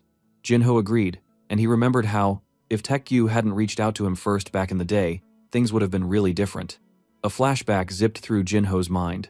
He remembered how his otaku friend had once told him that he believed in Jinho's powers and wanted to team up in the world of investments.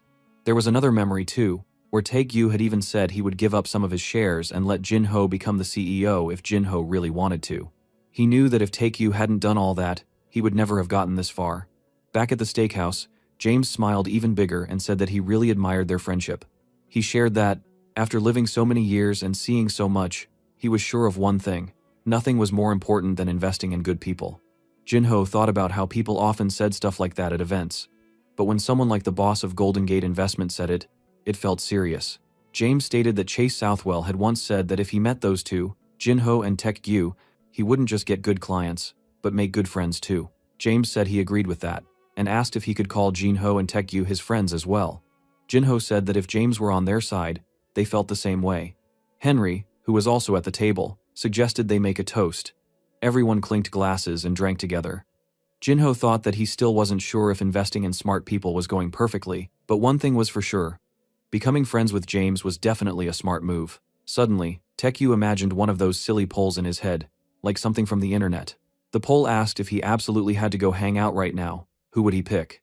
The options were the CEO of Golden Gate, inviting him to be friends, super popular, Lim Jin-yong with some good news, or even some famous idols crying or confessing their feelings. Of course, most people picked hanging out with the Golden Gate CEO. Jinho thought the poll was funny and unrealistic, but Taekyu's imagination can't be held back, bro. The next day, Jinho and Taekyu were chilling in a fancy guest house owned by Golden Gate. The living room was huge and modern, pretty slick. Jinho told Taekyu that what they really needed was a car that could use the self-driving software called Karos. But it would be best to get an electric car for this. Taekyu groaned because any electric car company was expensive. He worried that if they showed any interest, the price would just explode even more. Jinho explained that electric cars still weren't super popular, just about 1 million sold every year. Most people still drove regular cars with combustion engines. But, lucky for them, their tech actually worked for any kind of car, not just electric ones. Jinho said they should try to buy a regular car company first and then get into electric cars later. Taekyu liked that idea. He asked Jinho if they could launch their tech in Korea. Jinho shook his head. It would be really hard because driving a car with no human driver was still illegal in Korea. Taekyu whined and asked when it would finally become legal. Jinho said it would only happen when Unsung Motors, the huge car company, finally made their own self-driving cars. He also explained that stuff like remote parking and fancy headlights used to be illegal too, but when Unsung started using them, the laws changed quickly. Jinho said this was like a secret way to protect local companies in Korea. Taekyu found that a little lame, but totally expected from a big company like Unsung. He looked at Jinho and wondered if Jinho had any special vision about which car company they should buy. Jinho said, "Nope, every company on the market right now was either totally broke or really bad at technology." Taekyu agreed and joked that nobody ever sold a company with a bright future. Right then, the doorbell rang. Henry's voice called out and asked if they were busy. Jinho said they weren't, so Henry came in. He handed them a white envelope with a red wax seal and said that his grandfather wanted Jinho to have it. James liked doing things the old-fashioned way and said it was a little hint to help out a friend. As Henry left, Jinho thanked him and sat down with the envelope. Taekyu's eyes grew wide and he begged to know what was inside. The envelope was short, but Jinho looked shocked after reading it. He quickly grabbed the remote and turned on the television, as if something important was about to happen. The screen showed Donald Trump at a rally, yelling about stolen jobs. Taekyu was startled by the sudden noise. James' words echoed in Jinho's mind again, about investing in people. Jinho read over the letter once more. It said that if he was interested in the car industry, he should pay close attention to the US election. Jinho thought this was a huge tip. Maybe James wanted him to invest in something that the government supported. Taekyu was a bit confused. He figured maybe they just had to watch the election carefully. There were two main candidates. Diane was a famous politician from an elite family. Everyone knew her. And Donald Trump was her opponent. This guy was a wild businessman who used to be big in real estate. He acted totally different from typical politicians. He even promoted his golf resorts and cursed a lot in public. Taekyu couldn't believe that someone like that made it as the Republican candidate. Jinho explained to Taekyu that during the early elections, Donald said such wild stuff that he got way more attention than all the other candidates. His own party hated it, so they even stopped giving him money. But Donald just used his own giant pile of cash to win anyway. Now, it was Diane versus Donald. The two friends sat down to watch a television debate, but it mostly sounded like chaos and yelling. Later that night, they were still watching American politics on television. This thing was sure enjoyable to watch. Politician drama? I will take it too. Taekyu said that even though it wasn't his country, he thought this stuff was crazy fun to watch. He started talking about history too. He remembered a story from a game about China's 3 kingdoms.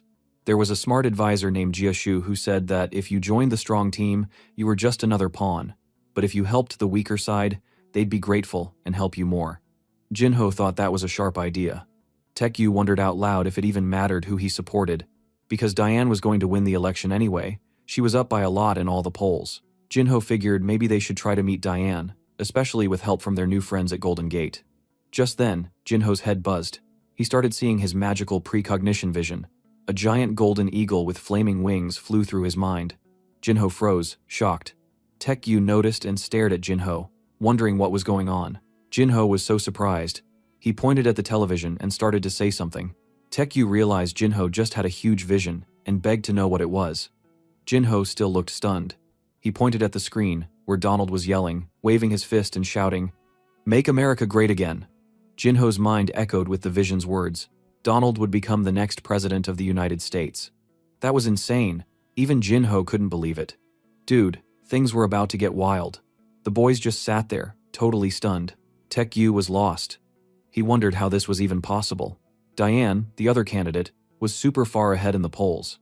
He thought maybe there was some crazy factor nobody saw coming. Jinho started thinking really hard. Suddenly, his eyes sparkled. Was the variable they were looking for actually them? Could their actions make the difference? He grabbed a deck of cards and smacked it down on the table, trying to explain his idea with some old-school poker vibes.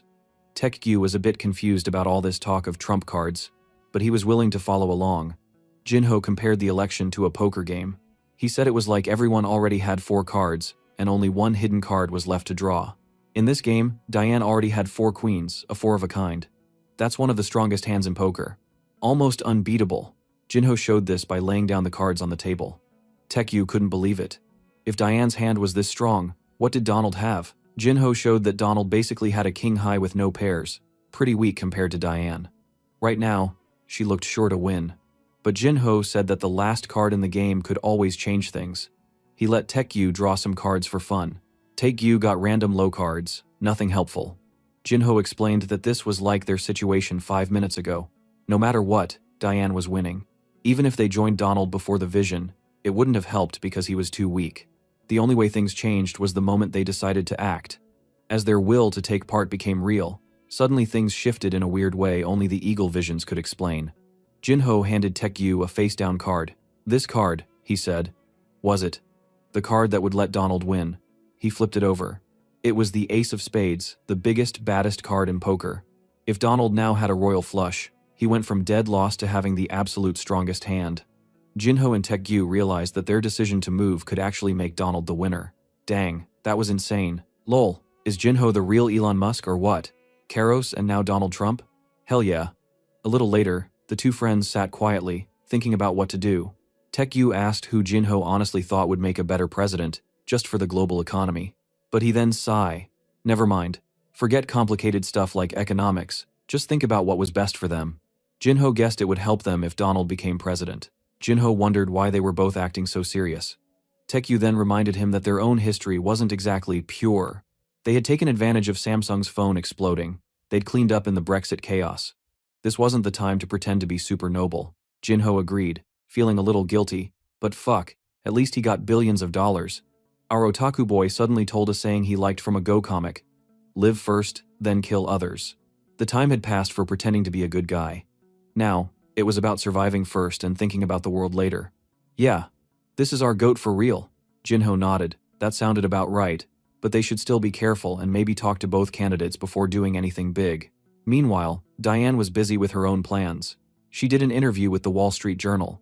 People thought she would win so easily that the reporter already congratulated her on being the next president. Diane's team told her not to meet with any companies that looked sketchy, since she had the lead and had enough money. In the end, Diane told her manager to tell people from Golden Gate that she wouldn't make time for any extra meetings. Back at the guest house, Henry gave them the bad news that Diane's side said no to meeting. Even with Golden Gate pulling strings, Diane's team didn't want any trouble. Jinho accepted it. There was nothing they could do about Diane, so they moved on. That woman is going to be flop a big time. Henry said Donald might have time though. He was in LA for a campaign stop and could give them 15 minutes before his flight out. He was kind of unsure why they would even bother since Donald's chances looked terrible. Jinho told him that meeting Donald would help both sides. He said they should hurry and get ready, no time to waste. That night, they went to Donald's huge shiny tower. The building screamed, "Rich Dude," with Donald's name written in gold on top. The three of them passed through super tight security. People in America would know that place for sure. Inside the tower, they were led into Donald's big office, where he sat behind his desk looking busy and a bit cranky, with two assistants beside him. First thing, Donald guessed that they were visiting him because Diane said no to meeting them. Taekyu was surprised he knew, but Jinho figured that with a campaign this big, both sides probably track stuff like this. Donald said he was curious about OTK's mysterious CEO. He didn't expect someone so young, or so Asian, either. Jinho could tell that Donald was used to calling himself a businessman, which was how the media usually tried to make fun of him. Jinho told Donald it was an honor to meet. Donald gave Jinho a handshake so hard it almost hurt. He then asked who Taekyu was. Jinho told him Taekyu was the COO of OTK Company. He had just decided that right now. Taekyu was shocked but went along with it. Jinho whispered that according to their documents, Taekyu was COO from the very beginning. Donald got back to business. He wanted to know why they were really there. Time was money. What did they want from him? Jinho said straight up that he wanted to help Donald's campaign. Donald laughed loud and hard. Did they think he needed cash? If they wanted to give money, they should have come a long time ago. Jinho told him they wanted to offer something even bigger than campaign funds. Donald's eyes narrowed. What could be more important? Jinho told him, victory. He explained that Donald was behind and would lose if nothing changed. Donald's assistant was annoyed, but Donald himself listened. Jinho told Donald that while all the big companies were supporting Diane, Donald's campaign had way less money. But Donald had been a beast at staying famous by causing chaos online and in the news, always getting everyone's attention, even if it was just for being wild. Jinho said if they'd wanted to give money, it was too late for that. But he had something even better than cash for Donald. A way to guarantee he would win. Donald wanted to know how. Jinho brought up Donald's main promise, bringing back American jobs and reviving the manufacturing industry. Diane kept mocking that as impossible. Even Donald's own aide was tired of listening. He snapped at Jinho. Jinho quickly shut him up. He said he was here to talk straight with Donald, not anyone else, and he didn't want to waste a second on distractions. Donald burst out laughing. Sure, this was business. So what was Jinho's plan? Jinho said that if Donald wanted to keep his promise, all Donald had to do was give the word, and Jinho would make it real, right now. Jinho flashed the ace of spades, their lucky trump card. Donald, usually cocky, was stunned speechless for a second. Dude, things just got real. After that chaotic meeting, Jinho and Taekgyu were sitting in the guest house late at night, video calling Hyunju and Ellie. The faces on the laptop screen looked pretty serious. Hyunju was kind of freaking out. She asked them if they were crazy for supporting Donald in the US election. Taekgyu tried to calm his sister down, but she was really upset. Like really, who in the right mind would support Donald Trump? Hey, that's what Hyunju said, right? Not me, don't bully me, okay? She said the whole media was losing its mind over them. There were people everywhere talking about OTK company meeting with Donald. She wanted to know what they were thinking. Taekgyu tried to lighten the mood by holding up playing cards, but Hyunju shouted at him to put the cards away. Taekgyu told her that this was all Jinho's plan anyway.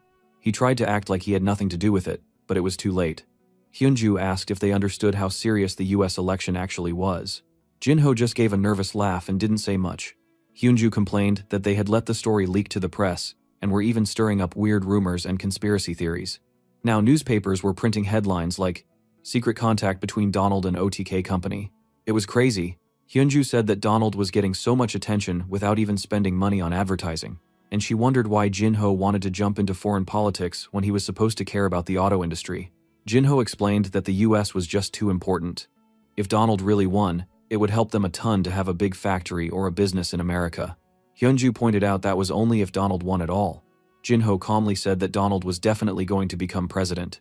Ellie and Hyunju just couldn't believe it. Hyunju said that was impossible and asked Jinho if he had ever watched the polls. Hyunju was frustrated. Jinho explained that just getting the most votes in America wasn't enough to become president. They used something called the Electoral College. According to the polls, Diane was supposed to win by a huge amount. Yeah, voting is America's crazy deal, that's what I'm saying. Hyunju asked how Donald could possibly catch up and flip 80 electoral votes. Jinho insisted that Diane would win the popular vote, but Donald would still win overall. Then, Jinho showed a map of the US and pointed at a place called the Rust Belt. He said that area was about to switch and support Donald instead. Over in America, Donald was busy holding a massive rally. People were everywhere, waving signs and shouting his name.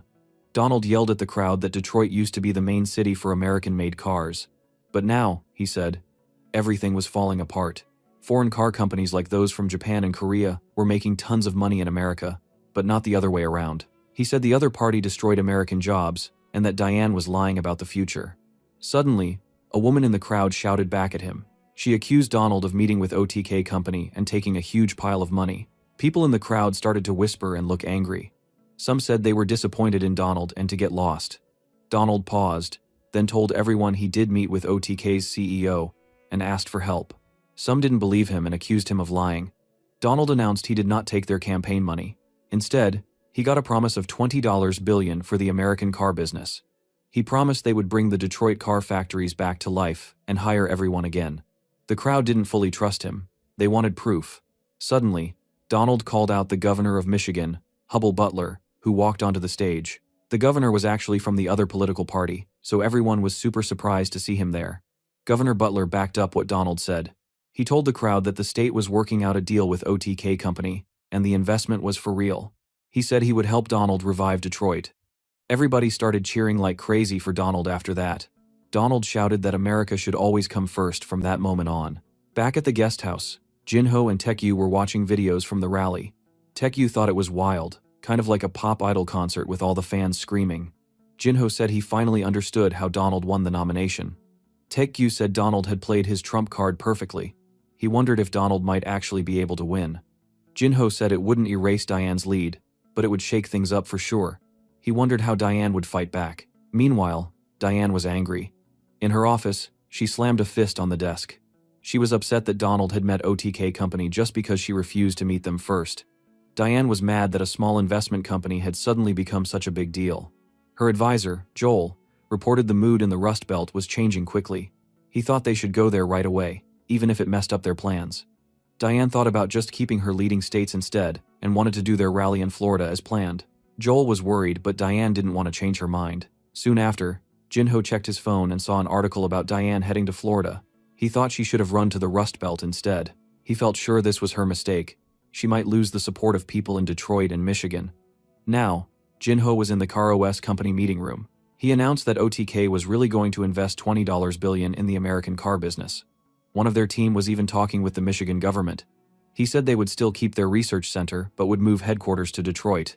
Some of the CarOS team was confused. They wondered if this was just to work with a car company OTK bought. Jinho surprised them by saying they weren't just going to work with someone else, they were actually taking the lead.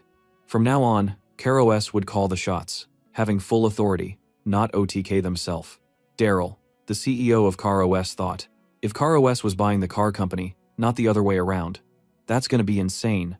CarOS will be worth over $20 billion by then. Jinho explained that if they agreed, the CarOS executive team would get 4% of the company as equity. Everyone around the table was amazed. Daryl quietly admired Jinho's determination. The executives at CarOS looked so pumped that some of them almost cried. Jinho told them all he wanted was for them to keep building the cars they dreamed of.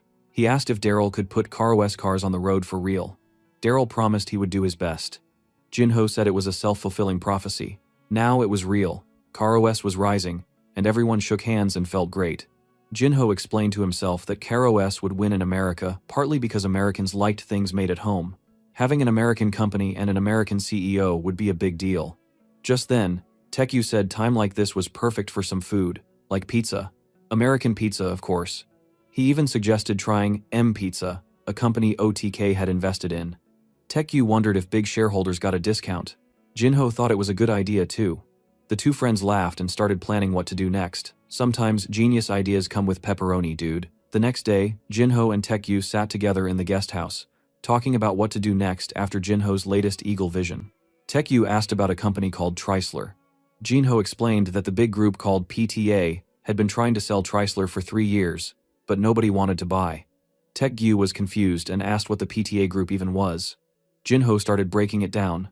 After a failed merger with another car group, Chrysler was bought by an investment company named PS. People hoped this would help, but it didn't really work out, so that's how PTA ended up in charge. Tekyu said PS was pretty famous. He wondered why two big car groups getting together didn't work. Henry, who was with them, explained that when two weak companies merge, it usually just means double trouble. Jinho checked Chrysler's sales and pointed out that the company still sold cars, but Henry explained the real problem. All the brands in the group were so different, they couldn't share parts or resources, so there wasn't much profit. Jinho added that Chrysler was so focused on surviving day to day that they forgot to invest in the future, like electric cars and self-driving tech. Suddenly, Tekyu saw the big idea. If CarOS could buy Chrysler, it might be huge. Jinho grinned. Yep, that was the plan. While factory plans were moving along, Jinho said it was time to join Hyunju's team. He asked Henry to check the next flight to Detroit, but Henry said that wasn't needed. He'd already booked them a private jet. They headed straight to the airport. Tekyu was super hyped when he saw the private jet. He felt like a superstar. Jinho thanked Henry for coming along. Henry said it was actually an honor for him. His grandpa had told him to learn from Jinho and Tekyu. Jinho, inside, thought Henry would learn more from Hyunju rather than them. After all, his trump card is the golden eagle, right? But of course, he didn't say it out loud. Tekyu joked that the jet probably cost 50 billion won. He wondered if they should just buy one for themselves. Jinho thought it would be cool, but maybe not that useful. Inside the jet, the guys relaxed in squishy, fancy chairs. Henry offered wine, but Tekyu wanted beer. They all toasted with beers and chilled out. Jinho suddenly got curious and asked Henry why he studied philosophy if he wanted to do investing. Henry said his grandpa always said understanding people mattered most, and philosophy helps with that. He then asked Jinho if he really, truly believed Donald would win. Jinho asked if Henry thought it was dumb. Henry said no, but he was still super curious what Jinho saw in Donald. Jinho just grinned and told Henry that this year was so insane, nothing could surprise him now. He said to just wait, because something even crazier was about to happen. Henry said he'd look forward to it. Meanwhile, in a fancy office, Hyunju and Ellie were hard at work. Ellie said it was nice to see everyone again, but she and Hyunju were exhausted. Things were happening way too fast because of all the wild moves Jinho and Tekyu had made. Another day, another problem. Suddenly, Henry stepped in. Ellie asked who he was, and Jinho introduced him as Henry Goldman, the grandson of the super-famous Golden Gate CEO. Hyunju and Ellie were really surprised. Henry turned shy and blushed while greeting Ellie. Tekyu, the most sensitive about women, noticed Henry's crush right away and grinned to himself. Jinho snapped back to business. He asked Hyunju about the government talks in Michigan. Hyunju said they were almost done. They got headquarters, factories, and even sweet tax deals. Jinho asked how the PTA situation was. She said their team would show up tomorrow. Ellie was annoyed, thinking PTA was using this to dump their worst brands and factories while keeping the good stuff for themselves. Yet Hyunju said the bigger problem was the US presidential election. The world was watching them, and she was actually annoyed about it. Jinho then asked her what people thought about all this in Korea. Hyunju said pretty much, everyone was against Donald, both for his personality and for his tiny chance of winning. Jinho thought to himself, yep, she was definitely mad this time. Ellie brought up another problem. Donald was talking about canceling the Korea-US trade deal and making Korea pay more for US soldiers. The only country really supporting Donald was Israel. Hyunju sighed.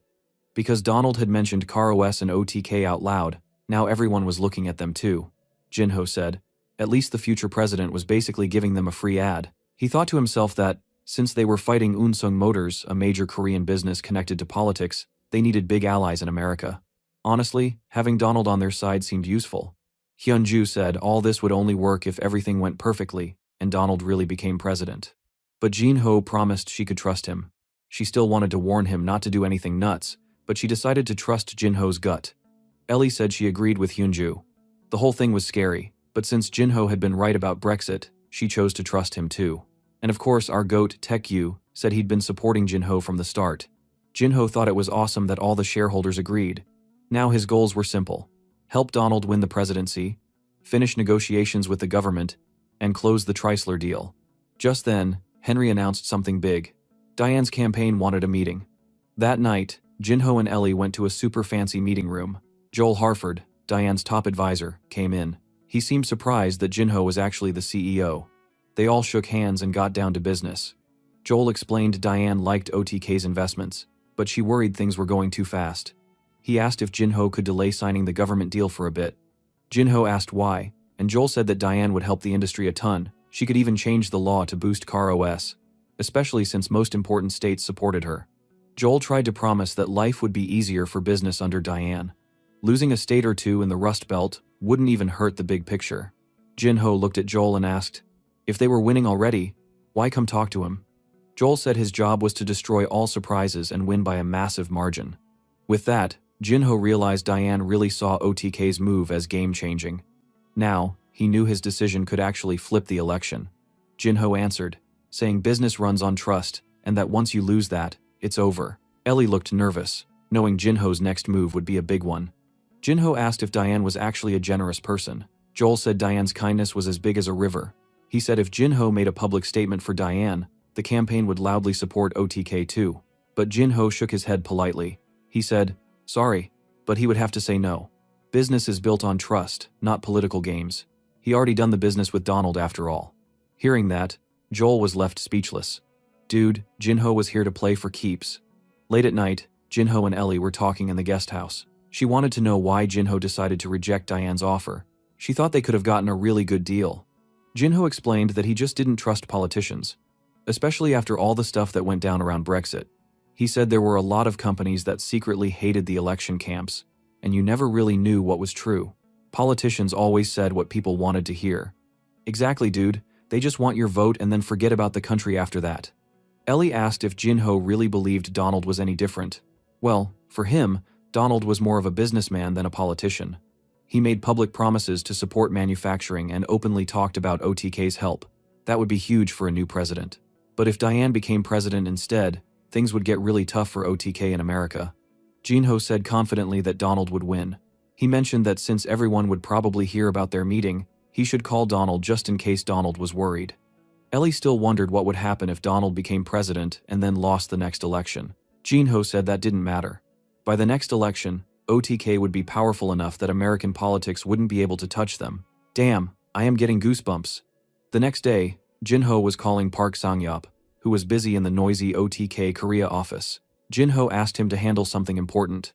Sang-yup agreed and joked about seeing Jinho in the news, hanging out with Donald all the time. Sang-yup also said OTK's team had finished moving into the new office in Korea. He asked Jinho when he was coming back. Jinho thought to himself that he would return to Korea with the crew once they wrapped up everything in the US. Sang-yup wanted Jinho to hurry, saying things were boring without him. Jinho promised to share all the stories when he saw him. Then, Taekyu checked if Hyunju was getting any sleep, and teased her that she could dress more casually since they were working at home. Hyunju said she could not relax while working. Taekyu quietly agreed, and Jinho thought to himself that he could never live with Hyunju's strict rules. Suddenly, Jinho's phone buzzed with a call from an unknown number. Ellie asked if he was going to pick it up, and Jinho joked that maybe it was Diane's team calling to threaten him. But he shrugged and answered anyway. It turned out to be James Goldman from Golden Gate. James said the whole political world in Washington was going wild because of OTK's latest moves. He said he heard Jinho had turned down Diane's offer to switch sides. James said that, logically, Diane should win. But people aren't logical, and the whole election felt different now that OTK had joined Donald. James admitted that earlier he was sure Diane would win, but now he wasn't so sure. Jinho thanked James, saying he never could have met Donald without his help. James said he was happy to help, and now had a favor to ask. He wanted Henry to work at OTK. Jinho was surprised. He wondered if Henry could learn anything from him, since Jinho didn't even finish college. James said, "School isn't everything. Sometimes real life and business teach you more." Henry wanted this too, since it's not every day he could work with someone like Jinho, who people were starting to call legendary. Jinho agreed, joking that he might end up learning more from Henry instead. James had one last warning. He told Jinho that because of OTK's wild moves lately, lots of people were starting to look into him. He suggested that Jinho start preparing for that attention. In the end, Jinho thanked him and hung up. After that, Taekyu wanted to know who called. Jinho told him it was James, and then asked what everyone thought about inviting Henry to work for OTK. His otaku friend thought it was a great idea. They needed more staff anyway, since the company was huge now. Hyunju added that if James Goldman trusted Henry as a successor, that was enough for her. She said they should bring him on. Right then, Henry came running in looking super happy and polite. He said he heard everything and was excited to join the team. Hyunju shook his hand and welcomed him. But she immediately put him to work, burying him under a monster pile of papers. This woman is full of madness, but I love it. Meanwhile, in Korea's Blue House, President Park Se-young sat at his big desk. He called the director of the National Intelligence Service, Yoon Se-won, to his office. The president talked about all the good economic news lately. The director asked if he meant K-Company. The president felt proud that a new huge investment company was rising in Korea, but he worried where did their first money come from anyway. He thought it might be nothing, but he couldn't ignore the small chance it could involve North Korea. He said that would be a serious problem for national security. Later, Director Yoon Se-won sat in his own office, poring over a thick report. It was about watching financial companies for any sign of sneaky North Korean funding. The report showed all the connections. OTK Company funded K Company, which made huge profits in just 2 years. Park Sang-yeop was listed as CEO. The report linked Jinho and Taekyu through their college and showed big money transfers. There were notes about them living in the US, owning fancy cars and a luxury home. Director Yoon realized that all these pieces of secret information fit together like a puzzle. The real boss behind all the companies was not Park Sang-yeop. He looked at the names again: Kang Jinho, Taekyu, Hyunju, all linked by business and friendship. The director suddenly gasped. In his mind, all the evidence pointed to Taekyu as the true CEO of OTK Company. Because OTK is Taekyu name. Bro, I am laughing my ass off. What the fuck? If only he knew how messed up and hilarious the big secret actually was.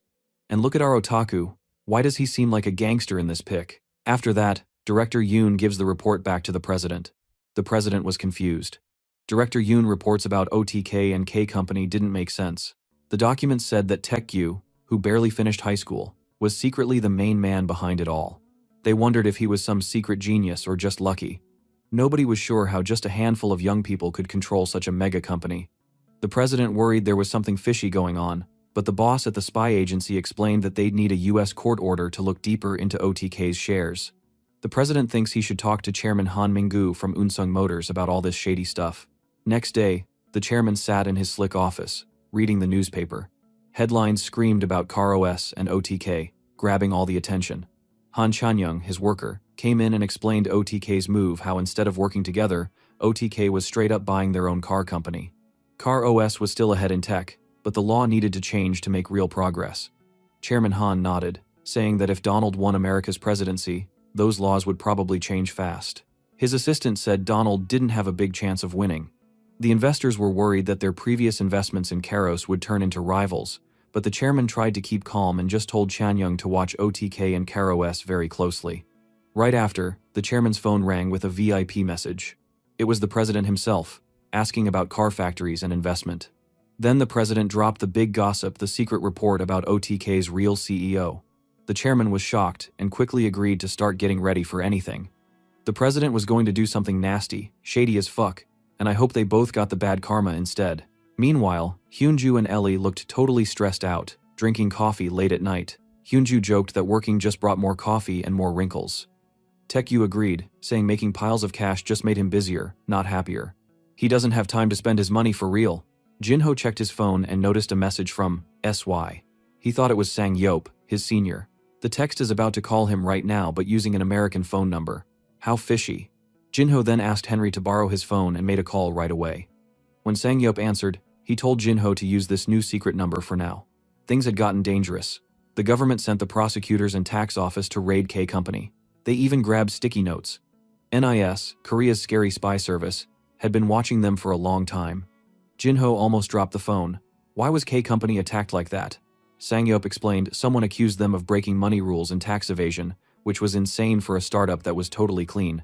This was a super rare, almost unfair inspection, triggered by an anonymous tip. He said all K Company workers were under watch now, and the government was probably looking at Jinho and his friends too. Luckily, most of their secrets and data were safely locked away in the cloud, where only their team could reach. Jinho realized it wasn't about K Company at all. The real target was OTK Company. The powerful people in Korea wanted to slow them down. Sang Yop agreed, and told Jinho to be careful, to call him using this secret number if anything else popped off. Jinho hung up, his face serious. The team crowded around him as he explained. Taekyu was shocked. Was it even legal to raid a company without any evidence? Jinho said, in Korea, it happened all the time. Hyunju figured out the full story. The NIS discovered a connection between OTK and K Company while they were investigating. Once that link was clear, they brought in the tax cops and the prosecutors for a full attack. Jinho felt the speed and force of the attack meant that it was coming from the very top. He guessed there was another reason. PAS. Ellie wanted to know what PAS was. And for God's sake, I want to know too. Jinho explained it was a company making plastic car parts and airbags, and almost all its money came from Unsung Motors. He said the president used to run Unsung, became a governor, and now was the leader of Korea. The gossip was that he secretly still owned PAS through his family. Taekyu couldn't believe it. A president secretly running a business? Hyunju explained that technically, the president held no PAS stock, but everyone knew his family was in control. This whole raid was like a threat. Do not mess with powerful people in charge. She added that the raid was also about slowing down investment. If Donald became president in America and raised tariffs, the Korean companies that exported everything like Unsung and PAS would get hammered.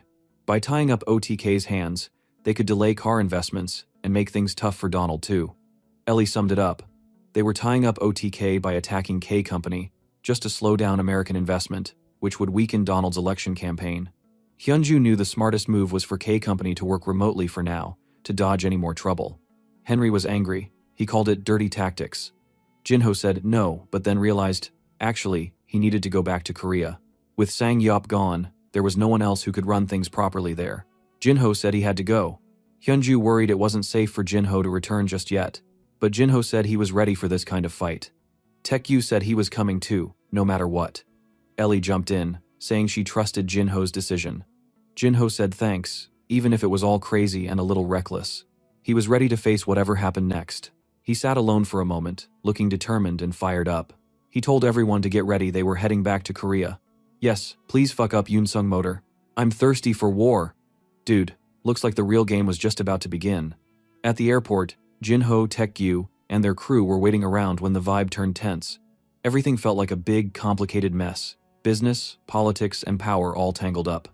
There were wild connections between big companies like Unsung Group, car parts company PAS, President Park, and, believe it or not, the American presidential candidate Donald. Right then, Jinho got a call. It was Donald. Donald wanted to know if the plan for investing was still safe. Jinho said the money would move as promised, and he'd finish as much as possible before the US election. Donald seemed happy, and told Jinho to come to his big celebration if he won. Jinho hung up just as Ellie came over and asked about the call.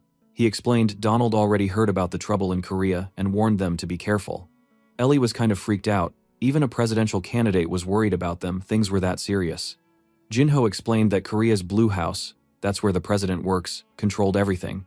Politicians, spies, police, prosecutors, rich company owners, and even the news. They'd probably already decided to arrest the OTK CEO. Jinho knew this was dangerous. Taekgyu and Ellie were shocked. They realized Jinho had known it might happen and still returned to Korea. Hyunju said Jinho was prepared and took precautions. She hated to think the government could be so corrupt, but Jinho just shrugged. He said since he hadn't broken the law, he'd be released soon. Taekgyu joked in a silly way that getting arrested was just normal for Jinho.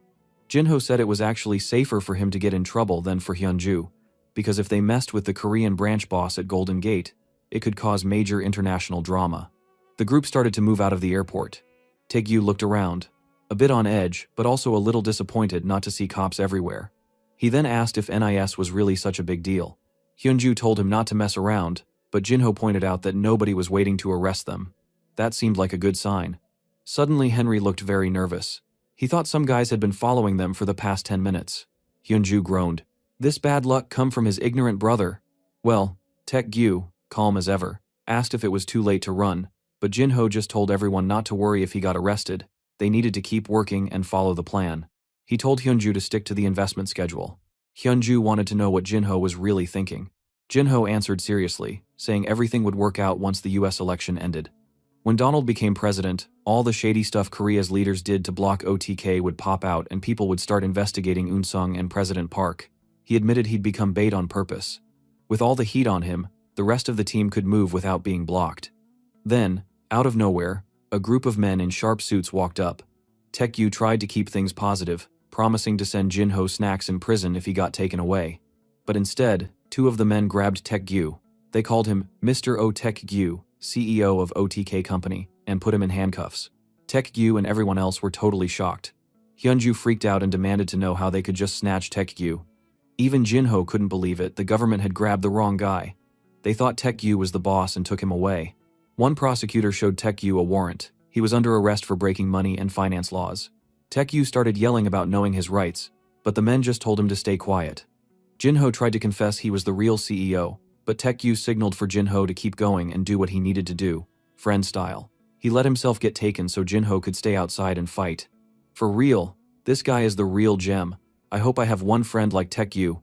As the men led Taekgyu away, Ellie and Henry urged him to keep moving and deal with their problem for now. Outside, his senior was waiting with a car.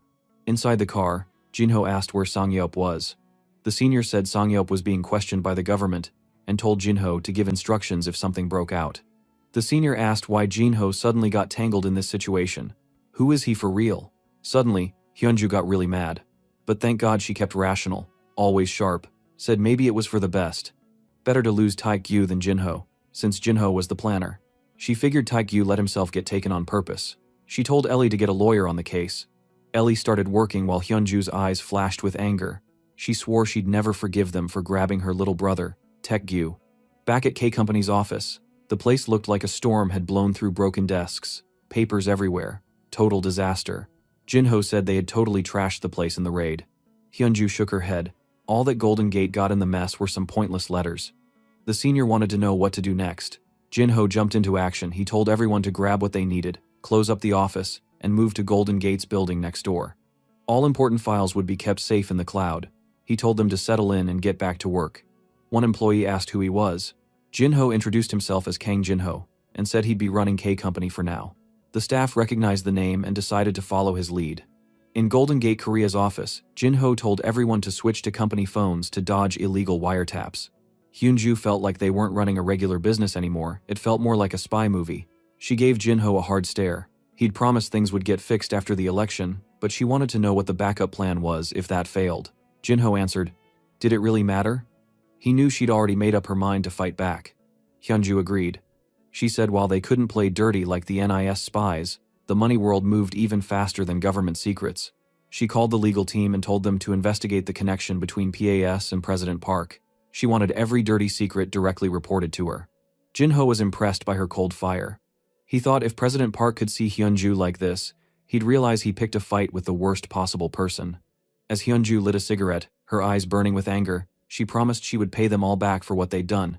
Damn, so badass our queen. Dude, the battle had just leveled up. Fuck them all, messing with our otaku sister. The next day, Senior Sang-yeop had just gotten out after being questioned by the authorities. When he walked back into the temporary K Company office, all the employees clapped and cheered. Everyone was glad he was back. Poor our senior. He looked like he had aged 20 years in that damn place. Sangyeop then said hi to Jinho, who was waiting for him in the next office. Jinho told him he'd been through a lot, and Sangyeop said the accusations were wild and made no sense. He could tell the people questioning him just wanted to mess with him. Sangyeop also heard the news about Taek-gyu being arrested by mistake. He thought it was crazy that they could mess up the paperwork like that, and thought the court must be in on it too. He then asked if Taek-gyu was fine. Jinho nodded, said Taek-gyu was keeping quiet and using his right to stay silent, with his lawyer next to him. He then explained the charges for Taek-gyu. The first was about where their money started. The other was suspicion of insider trading about the Samsung Galaxy phone situation. Sangyeop got angry. He pointed out that you're supposed to have proof before making arrests. But this time, it seemed they just wanted to keep Taek-gyu locked up until the US election was over, to slow things down on purpose. The only good thing? They arrested the wrong guy, so OTK's team had some time to move fast. Jinho then told Sangyeop to stay calm and take things step by step. That night, Jinho joined an online video meeting with Daryl Sagan. Chrysler's business was in pretty bad shape because they only focused on emergencies, not on making new cars or keeping quality up. Jinho told Daryl he needed to care about quality first, even if Chrysler's sales dropped a little for now. Daryl agreed. He promised that once they used Keros's technology together with Chrysler, they'd become one of the biggest 3 car companies. After the call ended, Sangyeop noticed things were moving again. Jinho smiled, and he was getting ready to fight back. Instead of backing down, Jinho decided to go harder. He wanted to keep investing, not slow down, and even spend more money right now targeting the US election. He explained to Sangyeop that there were some states, like Pennsylvania and Ohio, where the election was really close.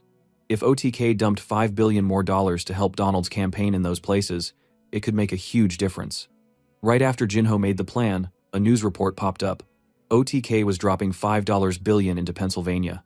The money keeps pouring like water, damn. Meanwhile, in Yunsung HQ, Chairman Han Min-gu got a call from Diane team. He was furious on the phone.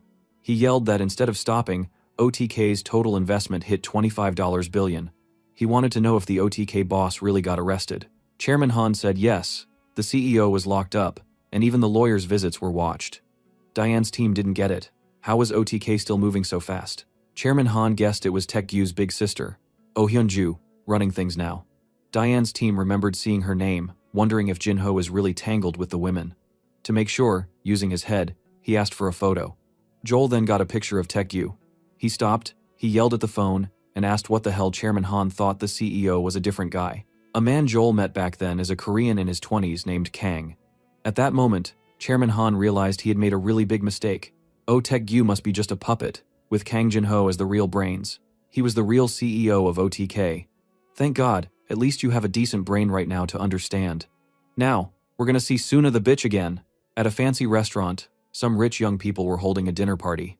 The white-haired guy, whose name I don't fucking remember, and Suna was there. The group was talking about the crazy rumors going around about OTK's CEO. They bragged about how wild it was that a young Korean in his 20s could shake up all of Washington. The other man said Taek-gyu gave his friend Jinho $1 billion and even a new car. They joked that maybe Jinho was just really lucky to be his friend's helper.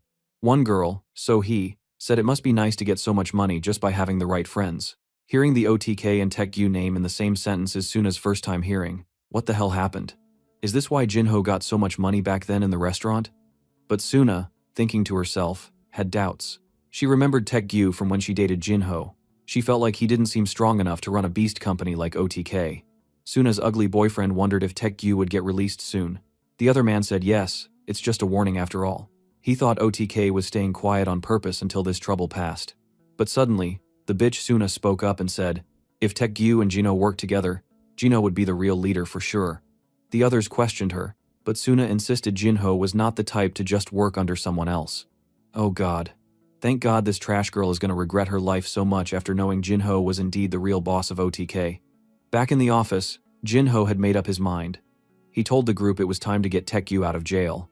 Ellie asked how they could do that.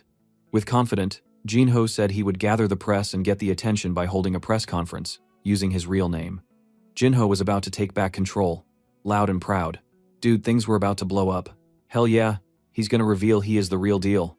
Now, Jinho was driving with Hyunju sitting next to him. She was busy looking at her tablet, probably doing some important stuff, while Ellie Kim was chilling in the back. Dang, there was a lot going on. Hyunju said they need to inform Jinho's mother. She said that if the mother heard the whole story, she would be shocked, and it was way better for her to hear directly from them, not from some random TV news about Jinhoo's press conference. Jinhoo wondered if there was anyone else they should tell. After thinking for a moment, he thought that our best girl, Yuri, would be upset if he didn't inform her first. Clearly she was important. But well, he doesn't have time to call her right now. They soon arrived at Jinhoo's mother's place. The house looked modern and really nice. Jinhoo's mother greeted everyone warmly, but she was definitely worried. She told them they should have warned her earlier but thanked them for making the trip. She seemed nervous and asked Jinhoo what was up and why he came so suddenly. Jinhoo just smiled and said that it was nothing special, but she clearly didn't believe it. She even asked if he was in some kind of trouble. Meanwhile, at the prosecutor's office, things were getting wilder. A spokesperson was standing at the podium, talking to a mob of crazy reporters. They wanted the scoop on the emergency arrest of the OTK Company CEO. The spokesperson said the search at K Company and 2 other places was official and by the books, and the results would come soon. Reporters got really loud when they heard about the emergency arrest and started questioning if the wrong person was arrested. Prosecutor General Hong Manhwa was watching this on his screen. He was yelling into his phone, shocked that it was Kang Jinhoo and not Oh Tak-gyu who was the real CEO.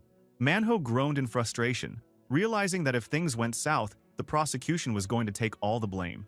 He was definitely in panic mode now. Meanwhile, at the National Intelligence Service headquarters, Director Yoon Se-won sat in his fancy office but looked super stressed.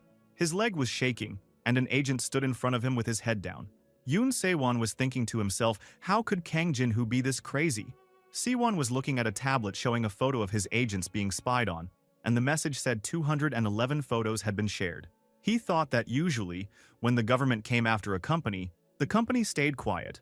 Arrests and raids were basically just normal events. Companies usually tried to make a deal and keep things peaceful. So why was Jinhoo doing this insane thing, watching the Watchers? He wondered if maybe, just maybe, Jinhoo was doing this because he actually didn't break any laws.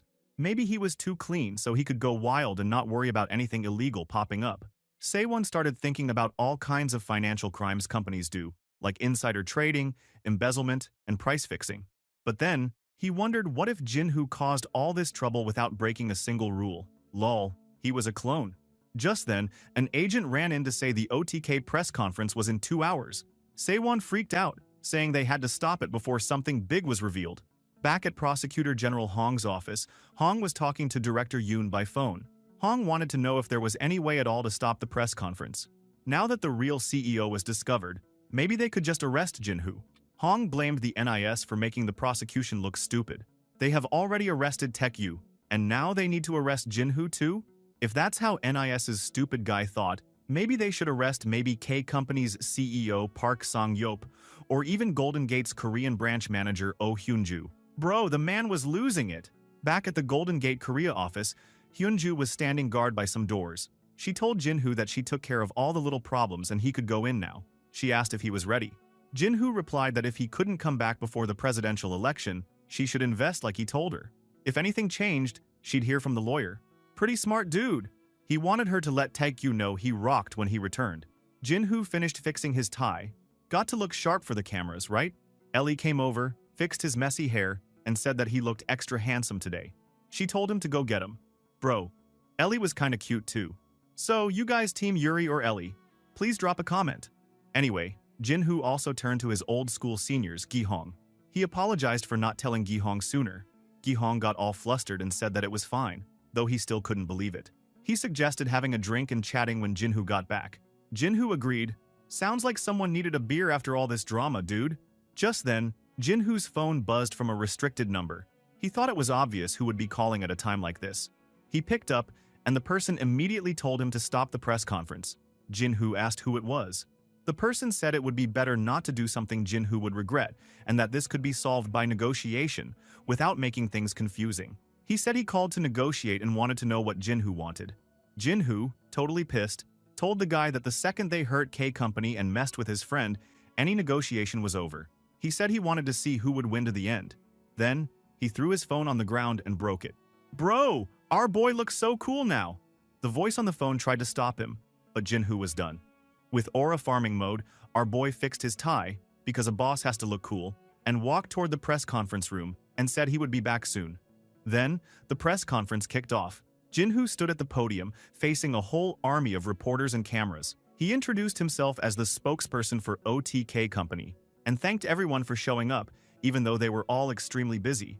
His mother was watching from her house, looking super anxious. Jinhoo started by saying that K Company had just been raided and the CEO of OTK Company had been arrested at the airport. He pointed out that everyone probably already knew this. But then he said he was there to explain OTK Company's side of the story. He revealed something huge. K Company employees weren't just targeted by the search, they had been watched, their calls checked, and their money moves tracked both before and after the raid. Bro, that was like spy movie stuff. That made the reporters freak out. One of them asked how Jinhoo could even know it was real surveillance. Jinhoo said he'd show proof, then pointed to a big screen behind him. It showed photos of two guys being followed, with red circles around them. It even said the same person was caught in a bunch of photos, like some kind of secret agent fail. The reporters couldn't believe it. One reporter even said it was breaking news and wanted to post the scoop straight away. Jinhoo hit back, saying public officials watching and reporting on regular folks was not only over the top, but also totally illegal. He said everyone involved, those people and their bosses, would have to answer for it. Yikes! He was dropping lawsuits left and right. Then someone shouted, asking if the OTK CEO, who was supposedly arrested, was not actually the CEO. Jinhoo pointed out that it seemed political to announce stuff before the official investigation was even finished. He guessed that the guy asking must be a government-backed reporter. But Jinhoo said the real bomb. The person being investigated was not the OTK company CEO. Everyone was stunned and yelled out questions. They wondered if the police or prosecution had nabbed the wrong person. So where was the real CEO anyway? It was madness. Ellie was watching with a tough look on her face, knowing that Jinhoo had made his choice. Then the story flashed back. Hyunju, Songyop, and James Goldman had talked about this coming moment. Hyunju asked how long they could keep hiding Jinhoo. Songyop said with all the stuff going on, like Brexit, Jinhoo couldn't keep his identity secret forever. James said Jinhoo needed to start getting ready because a lot had come out about him. Right back at the press conference, Jinhoo stood alone, right in the middle of all the craziness. He thought to himself that this was the big moment his mentors had talked about, the day he would finally stand up as himself. He put his hand over his heart and, with the whole world watching, dropped it. He said he was the CEO of OTK Company. For a second, everyone froze. Then, total chaos. Cameras flashed, reporters jumped up, people started tripping and falling over each other just to get the news out. Jinhoo said he was ready to take questions, but the first reporter was so stunned he couldn't even speak. Then, everyone started yelling over each other. They wanted to know about his money, his company, the government case, everything. The whole internet who's streaming the case also exploded. Who the fuck is this cool man? Suddenly stated he was the CEO of a big company out of nowhere. Straight out drama cliche. Meanwhile, back at Jinhoo's mom's house, she almost passed out, but luckily she had taken her calming pills like Jinhoo told her. She said she had never felt the danger before, but seeing her son on live TV made everything real. It was lucky they had warned her, or she might have fainted for real. She asked whose crazy son would do something this big. Dude, he is your son. Over at Hanguk University, things were nuts too. A professor noticed his students all whispering and freaked out. A student explained that OTK was holding a live press conference, and their old upperclassman, Kang Jinhoo, just appeared on TV as the CEO. The whole class rushed over to see the live news on a phone. The professor couldn't believe it. His own student was the star of this global news. Other kids said all the news was getting updated about Jinhoo, and some students remembered seeing him last semester. Everyone was basically losing it. Shin Yuri, sitting quietly, just smiled to herself and thought about how she now finally understood what Jinhoo meant when he said he had a confession. She said to herself she wasn't expecting that confession to be, "I am the CEO of OTK Company." Yeah, this guy never fails to surprise her. Outside on the campus, everyone was talking about Jinhoo. Some couldn't believe it, some called out his nickname, others just said it was crazy to imagine. Over in a busy newsroom, Suna watched the news with a crowd. Everyone guessed Jinhoo must be worth a crazy amount of money. And this bitch dared to think to herself that if only she had known sooner. She wondered what could have been different. Bitch, writer Nim, please make her die. I want to slap her so bad right now, guys. This fucking gold digger bitch, don't you dare lay a finger on our boy. By the way, in a small news office called News Breakthrough, the boss, Lee Song-gyun, was watching it all while eating a sandwich and smoking. He said Jinhoo was actually insane and joked that he regretted only sending his junior reporters to such a wild event. Reporter Ha Jong-won sat at his own desk and said the press conference was blowing up everywhere. He originally thought they were scared, and that's why even small news groups got invited, but it was actually the opposite. They were super confident. On their desk was a big manila envelope and a USB stick, which seemed to be a secret expose they got by mail. Ha thought OTK probably sent it, and Lee said as long as the sender wanted to stay hidden, they wouldn't push it. If another news outlet started reporting on it, maybe then they would jump in. But it felt like no one else had these files. This story was theirs alone. Lee said Jinhu probably knew his history of fighting power within the government, so this was a big chance to publish a huge story and maybe even get revenge on the president who once kicked him from his previous news company. Meanwhile, the literal president, Park Si-hyung, was sitting in his office watching the chaos unfold.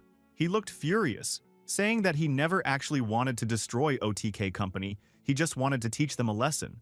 If they had just set things up after the US election, maybe they could have been friends. But since Jinhu was so squeaky clean and untouchable, now it made sense why he was so confident all along. The president picked up his phone and told his PR secretary he had something to fix, and in his head, wondered if Jinhu really wanted to challenge him until the very end. He ordered every media outlet to work together. Oh man, now things were serious. He would get wrecked 100%. Back at the prosecutor's office, a huge crowd of reporters waited outside. Jinhu calmly walked through the shouting mob as they yelled questions. Why were they arresting the wrong person? Was the Blue House involved? What was the real crime? Was the president even putting pressure on the case?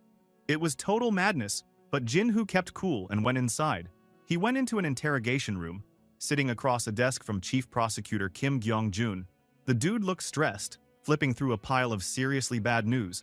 Reports from News Breakthrough, exposes, and special articles about OTK and political risks. Kim thought all this mess was going to crush the stock market.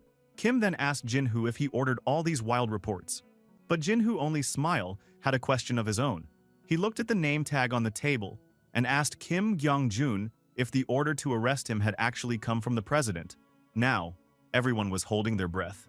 Bro, our MC is not even afraid of the president.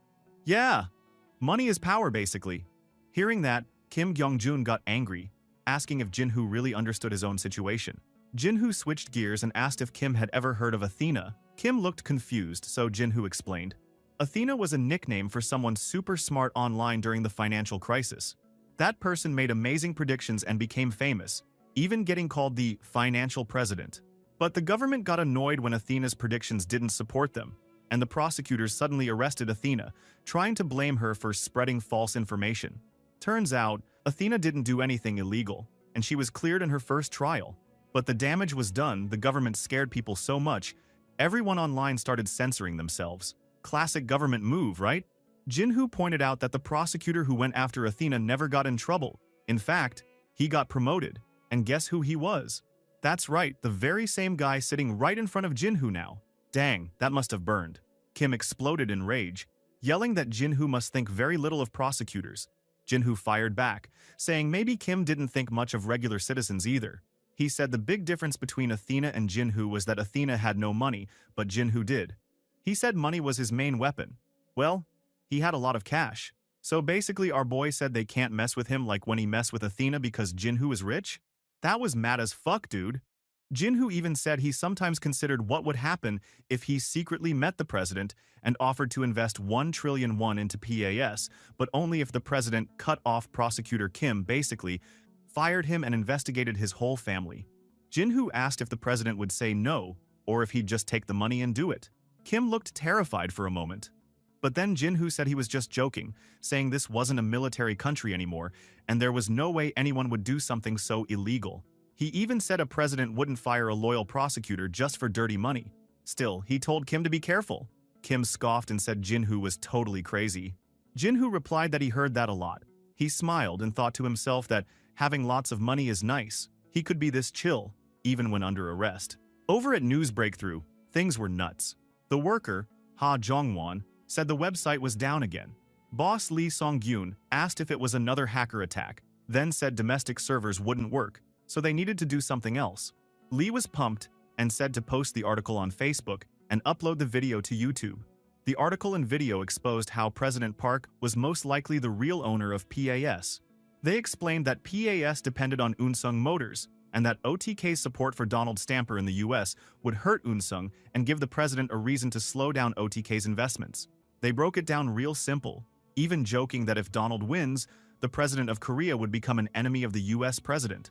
Lee thought that was hilarious and started laughing. Meanwhile, President Park Si-hyung was absolutely losing it in his office. He slammed his fist down, raging about the NIS illegal surveillance scandal and the fact everyone could see the agents in the photos. He knew the official excuse that a deputy director acted alone was total crap. The public opinion could be swayed from his side. Damn, he thought. There was no way a small news outlet could get that kind of scoop on their own. OTK was pushing things so hard, the fallout was even shaking up US politics. The president could only hope Donald didn't get elected now, because if Donald really becomes the US president, everything is really doomed for him. Then, things cut to campaign rallies in America. Diane was yelling at a huge crowd that OTK was secretly owned by Koreans. Their CEO was in trouble, the company was connected to shady money, and they supported Donald Trump using illegal funds. She promised to bring back justice to the US and fired up the crowd. Donald jumped on his own stage, waving American flags everywhere. He shouted that OTK was an American company because it was made in one of the US islands, and that he didn't care if the boss was Korean. He even teased Diane, saying she was being racist if she didn't like OTK because it had Korean roots. The crowd went crazy for him, especially when he said OTK and its CEO were going to invest $5 billion in new US factories and hire American workers. Seriously, the crowd was chanting CAR-OS and OTK like the company was a rock star.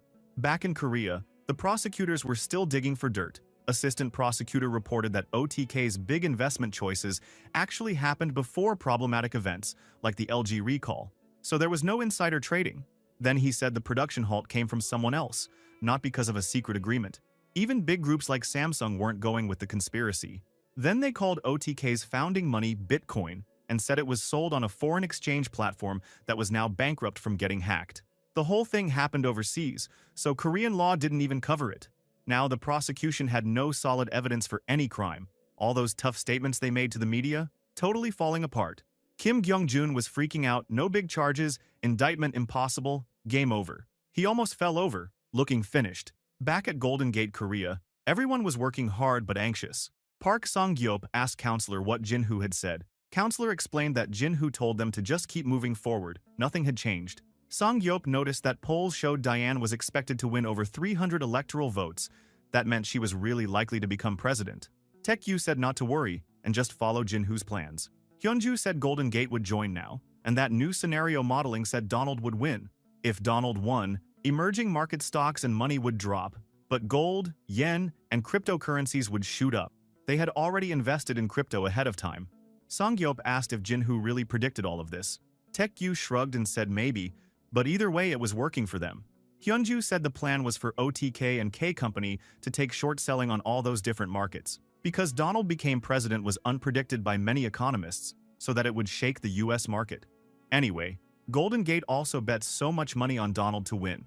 She said just one call from Jin-hoo was enough for even the most careful experts from Golden Gate to bet with them. Jin-hoo was seen to be one of the best investors in this generation, so they were willing to believe our boy. Back in the interrogation room, Jin-hoo just sat there, totally calm, even writing things down with a little smile. He thought to himself that the voting day was almost here, and this crazy election was finally reaching its endgame. In another place, Chief Prosecutor Kim Kyung-jun was reporting to his boss, Prosecutor Hong Man-ho. Kyung-jun said it would be tough to keep investigating Jin-hoo while having him locked up, since they just couldn't find clear evidence. He suggested maybe switching to investigating Jin-hoo without holding him. But Man-ho didn't want to let Jin-hoo go. He asked what they would even tell the media. It would make them look dumber. Well, because both of you already dumb. Kyung-jun quickly agreed to keep pretending to look for more evidence while still holding Jin-hoo. But inside, he felt insulted.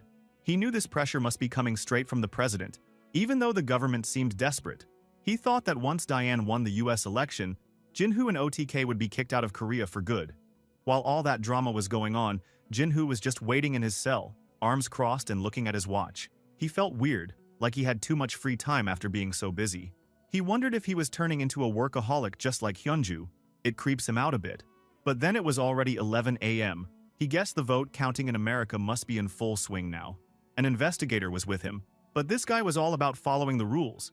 He told Jin-hoo not to, said useless words, and just answer the investigation stuff.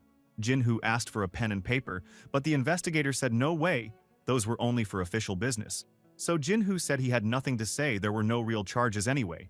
The investigator insisted that he just doing the law to question him, but Jinhu was thinking, yeah, right, you're just killing time until the election is over.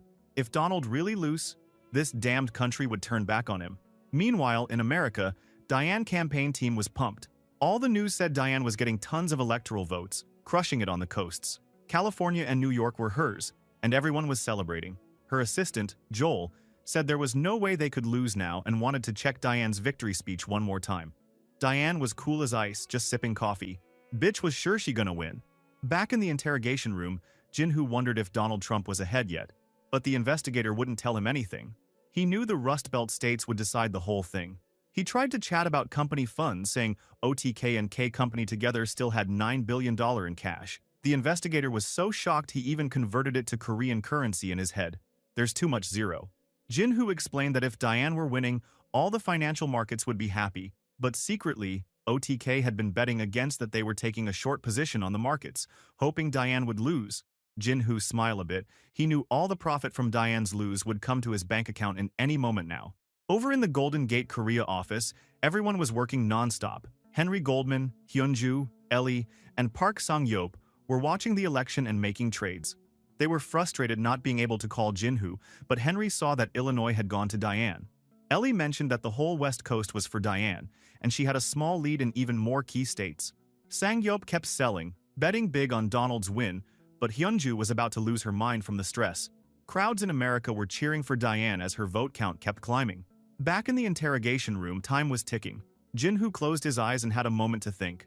He said everything had a cause and effect, but unlike most people, he liked to look at the results first, then work backwards to find the cause. He pictured Donald Trump being declared the winner. He remembered talking with Donald in person and thinking the guy actually made sense. Donald spoke for the regular working-class folks in parts of America that felt ignored. He gave them simple, tough answers about jobs and taxes, while Diane only talked about big ideas like justice and peace. Jinhu believed that this difference explained why Donald was connecting with voters. Instead of stressing about things he couldn't control, Jinhu decided to go all in. He thought about exactly where Donald's message would work best and chose to make a cash drop in those places, meaning his companies were moving huge amounts of money to influence the market and the election. He believed OTK is the reason why Donald could win this election. On the other side, OTK and Golden Gate teams keep pouring more money in with stress and adrenaline, just as many votes began flipping. Suddenly, Florida changed to support Donald instead of Diane. Up on the screen, the final map showed Donald winning by a landslide, 306 electoral votes for Trump, only 232 for Diane. Donald had won. Over at the Blue House, President Park Si-hyung stared at the TV, totally destroyed. He cursed and then immediately called Chief Prosecutor Kim, yelling at him for still holding Jinhu in lockup and screaming to let him go or risk his job. Meanwhile, Diane campaign headquarters was in total shock. Joel couldn't believe they lost, especially since they had more votes overall. Another staffer said they should have paid attention to the white working-class voters. Joel said this didn't add up. Donald had only been a political joke at first, and no way he should have won entire states with just his rough talk. Joel realized that the real power in the election was just one investor, Kang Jinhu. That was why Diane lost, they couldn't beat him. So, Jinhu basically became the kingmaker, totally changing the election with his strategy. Back in Korea, the investigator who had been watching Jinhu suddenly got a shocking phone call. The order came down to drop all charges immediately. He told Jinhu he was now free and walked him out through the release process, his hands shaking. Jinhu walked out, smiling a little. He knew things outside were probably absolutely insane right now. But then the investigator suggested he should skip the main gate. Jinhu realized that must mean a huge crowd of reporters was waiting outside, ready to pounce. No privacy anywhere for this guy. Jinhu joked that if he stepped out for an interview now, it'd be super embarrassing for the prosecution, right? The investigator agreed, looking miserable. Well, our boy is not that petty, so he decided to leave through the underground exit instead, and said he'd had enough of having his face all over TV. One press conference was plenty. Down in the parking garage, Jinhu's friends were waiting for him, Taekyu, Sang-yeop, and Ellie. Taekyu even brought tofu for him to eat. It's tradition in Korea people eat tofu when they get out of jail, as a way of starting fresh. Jinhu found it funny, asking if he was just out of prison, but he agreed to eat it anyway, asking if Taekyu had some too. Of course, Taekyu said he already had his. Sang-yeop praised Jinhu for doing well, and Jinhu asked about his mom. Taekyu said he made sure she wasn't worried. Suddenly, Jinhoo noticed Ellie's eyes were a bit watery and asked if she was crying. Taekyu nudged him to comfort her. So Jinhoo kinda awkwardly stood there until Ellie broke down and hugged him tightly, sobbing about how scared she was that something bad might happen to him. Jinhoo gently patted her back and told her he was perfectly fine. Bro, too many cute girl beside our MC. It's hard to ship. Suddenly, Taekyu wanna puke looking his buddy lovey-dovey in front of his lonely ass, so fuck you guys and hissed them to stop. Looking at them bickering, Songyup said they should head to the office first because there was a mountain of stuff to figure out. In the car, Jinhoo asked how much they earned in total from their wild market moves. Songyup replied that they made about $2.8 billion, which was about 3.1 trillion won. Ellie was annoyed because Jinhoo was asking about money even at a time like this, but our boy just laughed and said that was the whole point of the job anyway. Then Songyup asked, why didn't Jinhoo use the super aggressive strategy from Brexit, like selling the Mexican peso? Jinhoo explained that the UK was big enough to handle that kind of market hit, but if they attacked a smaller country like Mexico, it would destroy the economy and bring too much risk. He said making too many government enemies was stupid if you made enemies, especially powerful ones. It would come back to bite you. Suddenly, Jinhoo saw something wild out the window. A huge OTK company sign was now lighting up the skyline. He asked when they put that beast up there. Taekyu said it went up a couple days ago, now that everything was out in the open.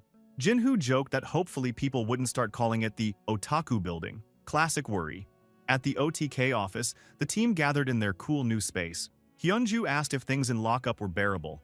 Jinhoo joked that no one should go there, especially because they didn't even let you smoke, which is the absolute torture for him. Hyunju said Donald's team wanted a call. Our boy just smiled. Well, at least he knew Donald would never forget him. He then asked if anything else happened while he was gone.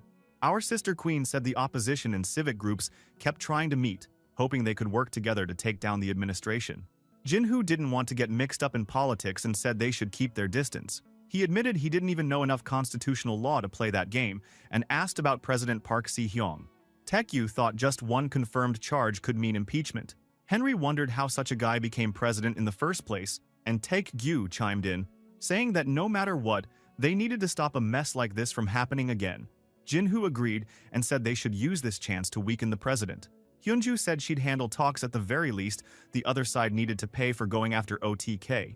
Yes, Queen, we want revenge. After that, the news about the president corruption spread like a wildfire. In the end, the president, who was winning from a tight spot before, now getting pushed from all other direction. In the end, he stated that he would protect the country integrity and said sorry for Jinhoo and the people. Well, we won, guys. Even Taekyu said this was enough. The president said sorry. He cut down his own people like the prosecutors and closed down the way he could get dirty money from the company. Jinhoo agreed. If he pushed too much, it won't be good. So the incident would be wrapped here. Then, Jinhoo said he wouldn't be going to school for a while and wanted to focus on building the OTK company into a real powerhouse. First step, hiring new people, starting with a chief human resources officer. The team went through some resumes, checking names and credentials. One stood out: Michael Lee, a famous Korean-American HR executive. Everyone thought he would be perfect, but Jinhoo wasn't sure if someone that big would join them. Henry thought he would, saying not many people would pass on a chance to work with a living legend like Jinhoo. Jinhoo got a little embarrassed. But hey, being famous could help. Just then, Jinhoo's phone buzzed. Taekyu pointed out he was always told to turn off his phone during meetings, but this call was from Jinhoo's mom, and of course he answered right away. His mom sounded excited but nervous, saying all the relatives were gathered at the house. Hearing that, our MC face suddenly becomes sour. Huh, I bet this family is toxic as hell. In the car with Taekyu, Jinhoo drove like he was being chased, looking pretty annoyed. Our otaku boy tried to calm him down and asked if he didn't expect all these relatives to show up. But Jinhoo admitted that he had pretty much forgotten they even existed, especially after his dad passed away. The family had lost touch after that, and Taekyu figured it probably had something to do with money issues. After all, Jinhoo is freaking rich right now. Many people said after you become rich, all people you barely know would come to see you again. Anyway, Jinhoo explained that when his mom asked for help, these relatives ignored her and cut off contact. He said it hurt, but he wasn't really angry with them. He understood that lending money was tough when you were barely scraping by.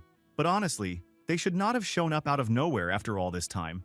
Our otaku boy nodded. It must be upsetting for Jinhoo that the relatives came back now after he was successful. He even suggested Jinhoo could just have the guards to kick them out. Yeah, I agree, dude. When they arrived, a security guard was waiting outside. Jinhoo asked why she let the crowd in, but suddenly his mother come out and she said she had told security it was okay they were his father's family and she didn't want to turn them away. That's just how Jinhoo's mother was. Too soft-hearted for her own good, honestly. Inside, Jinhoo's relatives welcomed him like some kind of celebrity. They made a big fuss over him, talked about his expensive car, and even pointed at a car he had given to his mother. They called him a good son and crowded around, poking and complimenting him like he was a zoo animal. Fuck those leech. They then asked him about his military service, how long it had been since his dad's funeral, and acted like they were so worried because of his press conference. The uncle even said he used to support the president, Park Seung, but changed his mind after what happened to Jinhoo. They all started acting like super supportive family, talking as if they had nothing to do with ignoring him and his mom when times were tough. Dude, some folks have no shame. His mother, watching all this, clearly felt bad for Jinhoo. Suddenly, the aunt reminded him to greet some cousins he hadn't seen in forever. The cousin is kinda cute to be honest, but he wonder why they come here when it's time for school. The aunt got nervous, and stupidly said family gathering is more important than school. The other cousin introduced her husband, who said his own company gave him time off just because he was related to Jinhoo. Looking at them, Jinhoo just found out his cousin Mi-young had gotten married months ago, but he never got an invite or even a message. The aunt said she got so busy that she forgot to tell him. The uncle started scolding her, but it all sounded super fake. I don't know why, this made me so mad. I fucking hate two-faced family member. Finally, Jinhoo asked what they really wanted. The uncle said they just wanted to see him, but everyone got awkwardly silent. Then, probably exactly as Jinhoo expected, they started asking about his money, how much he had, since all the news said he was worth trillions. Classic trash move. They tried to push their kids on him, saying it would be great if cousin Yoonhoo could work at OTK. Jinhoo cut them off, saying that his company wasn't just handing out jobs. Did Yoonhoo actually know anything about investments, hedge funds, all that business? Mi-young, the cousin, tried to sell her husband as the perfect candidate to work with Jinhoo because he worked in health equipment sales and apparently understood human psychology and some stock techniques. Her husband tried to show off with stock trading slang, like scalping, but Jinhoo knew it was nothing special. That trash probably got all his money taken out from the market. Then the uncle suggested that maybe, since Jinhoo had so much, he could just give family members manager jobs or something easy.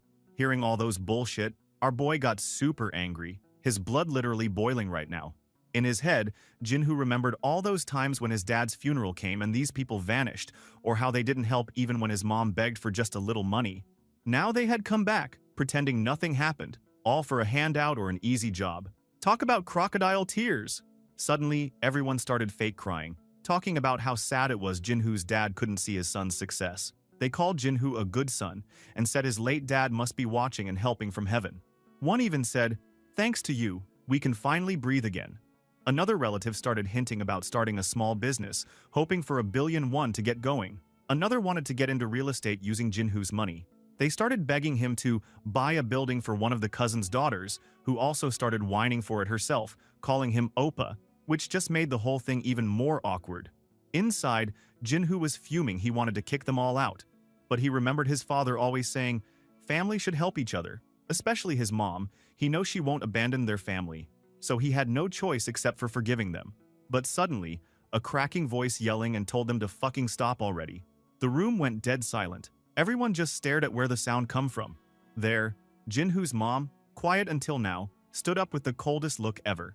She asked if this was the real reason why they come to see her and Jinhoo again after all this time. Uh-oh, looks like things were about to get real for those greedy relatives.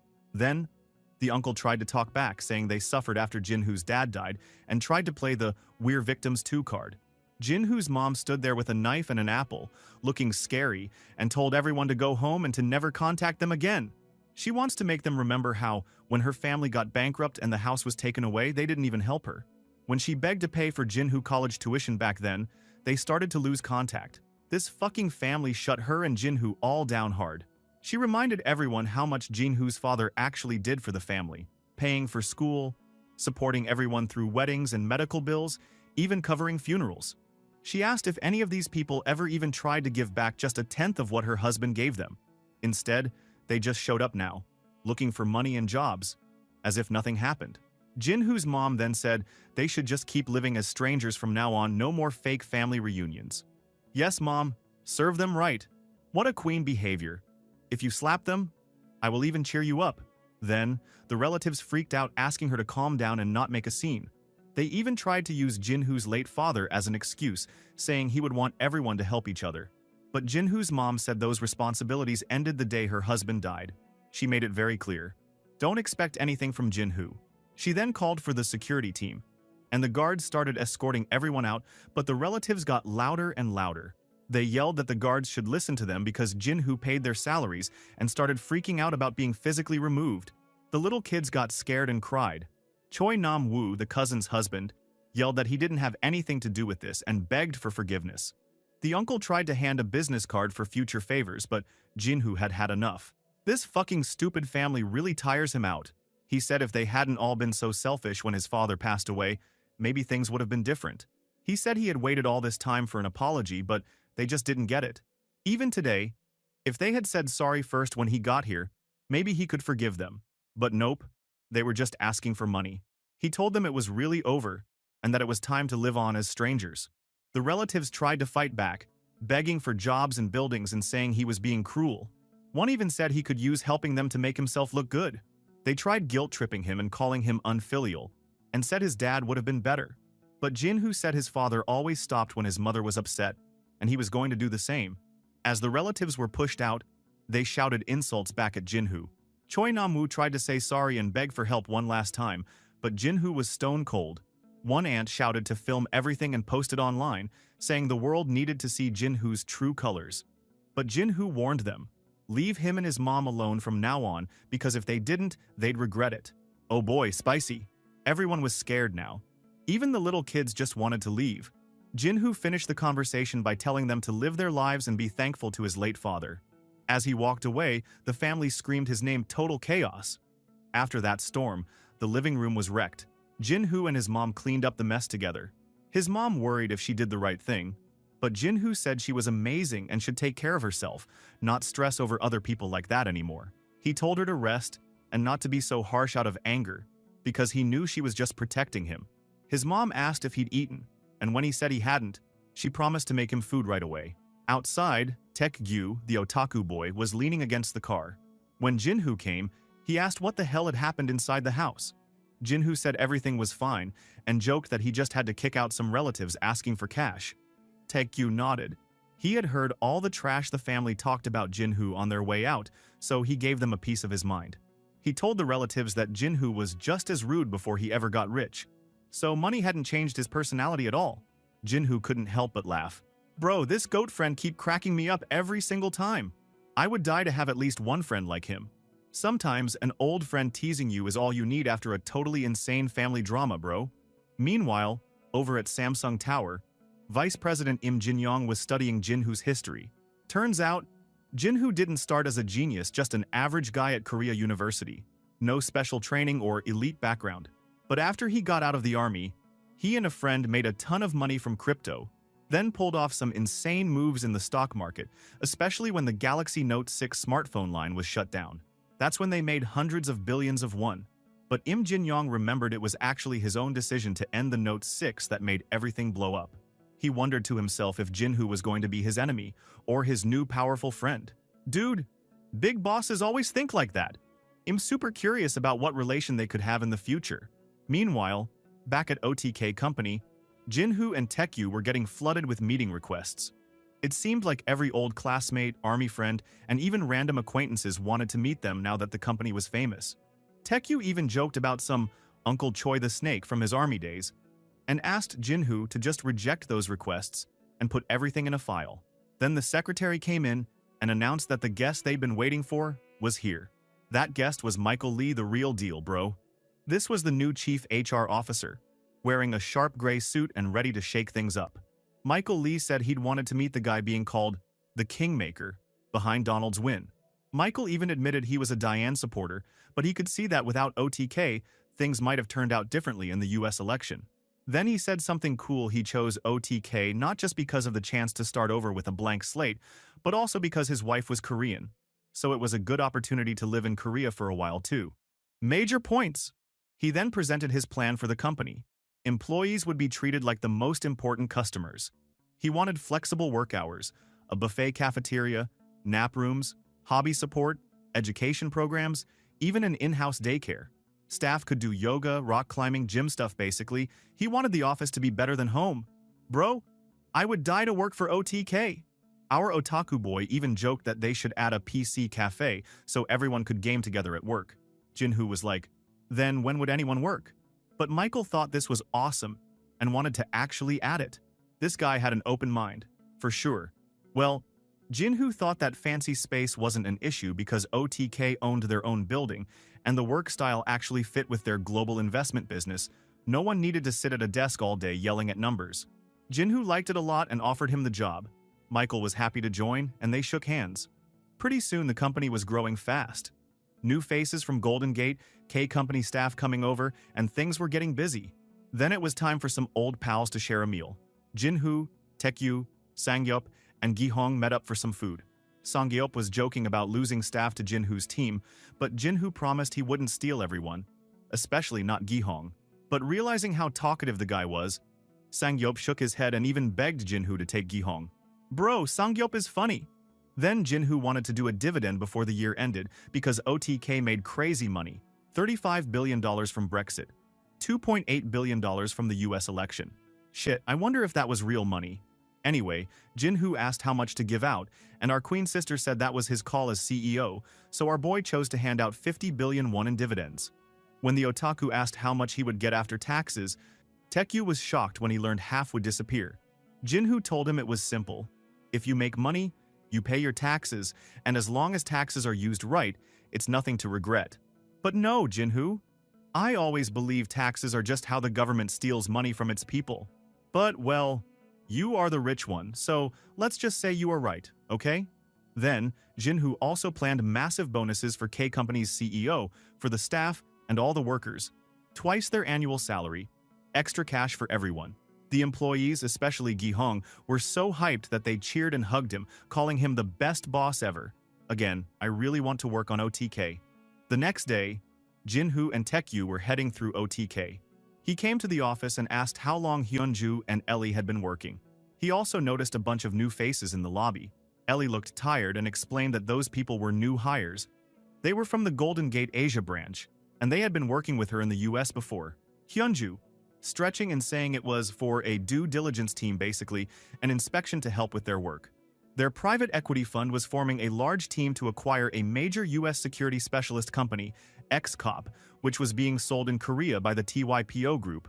Turns out TYPO was in financial trouble after a fraud scandal, so they started selling overseas assets to raise money. This was a big deal. XCOP was worth at least 2 trillion won, maybe up to 3 trillion. Jinhoo and Taekyu were blown away. This was the type of big fish everyone gossiped about in the industry. Hyunju said other huge firms were gunning for it too. This was going to be a war. Then, she dropped the bomb. The leading candidate to buy XCOP was Unsung Group, the very group Jinhoo had clashed with in the past. Taekyu was so shocked he almost fell over, and Jinhoo just let out a long, dramatic sigh. Bro, one thing was clear. The next big fight in business was just about to begin, and things were about to get even crazier. Taekyu couldn't believe it. Unsung, again!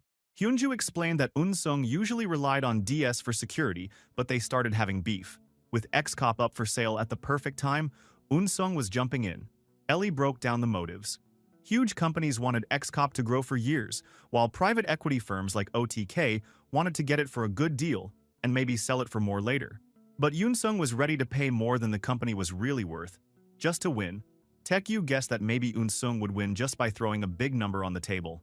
But Jinhoo said that rushing to buy something for way too much was risky. If Unsung overpaid, it might hurt them in the long run, a classic winner's curse. Jinhoo realized that if Unsung won, OTK couldn't trust their security in this country anymore. So, Jinhoo decided, why not get in the fight and go after XCOP themselves? He admitted it was partly personal, yeah, but he wasn't going beast mode only for a grudge. If many companies want XCOP, that means the value must be really high. Then, Hyunju asked if Jinhoo was sure about fighting for the deal, and Jinhoo said he was confident. Taekyu thought this would be fun, and Hyunju said to go for it, good experience either way. Later, in the office, Taekyu was cracking up at XCOP's price. The company was bought 15 years ago for 500 billion, but now they wanted up to 3 trillion? He called the sellers greedy, but Jinhoo said that was just both sides bluffing.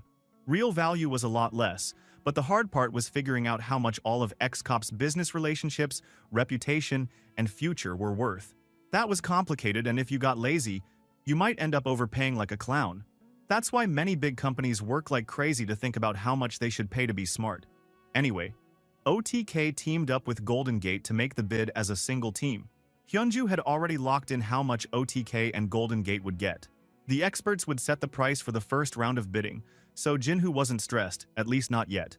But he said their two main strategies were either win X-Cop at a fair price, or let someone else, preferably Yoonsung, overpay and hurt themselves.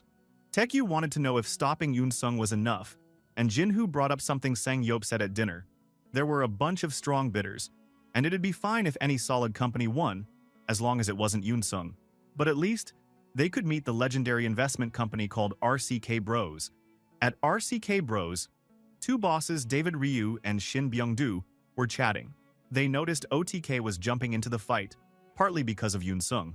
David said that Jinhoo reminded them of their younger days, but at Jinhoo's age, neither of them had been that talented. David even joked about inviting Jinhoo for coffee, since his own kid couldn't stop talking about him. Back at OTK, Michael Lee was getting the company in order. He said OTK ran super lean, and now they needed to expand at least 50 full-time staff. Jinhoo could only say yes. To be honest, he couldn't control how big his company was, especially since all his previous investments in many companies were now too big to handle alone. Bro is suffering from being rich. In the end, Jinhoo said to Michael to talk with Sang-yeop before making big moves, or when they need more employees. He was done hearing about how many more newcomers he needed. At least, he could feel the company becoming more like a real business. Well, except for one thing. Taekyu was in the office gaming hard. This otaku really hyped up his name. He was the real deal. The otaku himself claimed it was market research for OTK games, but Jinhoo thought he just wanted to play. Classic Taekyu moves. Honestly, Taekyu wasn't totally wrong. He told Jinhoo to relax before he burned out trying to crush Unsung. Well, Jinhoo admitted he needed a break. Bro, why do you have billions of dollars if you can't even enjoy playing games? Next thing, Jinhoo was wandering around campus, trying to go undercover in glasses and a turtleneck. Bro thought he was some kind of Jackie Chan. He joked that he was sure nobody would spot him. But suddenly, Shin Yuri found him. Yes, my girl, I've been waiting for this ship. Anyway, she was rocking a white coat and red scarf and teased that she was practically famous herself after being seen with him. They went for a fancy dinner. Yuri said campus life was chaos, everyone only wanted to gossip about Jinhoo, professors included. Minyoung and Kyungil, his close friends, were losing their minds. That's when our boy remembered his close friend on campus. By the way, she said, OTK is now the hottest place to aim for work. The workplace is on par with Google and Apple, of course. Every fresh graduate is crazy and wants to work there. Especially after everyone even knew about OTK's fat bonuses. Well, Yuri admitted she hoped to work at OTK after graduation too. She brought up something wild. She actually had a confession to make. Bro, is my ship gonna bloom right now? Could I see Jinhoo and best girl Yuri kissing? But nope. Dang. Turns out Yuri's confession was that her dad was none other than Vice Chairman Shin Byung-do of RCK Bros, the financial legend. Jinhoo's jaw dropped. Not because he couldn't get the confession and a kiss, but it's no wonder why Yuri was so confident and rich. Anyway, Yuri said her dad and Uncle Chol Gyun kept hyping up Jinhoo and saying he'd rewritten finance history. With both of their companies gunning for the X-Cop deal, Yuri asked if Jinhoo thought he could win. He played it cool, saying the competition was fierce, but then he had a wild flash. In his mind, he saw a golden eagle on fire with Yoonsung Motors as the buyer, and a final bid price of nearly 2,930,000,000 won. Jinhoo just smiled. Oh bro, things were definitely heating up. See, Jinhoo always got her power awakened near Yuri. I hope he really married this one in all packages, girl. Jinhoo started to smile like crazy. He missed the eagle so much, bro. Yuri noticed right away and asked what was up. Dude was acting strange, so she got worried, remembering the last time this happened, things almost went badly, they nearly crashed in the car. Jinhoo tried to play it cool, saying he just thought he saw something new. Yuri wanted to know what he was thinking, so Jinhoo said she looked really pretty that night. Dang. That made Yuri blush hard and she called him out for being cute. Bro, just kiss already. Anyway, Jinhoo thought to himself, wow, even numbers could be beautiful when they mean something special. They both talked a bit later and laughed a lot, saying maybe the wine was making them say silly things. A while later, they decided to go home, and Jinhoo called a driver because he was drunk. Yuri nodded and said she felt hot from all the wine. Meanwhile, our boy kept secretly thinking about that crazy big number again, $2.93 billion, or about 3.22 trillion won. He knew he would never forget it. He could fuck Yoon-sung Motors with that number. Later, in front of Yuri's apartment, our girl asked when the first part of the bidding would happen. Jinhoo said it was at 3 p.m. in 2 days. She then hoped things would go well for him, and our boy asked about her dad's company preparation. Yuri, still blushing, said about 5 companies would make it to the main round, so they just had to keep going. She told Jinhoo she wanted him to succeed, and he smiled and then said he'd treat her to a meal next time. She told him not to change numbers, but if he did, she'd kick him in the ass later. Then, she did something surprising. She took off his glasses. She said nobody would recognize him anyway, and he didn't need to hide such a good-looking face. Bro, she was naughty. She said she'd cheer for his success and told him to fight on. That was super cute. Jinhoo only smiled as Yuri walked away. He thought Taek-yu was right. Getting fresh air sometimes was good. Bro, if you don't make her your wife, I'm really gonna kick your fucking ass. On his way home, Jinhoo was in a car with a driver. He was deep in thought about that $2.93 billion price. He realized if he didn't know the main bid price, it would have been so hard to win. This info was super secret. Only a few important people ever knew. The second Yuri brought up enicap. All the hard work from a group of money experts just landed in his lap, like magic. He thought that Yuri had helped him a lot 3 times already, actually. He blushed thinking about her calling him pretty, which was funny. Suddenly, the driver started chatting, saying he knew Jinhoo was the CEO now that he wasn't wearing glasses. He said he watched Jinhoo's press conference and was impressed. Jinhoo just laughed and agreed. Inside, Jinhoo thought, see, people always recognize him anyway. Yuri was wrong this time. Next scene, inside OTK Company's office at night, Jinhoo talked with Taek-yu. He explained that Yoon-sung bid the highest, $2.93 billion. Taek-yu said that was super expensive. He explained that if someone spent that much, it would take 17 years of profit just to get the money back. That sounds rough. He asked if it was really a smart price. Jinhoo said if Yoon-sung Motors paid too much, maybe they shouldn't try to win. But if it was fair, they'd need to beat the price. For him, this price is just enough to invest in enicap. Taek-yu wanted to know how much higher they should go to win. Maybe just add $1?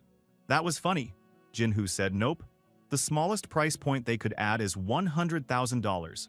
But, well, they should talk to Hyunju first. So, Jinhoo and Taek-yu went to talk to Hyunju late at night. Henry and Ellie were there too. When they arrived, everyone was working hard. Ellie smelled wine on Jinhoo's clothes and was kinda jealous. She playfully said she wanted to drink together with him next time. She liked wine too. Bro, this guy is too popular. In the end, Jinhoo said it was a deal. Our sister then wanted to know what was up at this crazy hour. Why the big boss came here. Jinhoo and Taek-yu sat and talked business. Jinhoo asked about the first bid price. Hyunju guessed $2.5 billion and said anything less would probably get kicked out. Jinhoo asked if enicap was even worth more than $3 billion for the final round. Ellie shook her head and thought, $3 billion seemed way too much. Hyunju thought a while, looking cool and badass while smoking, and wondered if Jinhoo got a gut feeling again, for it was worth $3 billion. Hyunju said that if they spent that much, they should be ready to lose money. But her own calculation said the very top price she could agree with was $2.92 billion. Jinhoo was shocked in his head. Turns out the secret price from Yoon-sung was just a tiny bit above this maximum. He thought it was amazing Hyunju could guess the best number so quickly, even without all the details. No wonder everyone called her genius. In the end, Jinhoo thanked her and told her to handle the early part of the bid, and he would decide what to do for the main bid.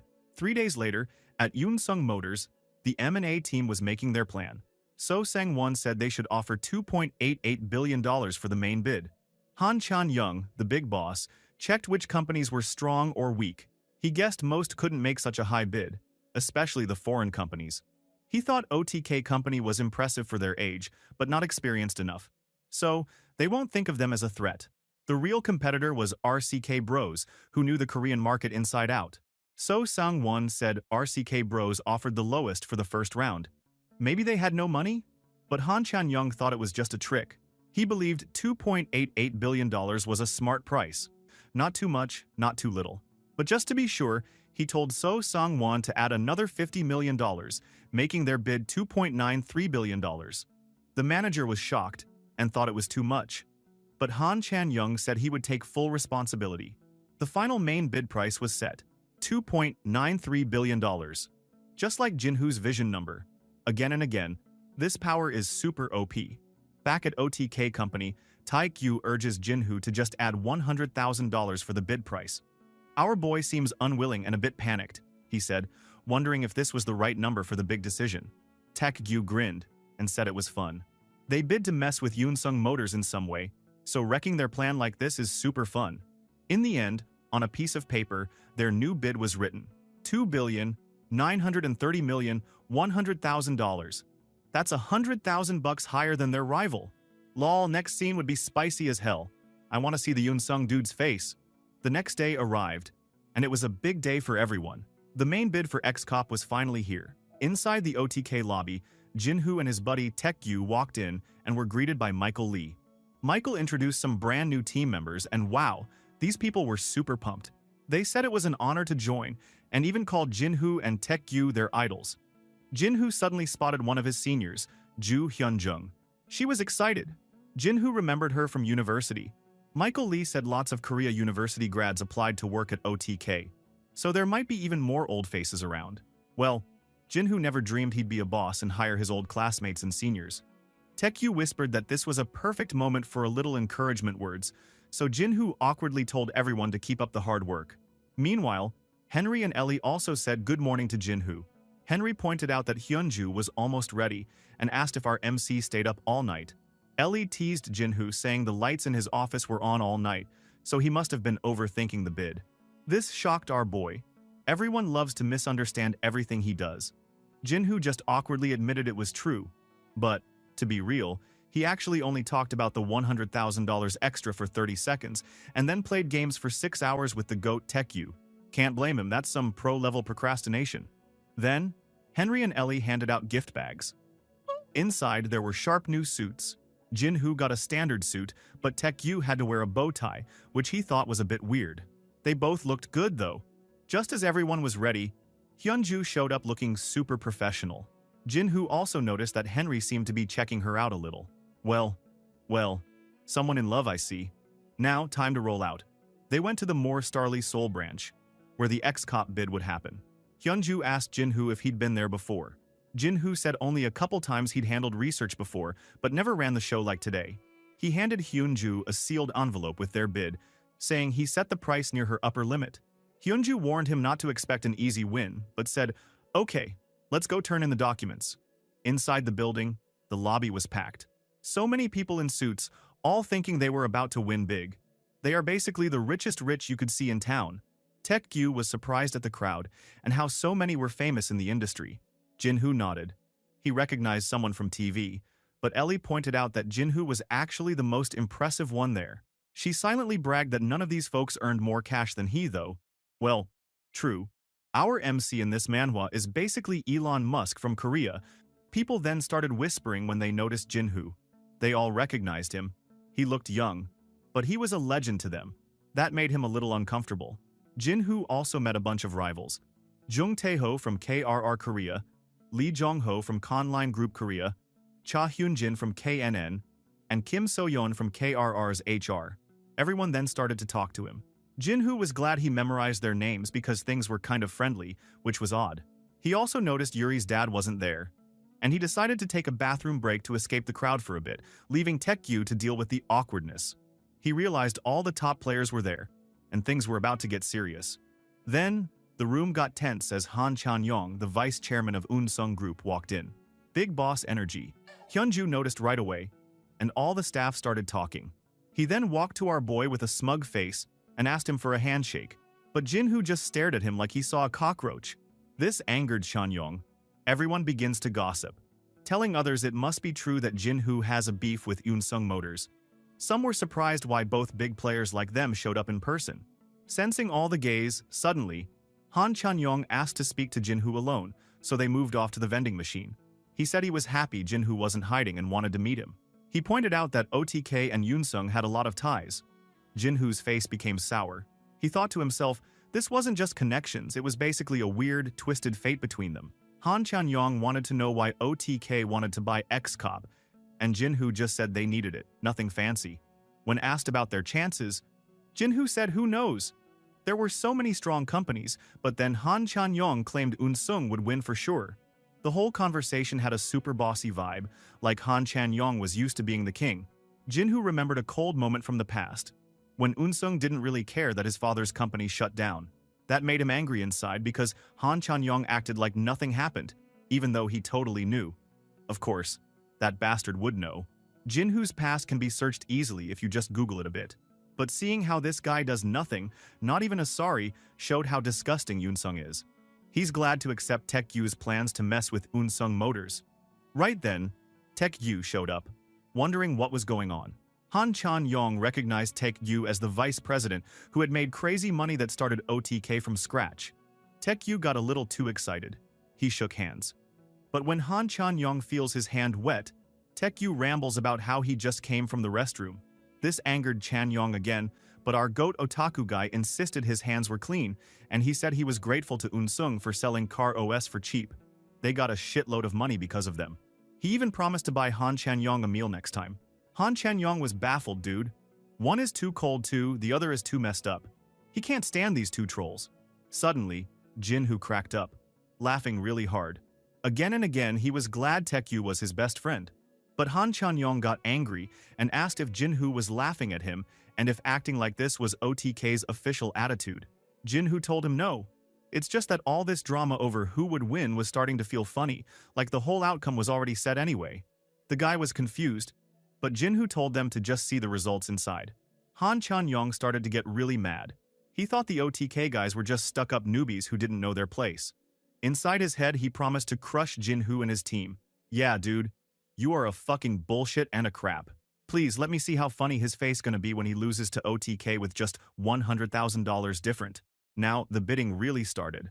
By the way, most big company sales take months or even a whole year, but this one was super fast, just over 2 weeks. That was all because Typo Group, the seller, wanted things done quickly. They decided to make the process simple. One sealed auction, one shot, winner takes all. Inside the hall, all the company teams sat together. Jinhoo and Taek-yu were there too, sitting in the audience. Jinhoo thought, with such a big deal, they could have done this slowly, but the seller was really in a hurry, so all they had to do now was open the envelopes and see who won. Song Myung-hwan, the man in charge, stepped up to the podium and started opening the sealed bids. Everyone in the hall watched him closely, probably holding their breath, dude. First, he announced KRR's bid. They offered $2.74 billion. Many people were shocked because they never thought they'd go that high. It was a huge jump for the company. There was a bit of awkward talk about how everyone seemed to guess $2.7 billion was the basic starting point. KRR, which should be the lowest bidder here, wants to pay $2.74 billion. They don't have an idea how big this deal gonna be. Next, the man read out the Conline Group's bid, $2.855 billion. The boss from Conline stated he thought they made a good move by raising the bidding price before. But nope, you are too poor to snatch X-Cop from our MC. Then, suddenly, RCK Bros came out swinging with a $2.917 billion bid. That surprised everyone, including Conline boss. He was shocked because he hadn't expected RCK Bros to go so high, especially since their boss didn't even show up in person. Some people realized they had underestimated these guys. Now came the heavy hitters. The man on the podium announced the Eun-sung Motors Group's bid, $2.93 billion. Damn, really the same with Jinhoo Vision. People started whispering, thinking the game was basically over. Even Han Chan-yong, Eun-sung's vice chairman, was super confident. In his head, he was bored because, to him, no one else could handle this much money except for a giant company like Eun-sung. He thought there was no way anyone would top this bid. To him, the moment he wrote down that amount, he believed Eun-sung already won. Thank God he decided to raise the bidding price because of OTK yesterday. Now, because of that damned OTK, he could really win after all the other companies suddenly raised their bidding price, different from his information from his subordinate. His staff agreed, thinking the same thing, like, "It's over, boss." His boss is so damn cool to be able to predict that everyone really raised the bidding. Han Chan-yong even thought that if anyone like OTK was trying to beat him just for revenge or to mess up the price, it wouldn't work, and it wouldn't bother him at all. He has all the money. So, now, everyone was ready to crown Eun-sung the winner. Jin-hoo, though, was super chill. He believed he already won. Hyunju suddenly felt a bit sad, thinking there was no way to beat Eun-sung since their team's max limit was just $2.92 billion. She said sorry for not giving the best price recommendation to Jin-hoo. But the man she said sorry for is too nonchalant. Taek-gyu and Jin-hoo were even smiling. Hyunju knew these two guys must be planning something shocking. Finally, the man on the podium opened the last envelope for OTK Company and Golden Gate. He started reading 2.9, but stopped and checked the paper again, looking shocked. The big screen flashed up the result, and everyone froze. The OTK and Golden Gate Consortium's bid was $2,930,100,000.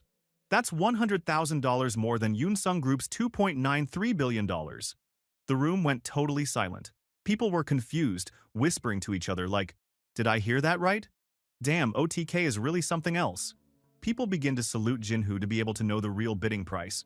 No wonder OTK is really hot these days. Then the OTK team freaked out with joy and shock. Hyunju, Ellie, Henry, all of them. Jin-hoo never misses to impress them. Our queen sister wanted to ask Jin-hoo how he did it, but Jin-hoo told her to wait. He would explain everything later. Suddenly, this dumb man ran to the podium and took the bidding envelope. He was angry to be fooled by a mere newbie. How the fuck this real? And yeah, the bidding price really just have $100,000 different from him. He looked at our MC, this guy was beyond ordinary. Meanwhile, Jin-hoo just mocked him with his naughty smile. Damn, that's boiling Chan-yong blood even more. Yet since everyone was looking at him with disdain, he chose to end his stupid act now. Jin-hoo kept smiling. This was really fun. Taek-gyu was right to make fun of Eun-sung. From $1 billion, only loose because of $100,000 is a punch in the gut. After that, people began to say congrats to our boy. Other teams took it pretty well, saying they lost fair and square and would do better next time. But anyway, Jin-hoo really impressed them. They were amazed at how sharp OTK's information network was. It's amazing how they managed to beat Eun-sung by exactly $100,000, which was just next-level intel. Feeling his team gaze, our boy tried to explain what happened.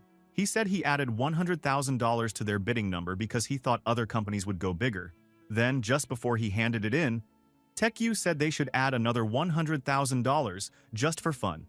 Hyunju was super annoyed because she told them not to go over the limit, but Taek-gyu just said the whole thing was fun. Yeah, our Goto-taku is the only one who is really funny and can spice things out to the next level.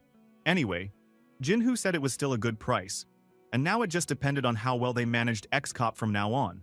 Yet he also worried if maybe Eun-sung would try to mess things up, but our queen sister explained that even if the deal fell apart, the opportunity naturally would go to Eun-sung as the second highest bidder.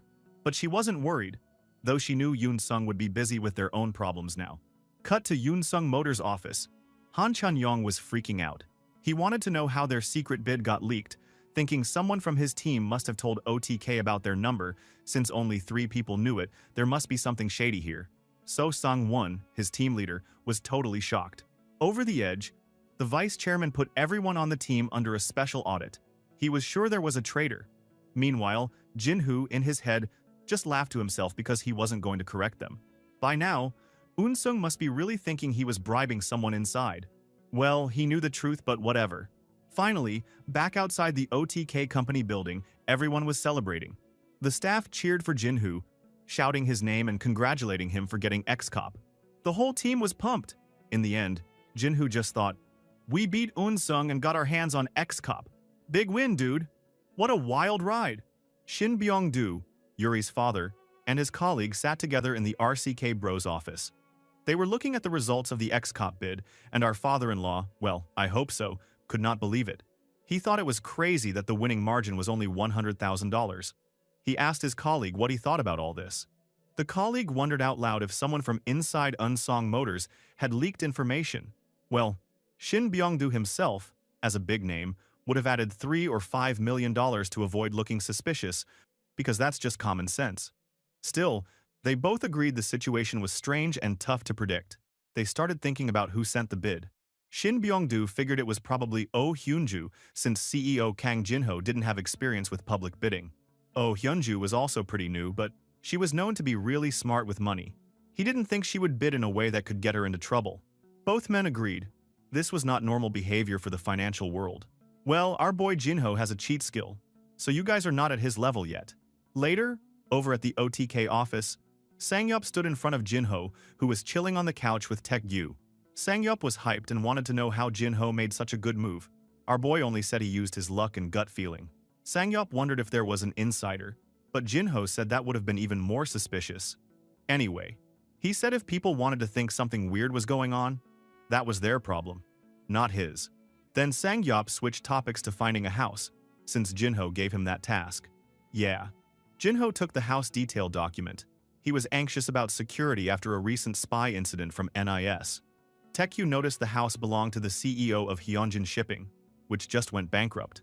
Sangyup explained the shipping business was risky, and the CEO had died, leaving his wife, Chae Young-eun, in charge. She was bad at managing the company, and it lost a ton of money. Now, she and her kids owned most of the shares, but she sold out right before trading was stopped, basically saving herself and leaving other shareholders with nothing. Taek-gyu called that out as classic insider trading. Jinho pointed out the minority shareholders were getting screwed, which was actually pretty common in business. But Sangyup said Chae Young-eun's bad relationship with the government meant she was in big trouble. Now she was selling her fancy house, saying it was for a donation to help the shareholders. The house price was super high, at 20 billion won. Jinho guessed she didn't want to really sell it, and if she did, she might try to cheat everyone by buying it back through someone she knew. Still, our boy liked the house and decided he should buy it properly so no one could play tricks. Sometime later, Chae Young-eun sat angry in her office, reading a headline about Jinho wanting to buy her house. She yelled on the phone at her lawyer, Park Dong-soo, since he had said no one would buy the house at that price. Her lawyer explained that Jinho was kind of a big deal now, but Chae Young-eun was not happy at all. He then suggested raising the price to 22 billion to slow things down, maybe giving her an excuse to delay. Chae Young-eun liked that idea, because she could claim it was for the minority shareholders, but she was still worried Jinho might really have the money. Park Dong-soo thought Jinho was smart, but maybe didn't have much negotiation experience, so he offered to meet him in person and make a fool of him. The next day, people online roasted Chae Young-eun for trying to raise the price. Meanwhile, Jinho was smiling to himself. He thought that if Chae Young-eun wanted to act generous and raise the price for the minority shareholders, he would just go along and publicly agree to pay 22 billion. It's just some change money for him. In the office, Ellie suddenly celebrated beating a Taek-gyu at a video game. Jinho reminded them they were in the CEO's office, but things stayed pretty chill until the phone rang. The secretary said Chae Young-eun's lawyer had arrived. Jinho then went to meet Park Dong-soo in a meeting room. Park Dong-soo introduced himself politely, but Jinho just wanted to get it over with because he was waiting for his noodles. Yeah, this dude is not worth as the ramyeon he would have later. Anyway, Dong-soo explained that Chae Young-eun hoped Jinho would take back his offer to buy the house. He said the house had a lot of family memories, but Jinho thought that was pretty weak since the house was only 5 years old. Dong-soo tried to offer Jinho a different house at a lower price, but Jinho wasn't interested. He said he wanted that house only, and he was sure the sale money would help the shareholders. With a flat face, he called out Chae Young-eun for trying to hide her money, instead of helping the minority shareholders. He said the only reason the stock price crashed was because of her bad management, so it wasn't fair that normal people were losing out. Then our boy got really serious and told Park Dong-soo to pass the message that Chae Young-eun should stop playing games and get ready to move out. Hearing this, Dong-soo could only tremble. The CEO in front of him is not a young man, but a real businessman. Whatever he heard from the news is fake. Jinho is the real deal, and never to mess with. Honestly, yeah, our protagonist is cool as fuck. After that, Jinho left the meeting, feeling annoyed by the whole thing. He thought that if he went public about wanting the house again, it should all work out. In the hallway, he ran into Sangyup, who had some documents and news. Sangyup told him that Yunsong Motors had bought another company, JD Caps, for a huge amount of money, but it was like picking a small prize instead of a big one. Because of the ex-cop mess, the main team at Yunsong Motors had all quit, including team leader So Sung-won. Our otaku friend joined and joked that now a family man was in trouble because of their moves, and he patted Jinho on the shoulder. Bro, you are the one suggesting that $100,000 more. Even Jinho could only roll his eyes at his trolling friend. He remembers the guy, Sung-won from Yunsong Motors. He was the stern man beside the CEO when they met to bid on X-Corp. Our boy got a wild idea. He asked Sang-yup to set up a meeting with team leader Sang-won, the guy who was resigning. He sounded determined. This next meeting was going to be important. The next day, in a private Japanese restaurant, Jinho and Taekyu sat across from Sang-won. Jinho looked at Sang-won and thought for a moment. He really wanted to meet this guy, even though Sang-won was supposed to have quit his job. He felt a bit surprised that he actually agreed to meet him. Our protagonist thought that Sang-won looked like life had been hard on him. Well, dude, that's because of you and Taekyu, by the way. But no problem. I like how you fucked up Unsong Motors. Anyway, Sang-won suddenly said he came here because he only wanted to ask something important. The air felt a bit heavy. He had one big question. Was the secret bidding price really leaked by someone from his team? After all, the people who knew the bidding price? It was very few people. Our boy thought Sang-won could be really seen as a traitor when they met. But wow, this guy must be really curious about whether their bidding price got leaked. Jinho asked if maybe Sang-won wondered if someone on his team leaked the number for some extra cash. But Sang-won said that could never be true. Hearing that stern answer, our boy was kind of impressed that Sang-won still trusted his team, even though everyone was under suspicion. What a loyal dude. So, how Sang-won thought OTK got the bidding price right on the nose. Sang-won told Jinho he thought this definitely because Hyunju. Yet, something was odd, because when the bidding price was announced, the branch manager, Hyunju, herself was shocked, so he didn't know if she was the one predicting the number. But when he saw Jinho, our boy seemed pretty chill, like he already knew what would happen. So honestly, he didn't know what happened. He even explained that the Unsong Motors vice chairman had changed the price at the last minute to keep it a secret. Even added $50 million to really get this project and crush OTK. So, Sang-won is really clueless about how the news got leaked. Suddenly, Jinho knew that if didn't aimed for Unsong Motors from the start, Hyunju would have won. Wow. He always got speechless when talking about her. Well, our boy didn't feel bad about using his special power of precognition, but he realized maybe Sang-won and his team had lost out because of it, and he felt pretty bad about it. Jinho then tried to explain that their company's original spending limit was set at $2.92 billion. He said everything that happened was just luck, sort of. Sang-won couldn't believe it and asked if it was truly just a coincidence. Taekyu tried to keep things light, saying that weird things happen, but there was always a way out and that they could help if Sang-won wanted. It seemed Taekyu was realizing just how serious all of this was, too. Jinho asked about Sang-won's future plans since he quit his job. Sang-won said he actually didn't have any plans yet. So our boy offered him a job at OTK, but Sang-won instantly said no because he didn't want people to think he was really the traitor. He wanted to keep his honor. He said, thanks for the offer, but turned it down with pride. Jinho saw that this wasn't going to be easy. He noticed Sang-won was dressed pretty messy, probably so it didn't look like they were having a secret meeting. Sang-won also didn't even drink any water there. This guy really tried hard to look innocent. But he respected that Sang-won could act proper and not give up, even when things were really bad. Our protagonist then warned Sang-won that even if another company cleared him of all blame, people would still gossip. His reputation would be stuck with the scandal. He said that he was the only one who really knew Sang-won was innocent. If he joined OTK, Jinho himself would get criticism. But he didn't care, because he had already been hated on a lot. So one more insult wouldn't change anything. He said that what mattered most was how Sang-won felt about himself. Well, there was no need to rush for an answer. He promised that if Sang-won worked with him, his honor would come back.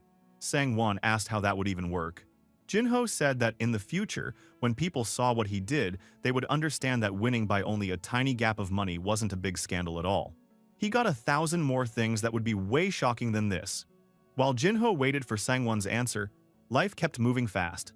Hyunjin Shipping was taken off the stock market, and chairwoman Chae Young-eun, who couldn't keep up anymore, had to sell her big house in Samsung-dong. With money from his business, Jinho bought that house. That was cheap as hell. Living the dream, right? Also, the house was super close to the company, just a 5-minute drive. Now, Jinho moved in, and Taekyu, Hyunju, and Ellie walked around the fancy new place. They were like, wow, there's even an elevator inside. The kitchen was huge. Hyunju thought it would be awesome for cooking, but Taekyu joked she would probably just make ramen or order takeout anyway. Ellie then asked Jinho if he liked the new house. Jinho thought the house looked really good, and maybe Chairwoman Chae was talented at decorating, not just with business. Ellie told him that the chairwoman had studied art and even had some shows. so it made sense everything looked expensive. They were all a bit amazed at how fast things had changed, but Hyunju got a little serious, saying that just a few years ago, nobody thought Hyunjin's shipping would fall apart. She said it was a reminder that anything could happen, even to big companies, so they should always be careful. Jinho took her advice seriously and thanked them all for their hard work. Time sped up and the year was almost over. The company got ready for a big year-end party. The first party with all three teams, Golden Gate, OTK, and K Company. Gihong, now a team leader, planned it. He was apparently really good at organizing things. In the car on the way to work, our boy thought about the crazy year. He remembered Brexit, Ronald getting elected, crazy company drama, being called to court, and even buying a house. Taekyu reminded him that they also invested in the US car business. There are too many jobs to handle. As they arrived at work, they saw people protesting outside the building. Some people called Jinho a criminal and told OTK to just shut down. Jinho just said that people could say whatever they wanted, it was a free country anyway. He doesn't mind at all. Then, Jinho saw something weird in the crowd. He spotted a guy with a big sign saying he wanted to see Chairman Kang Jinho. Jinho realized it was Kim Sok-bom, an old colleague of his father. Instantly, our boy jumped out of the car and ran to him. Kim Sok-bom stood outside, shaking in the cold. But when looking at Jinho, he was kinda shocked. People said it was hard to get a meeting with Jinho, so he hoped doing something crazy like this might work. Jinho realized that with all the fame and the new rules, he almost missed a friend in trouble. So, he invited Mr. Sok-bom inside. In the company lounge, they sat together. Mr. Sok-bom was a bit nervous, saying he didn't know how to act around Jinho now that he was such a big shot. Jinho said he didn't care about fancy titles. They could still be easy with each other. Mr. Sok-bom started crying, feeling guilty for not contacting Jinho after his father died. Our boy shook his head and said that just staying with him when his father died was more than enough. But something was off. Mr. Sok-bom stuttered and seemed scared now. He finally told Jinho his sad story. A few years ago, he tried to find a new job with another friend, Mr. Jong-soo. They both got jobs at Wusong Corporation, a car engine company, but work was brutal, and there were big fights with management. They faced unfair lawsuits, and, worst of all, Mr. Jong-soo died. Mr. Sok-bom cried and showed Jinho his head. Under his hat was a huge scar. He had been hurt badly just because he went on strike. Taekyu couldn't believe it, thinking the people who did that were just crazy. Jinho thought about why he worked so hard for money. He remembered someone once asked him why he was still risking so much when he already had enough. He thought, yeah, sometimes money can't fix everything, but maybe it could help the people around him who are really in trouble. So, Jinho told Sok-bom not to worry. He promised to help no matter what. Bro, our MC is a goat. He was way better than Elon Musk. Anyway, our boy, Jinho, put together Uncle Sok-bom's story, and honestly, it was one ugly mess. When he was just a little kid, he used to visit his dad's factory. There were always two guys who were really nice to him. Uncle Sok-bom, who always joked that Jinho was getting too tall, and Uncle Jong-soo, who teased him about running out of allowance already and wondered if his buddy Taekyu was with him. Back then, after his dad's company went bankrupt, those two just started working at this place called Hong Wusong Enterprises. It was a big company, making car engine parts, and they were trying to grow super fast. But to do that, they just made everyone work crazy long hours, even all night, no breaks, no rotation. So people ended up dying from overwork. 6 people, man. That's not just bad, that's criminal. So the workers got together and made a deal with the boss. Switch things up, work in 2 shifts, make it less brutal. But surprise, surprise, the company just kept dragging their feet and nothing really changed. The all-nighter work just kept going. After lots of fights and arguments, the union had enough. They tried to protest by occupying the factory. Of course, Uncle Sok-bom and Uncle Jong-soo joined in. They had guts, bro. But the company wasn't playing nice. Instead of talking, they sent dudes in cars right at the protesters. Like, literally, these guys rammed cars into the workers. That's some mafia stuff. For real. 3 dudes got bones broken. 8 more got beat up. The company just called it an accident, blamed the union, and somehow the police just let it slide. No one went to jail. But it didn't stop there. Later, when people were still fighting for their rights, the company sent in even more hired muscle, like actual gangsters, with masks and bats. Uncle Sok-bom got smashed in the head with a fire extinguisher, and from then on, he couldn't talk right. Our poor guy, man. The police? Total jokes. They told the people to bring evidence, but then, When it was time to blame the union, suddenly they sent everyone to court, asking for 1-year prison sentences. Meanwhile, the company just replaced the striking workers and told everyone they couldn't come back unless they quit the union. And then, just for extra pain, they started hitting the union guys with all kinds of crazy lawsuits, stuff like damaging lockers with tape or painting banners on the ground. Most of it was just trash that any real judge would laugh at. But Uncle Jong-soo, man, he couldn't take it and ended his life. Yeah, super rough moment. After hearing those stories, our otaku friend was wiping his glasses, wondering why the world seemed so twisted. Everyone, media, police, prosecutors, they were all on the company's side. Jinho knew why though. Big factory keeps the local economy alive, and the real owners always have friends in high places. Looking at some documents, he started to feel like maybe there was someone even bigger behind it all. But he shook it off. He had bigger problems to deal with right now. So, our MC turned to Lee Chol-jin, the new ex-cop manager, and asked what kind of company this Chongju Consulting really was. Chol-jin just grinned and said they were famous, but not in a good way. On paper, they were a labor law firm. In reality, full of thugs and gangsters. He explained that his own crew, ex-cop, was made up of elite agents, ex-special forces, even foreign mercenaries. Basically, fighting wannabe mafia like Chongju Consulting was nothing for them. Our MC admitted he wasn't exactly a hero, but he wanted to help those workers, and told Chol-jin they'd get a shot to prove themselves. In another place, the worker is still planning to do their protest. And inside, the big boss, Chairman Hong Woo-song, was freaking out. Isn't Chongju Consulting promised to get rid of half the union in 3 months? And clearly, that hadn't happened. The chairman was mad that he couldn't even give out bonuses, and he hated seeing the union dudes camped in front of his house. But he couldn't fire them directly. That's why he hired Chongju Consulting. Lee Se-yop, from Chongju Consulting, told the chairman to chill and enjoy his coffee. They'd handle things today, and he shouldn't even look out the window. Back outside, the union kept shouting for their rights, begging for the company to finally switch to the daytime shifts they were promised. Then, Im Dusik, Chongju's vice president, stepped up with his squad. He told his guys to drive out the union, tear down all the tents and banners, and beat up anyone who fought back.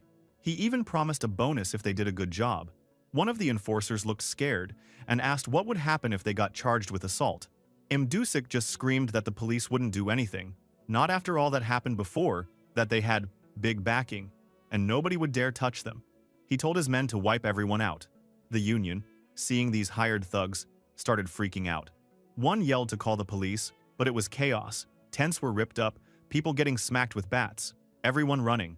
Some union members tried to resist, yelling at the thugs to stop, but it was hopeless. Finally, a police car rolled up, sirens flashing. The union guys were desperate, waving and screaming for help, but the cop car just drove right past. Yeah, you read that right. Didn't stop, didn't care, just kept going. Wow, is corrupt police happening everywhere? US police are not a joke either. I hate them so bad. Anyway, Im Dusik saw it too, and he was actually impressed. The police really won't do anything because they're big backing. So he told his guys not to be scared. With that much pull, they couldn't lose. Some of the union members tried to film what was happening and told others to send the video to the police. But the violence just kept getting worse. A bloody metal pipe flew, people screamed, and some of the enforcers suddenly got their hands busted up. Suddenly, Taegyu come and said, everyone has a plan until they get punched in the face. Then the ex-cop agents showed up, looking sharp in their suits and ties, body cameras rolling. Lee Chol-jin led them, ready to show off. The ex-cop agents started recording, announcing the time, saying they witnessed an assault and were reporting it to the police. They explained they only hit the attacker's wrist to disarm them, and only after giving 3 warnings. Bro, these guys were professionals. Im Dusik was confused, wondering who the hell these new guys were, and if maybe the union had brought in their own thug. He shouted, asking if they were from the countryside, and bragged that nobody around here messes with Chongju Consulting. But Lee Chol-jin and his ex-cop crew just stared him down. Chol-jin said if anyone got too close, they'd use physical force to protect their VIP. He even joked they'd let Chongju's thugs spend some time in jail for raising a hand against him. Im Dusik wasn't scared though. He started bragging too, said he had a massive conglomerate backing him, and maybe the name Yunsong Motors would mean something. He said with that kind of power, nothing gets exposed and everything gets buried. Some of the union guys, beaten up and bleeding, heard the name Unsong Motors, and suddenly realized how deep the corruption ran. They cried. So that's why everyone got beaten up, but the police won't do anything. Jinho realized that Yunsong Motor had a big corruption using PAS, which is the family company of the Korean president, and because this Hong Wusong Enterprises company is also a company below PAS and Yunsong Motor, two big superpowers protected it. No wonder why even after people died, nobody ever wrote a real news story about any of this. They never stood a chance. But suddenly, Jinho, cool as ever, just asked, "So what if Yunsong Motors is behind it? What are you going to do about it?" Dusik, now completely losing it, raised the bloody pipe and told Jinho to experience it himself. "Yeah, bad move, bro." Dusik swung his weapon, but Chol Jin wasn't having any of it. He blocked an attack and told them he warned them not to do something stupid. Then, he absolutely wrecked Dusik with one punch, sending him flying through the air like a ragdoll. Dude, that was satisfying. Anyway, Dusik tried to yell something, but all that came out was one long scream as he hit the ground. Blood on his face, ego totally destroyed. His crew freaked out, yelling for their boss. But honestly, these guys were about to get a taste of how outmatched they really were. Some of the enforcers started screaming, saying they outnumbered the ex-cop agents and should push through. But dude, numbers don't mean a thing when you're up against real professionals. But Choljin calmly said to those fucker that anybody who tried to fight would be beaten, no questions asked. Then it turned into a real brawl. Enforcers were charging with bats and pipes, but every time they tried something, ex-cop agents would block and put them on the floor. One of the agents announced loud and clear that this whole situation was dangerous, they had the right to protect everyone, and they were doing it under legit emergency security law. And just so nobody could lie about what happened, they were recording everything on body cameras. Every punch, every swing, all of it. The enforcers were losing their minds, yelling that ex-cop was just messing with them. But our MC's friend Taegyu was standing there, looking super stressed, and asked if they were actually losing. Choljin just gave him that look and said, "Did it really look like they were losing? In the old days, this would have been over in seconds. But now, with video evidence and new strategies, things were different. They need to pretend not to be aggressive." Some ex-cop agent stepped on an enforcer's hand and explained that all the false testimony was pointless. Everything was on tape. Meanwhile, some of the union guys watched from the side, totally shocked at how easily the thugs were getting handled. One wondered if it was really okay for the new guys to hit people like this. In the end, all the thugs were on the ground, wrists zip-tied, some bleeding. Police sirens started blaring in the distance. Perfect timing if you ask our hero. A whole fleet of police cars showed up. Jinho just smiled, feeling like he'd played this game perfectly. When the police captain arrived, trying to take control, Jinho acted super chill. He explained that he was just passing by when he saw some guys attacking people with steel pipes, so he stepped in. Jinho said there shouldn't be a problem, since these guys got caught red-handed, and just in case, he had everything recorded on his action cam. He pointed out how, before, the police only sent one car, which just rolled past and did nothing. Now, when he called again and brought some media probably around here, the entire department showed up. Hearing those, the police captain looked nervous, asking if Jinho was the guy who filed the report. He tried to tell him to step aside if he wasn't part of it, but our MC was ready with receipts. Jinho brought up how, last time, a thug cracked a union guy's skull with a fire extinguisher. Police didn't even bother investigating, told them to get their own evidence. So, guess what? He did just that, analyzing the video with CareOS facial technology and location recognition. He found out exactly who threw the fire extinguisher and pointed straight at the thug. The guy lost it, tried to deny everything, but Jinho just told him he'd be charged with special assault. If it wasn't him, nothing would happen. But the dude panicked and tried to run, like, "Come on, bro, that was just stupid." Jinho called for the police to arrest him, but the captain tried to act like he had to do some procedure bullshit first. Jinho tried to take control, saying he really saw some media reporters around and told him to look up at the roof, and yes, there is indeed a news outlet there that has been filming for days. Suddenly, the police captain was pretending to be all serious, yelling at his guys to grab the suspect. Funny how he changed his tune once there was a camera on him. Taekyu noticed that too. Media attention made these guys behave real quick. Dusik finally woke up, asking how long he had been passed out, and his underling said it's been 10 minutes. Suddenly, the thug earlier started shouting that he was innocent, but nobody was buying it. Jinho stood over him and told him straight up, "Innocent? Dude, you almost killed someone." Anyway, The police captain still tried to get Jinho to leave and come back another day, and our boy was just so angry. Even he could feel how desperate it is when even the police are trying so hard to protect the thugs. Uncle Suckbomb must be feeling shit like this too. The police captain kept spouting nonsense, got all fake nice, and told Jinho to just go home and let the police handle things from here. Jinho could only sigh, and the Union people remained hopeless. This victory was only temporary. Everyone knew it. The system was stacked, and the nightmare would just repeat tomorrow. Individuals like them couldn't compete with the conglomerate and corrupt police. Feeling enough, our boy decided to go all out. He said, "From now on, it's company versus company." He was stepping into the big leagues, a real heavyweight fight. He then officially introduced himself loud and clear, Kang Jinho from OTK Company. Hearing this name, everyone was so shocked. He then explained that his company would hire a law firm for defense and file civil lawsuits along with the criminal charges. He even listed all the things the thug would go after: surgery costs, hospital bills, damages, even the guy's house and car if that's what it took. There would be no settlement, not with him. The thug started to realize who the person in front of him was, and suddenly, freaking out, thinking he'd become a target of a global investment company's CEO. He started begging, saying he had a family, but Jinho asked why he was apologizing to him.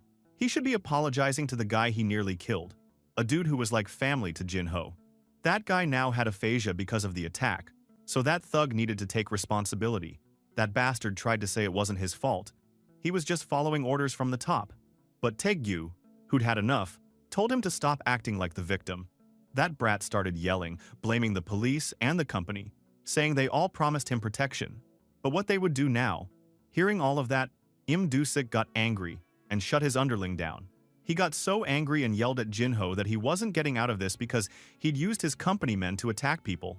He would make sure everything would go public. He tried to sound tough, saying he'd do a press conference and deny ordering violence. But Jinho just told him to save it. The lawyers would deal with it, and every word Dusik said would be repeated everywhere. He told everyone that Dusik himself admitted Unsong Motors was backing gangsters, hiding crimes, and letting people get buried. Dusik lost it, screaming that he never said that, but Jinho just shrugged. Everything recorded on the tape. Why bother being logical with a guy who beats people for a living? Let's see what happens next. He then told all the thugs he'd analyze the videos and file charges against everyone who got violent. The thug were all begging, saying they just followed orders and were promised nothing would happen. But again, who cares? But get this. Jinho couldn't believe how messed up everything was. These guys were apologizing to him instead of the real victim, and the cops barely did anything unless there was a camera on them. Thankfully, after all the drama, the Union people thanked Jinho, saying with legal support they could finally breathe. But our boy could only smile. These people had done enough. In the end, our MC looked at all this chaos, knowing it was all because of one corrupt company. He got his squad together and said, "Let's at least look at the big boss faces before leaving." Inside Hong Wusong Enterprises, the big boss, Chairman Hong Wusong, was feeling good because the protest outside had finally calmed down. He asked Seop if all the union guys were taken care of, and wondered if bringing in the police was part of their plan. Seop was basically bragging that, even though the cops weren't his idea, it worked out for them. That corrupt police probably made the union afraid and feel hopeless. Then things got weird. Chairman Hong looked outside and noticed that some of the thugs were missing, and only a few guys from the union were left outside. This made the old man super confused and annoyed. Suddenly, his executive panicked and shouted that they were in trouble, because OTK Company's CEO, that's our hero Kang Jinho, had rolled up with a bunch of ex-cop employees. Chairman Hong almost couldn't believe it. He kept asking what the hell Jinho was doing there, since he was just supposed to be some investment dude, not someone taking the workers' side. Bro, the executive was stressed. His hand was shaking. He was sweating like crazy and said he'd check it out. He also told the boss that the prosecutor's office called about Jinho. He hired a law firm and submitted a criminal complaint. But he didn't get to finish his sentence before the big guy arrived.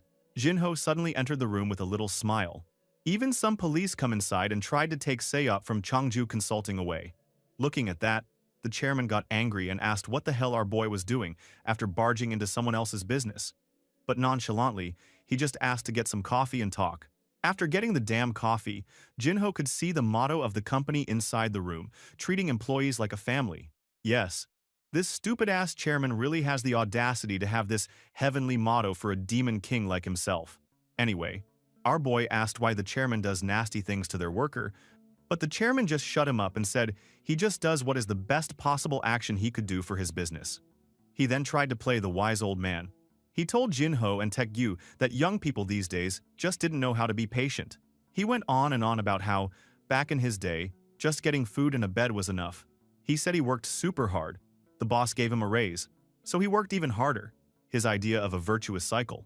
He even showed them this missing finger, as if he were some kind of hero from the past, saying it was proof of his hard work. He never blamed his boss, not even on the day he got hurt. He still went to work, ran the machines, and even after the factory went bankrupt and the boss disappeared, he didn't hold a grudge. He said that's why he became the owner of Hong Wusong Enterprises today. In his mind, if you work hard, you get rewarded. Yeah, sure dude. But our boy Jinho wasn't having any of that. He asked Chairman Hong if he even knew that dozens of his workers got hurt, and one even took his own life. The old man just snorted and said it was their own fault. Bro, what the hell? Taekyu was furious. He clenched his fists and looked like he wanted to punch the guy, saying it was scum like Chairman Hong who caused people like Uncle Jong-soo to die. Jinho pressed him. So, their own fault. Was that really Chairman Hong's philosophy on labor? He thinks it was impressive that he could endure everything and reach this point. But not everyone could survive hell like he did and not broken. But that stupid old man just said, "Thank you for the compliment." This chairman couldn't be helped. So Jinho hit back. He said that just because Chairman Hong survived like that, he shouldn't force that suffering onto everyone else. Chairman Hong tried to argue that he wasn't supposed to accept everything the union wanted. But Jinho told him, of course, but at least he should do so within the boundaries of the law. That's the point. Suddenly, the executive ran in again, looking like he'd seen a ghost, and told Chairman Hong to check the latest online news article. Chairman Hong freaked out, saying it was just some article, but the executive explained it was serious, especially the part where the anonymous informant was now named as OTK Company CEO Kang Jinho. Chairman Hong stared straight at Jinho, asking if it was him. Our MC just smiled. Bro knew exactly what he was doing. He was on par with an A-tier celebrity. Just using his name would make public attention look toward this company. The internet exploded with this new scandal. After that, the executive was on the phone, totally stressed out, saying Yunsong Motor is calling. Chairman Hong just crossed his arms and smiled. He said to Jinho that his backing won't let his company be ruined. Jinho, looking chill as hell, said this whole thing must be an emergency for Yunsong Motors too, since Hong Wusong was their main subcontractor. But he wasn't letting it go. He pointed out that this emergency was because they hired thugs to beat up union members. Chairman Hong tried to pretend he didn't know anything, just blaming his workers for getting too overexcited and saying he never told them to hurt anyone. Bro, does this guy ever take responsibility? He even knew the ex-cop member was recording all of this. But he wasn't stressed. He said he wasn't going to say what they wanted to hear anyway. So what could they do now? Our boy just smiled and just told him he doesn't care about that goddamn recording because he was there in person to handle things himself. He also said that Yunsong Motors won't make themselves dirty just to help this small company. Hearing that, the chairman denied and said it wouldn't happen. But the executive on the phone suddenly trembled, said they wouldn't survive without them, and begged. But in the end, he just looked at the chairman and almost cried. That's when the chairman knew his backing won't help. He instantly got scared. Jinho and Taekyu tried to leave, but the chairman suddenly begged to at least remove the article, and he would do anything. Without looking back, our boy just said that the chairman always made good use of the law and his power, until now. So, he intended to use his money and status to do the same, bring this company down. In the end, the public was enraged by the news and urged the chairman to get arrested. As the media kept covering the news, it got larger by the day until all people doing bad shit in the company got dragged down. But still, that damned Yunsong Motors slipped out unharmingly, claiming that the company is just a company they rarely do business with. The problematic all-night shift was abolished, and the union began to work again. After all of that, they came to see Uncle Sokbom in the hospital and began rehabilitation. He could smile now, thank goodness. And looking at the uncle, finally free from that company and having everything he deserved, our boy could only smile.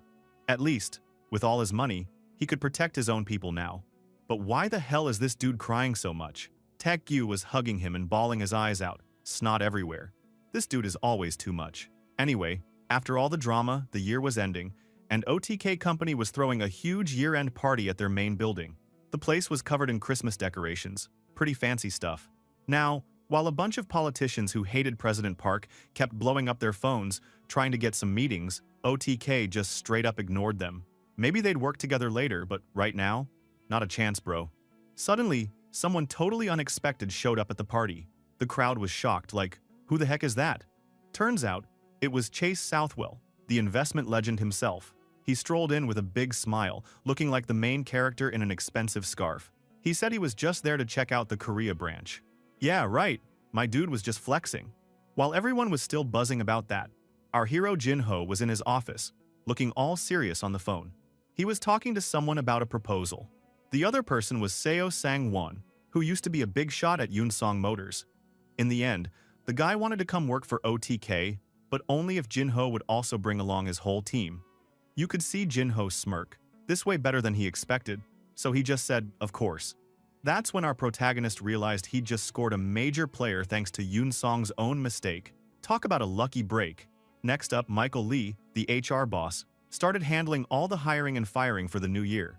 He said things were looking up, security was tight thanks to XCOP, and the finance teams were finally getting their act together. But they still needed more accountants and, apparently, a real legal department. Right now, the lawyers were all outside hires, but they wanted an in-house squad soon.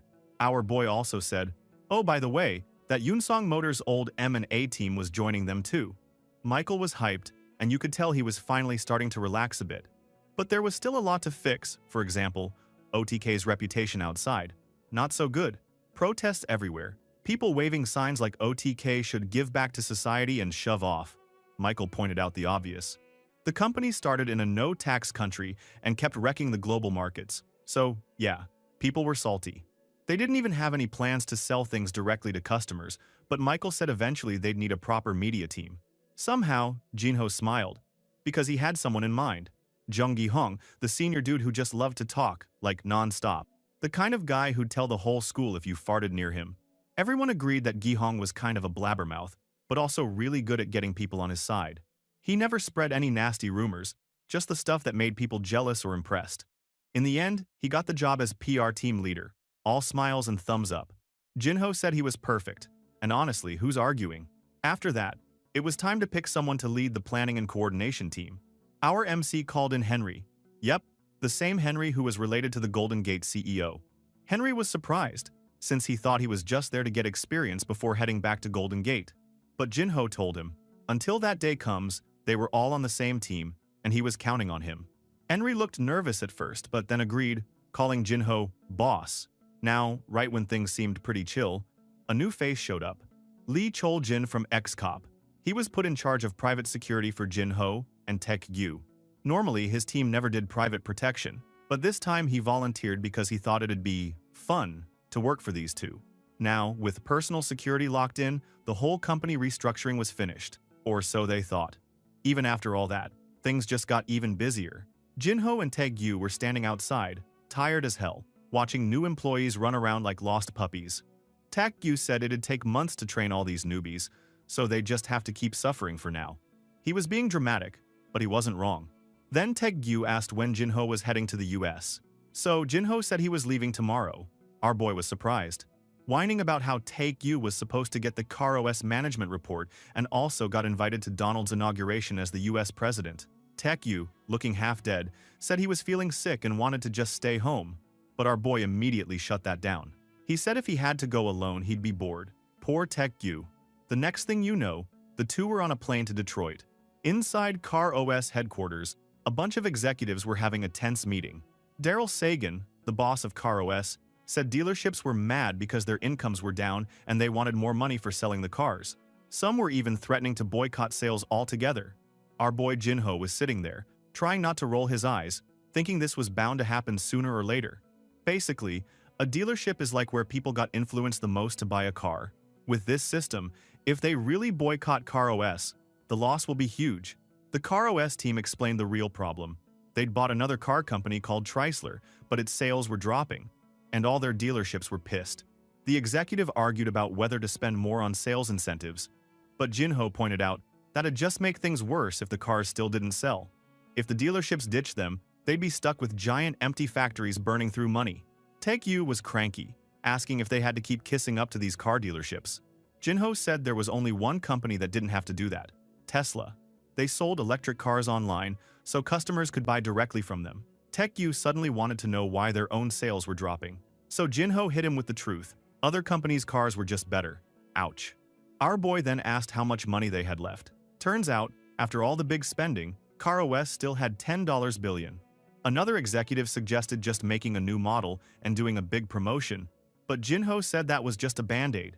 The real issue was that their car's design and engines were old news, and they couldn't stop building the new factory, or the politicians would freak out. Jinho, looking dead serious, said there was only one answer left. Our boy stood up and told everyone they were thinking backwards. Chrysler was old news. The future was CarOS cars. The real question was if they could survive the pain until their self-driving car was ready. The CEO argues that if they got into a war with the dealers, future sales would also tank. But our protagonist just slammed his hand on the table and told them he only invested in CarOS because they had dreams big enough to break reality's limits. If they needed more money, he'd get it for them, even if he had to sell other companies or go public. Hearing all the CarOS executive was literally touched, even the CEO. Our boy finished by saying not to worry about the dealers. If they built cars that were actually awesome, customers would show up on their own. No need to beg people to sell their stuff. After the meeting, Jinho and Taekyu walked out of CarOS together. Taekyu teased him, saying the speech sounded like something Donald Trump would say. Jinho admitted he borrowed a little inspiration, then joked around that it was a compliment. Just as they were heading out, our otaku friend remembered that Golden Gate's CEO, Grandpa Goldman, tried to call Jinho but couldn't reach him. Apparently, Grandpa Goldman told them to cancel his plane ticket, whatever that meant. Hearing that, Jinho was shocked. Is something big going to be happened later? Next thing you know, the boys were flying in style. They were chilling on a private jet that Golden Gate sent just for them. Man, talk about an upgrade. Jinho took a sip from his can and started thinking about the old days. Remember that time they went to Japan? Total budget trip. The two of them were squished into those tiny airline seats, Taekyu sleeping like a log while our boy Jinho was dying from the lack of legroom. The only thing that came back heavy was Taegyu's suitcase, which was stuffed with all his nerdy treasures. Classic otaku move. Back in the present, Jinho was looking tired, while Taegyu said those times were fun. Our boy disagreed. He thought it was hell. But then the talk moved to business. He asked how the public was feeling about Donald these days. Daryl said Ronald was still super popular in the Rust Belt, but not really anywhere else. At least that was something. Jinho wondered why support didn't rise when people usually get more excited after a big win, because Donald had to hang in there for OTK's plans to work out. Then Daryl got a little businessy, talking about launching their next car, with the new self-driving tech, hopefully by the end of the year. Sounded sweet. Jinho also knew that electric cars were the real future. The problem? Batteries. He explained that all the big car companies were afraid to go electric because they couldn't make enough money sharing profits with battery makers. But then a new company, Tesla, did a partnership with a Japanese battery firm and started killing it, leaving everyone else in the dust. Now automakers are all chasing behind Tesla. Jinho explained that it was like when Kodak stuck to film and totally missed the digital camera revolution.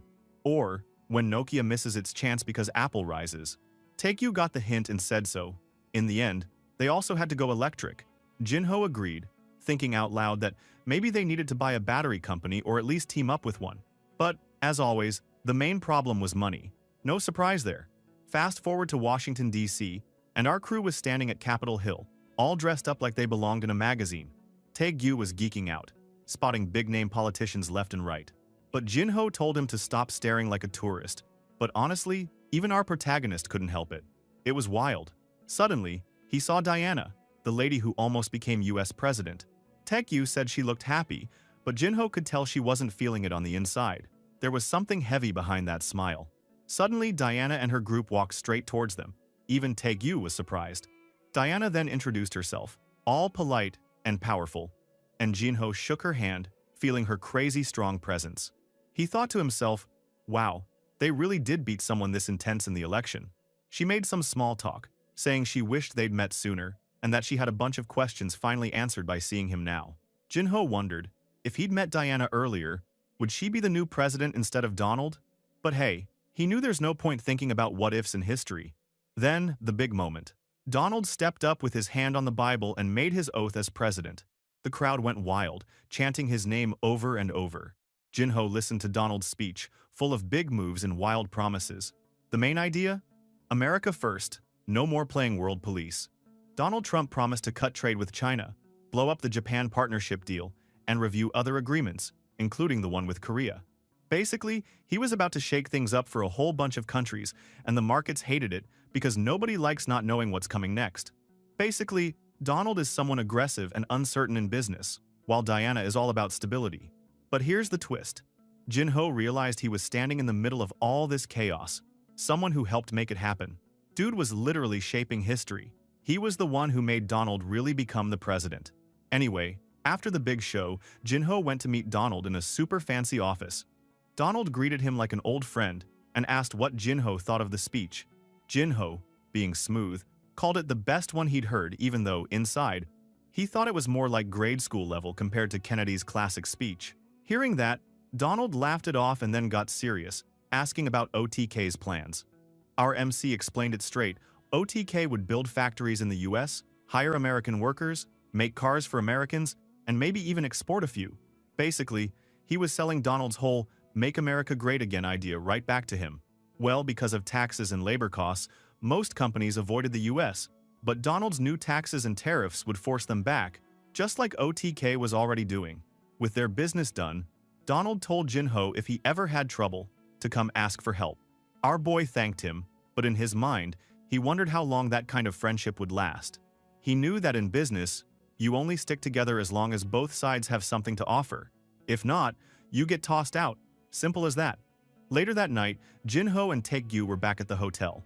Our protagonist was stretching, finally out of his suit. Taekgyu was chilling on the couch, asking if Daryl, the car OS boss, got sent off okay.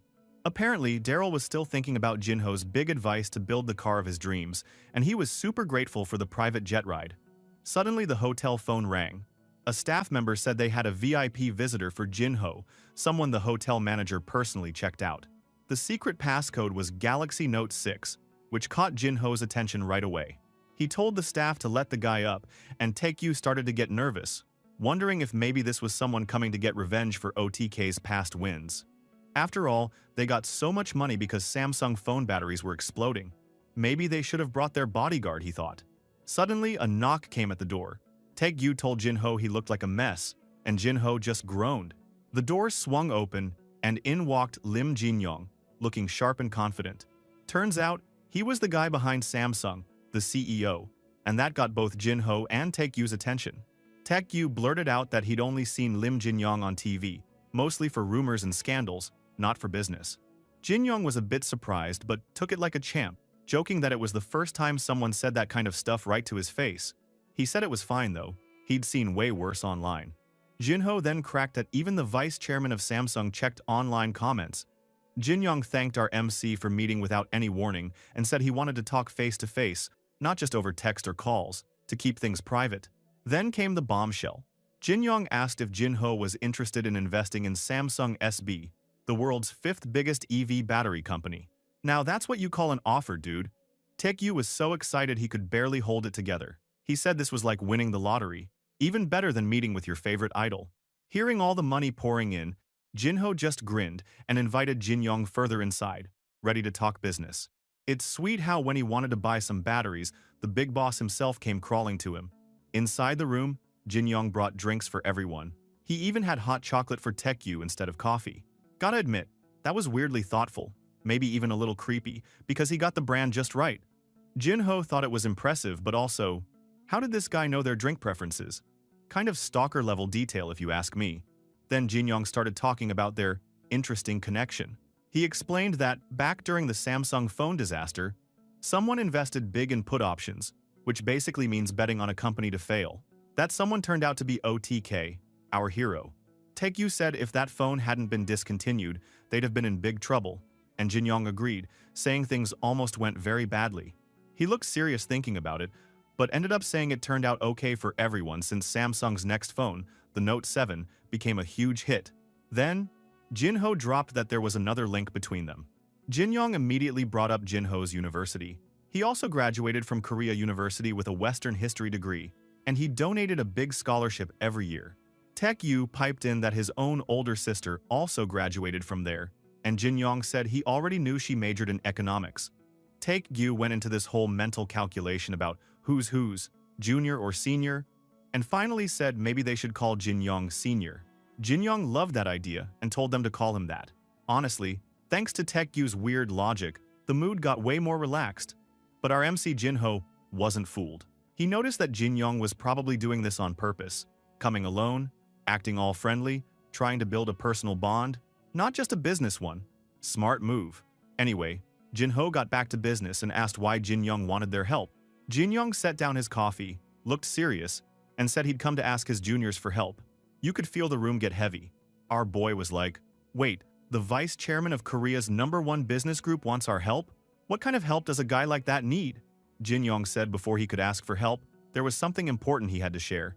He finally admitted his father, Chairman Lim Il-gwon, was in critical condition and probably had only about 2 weeks to live.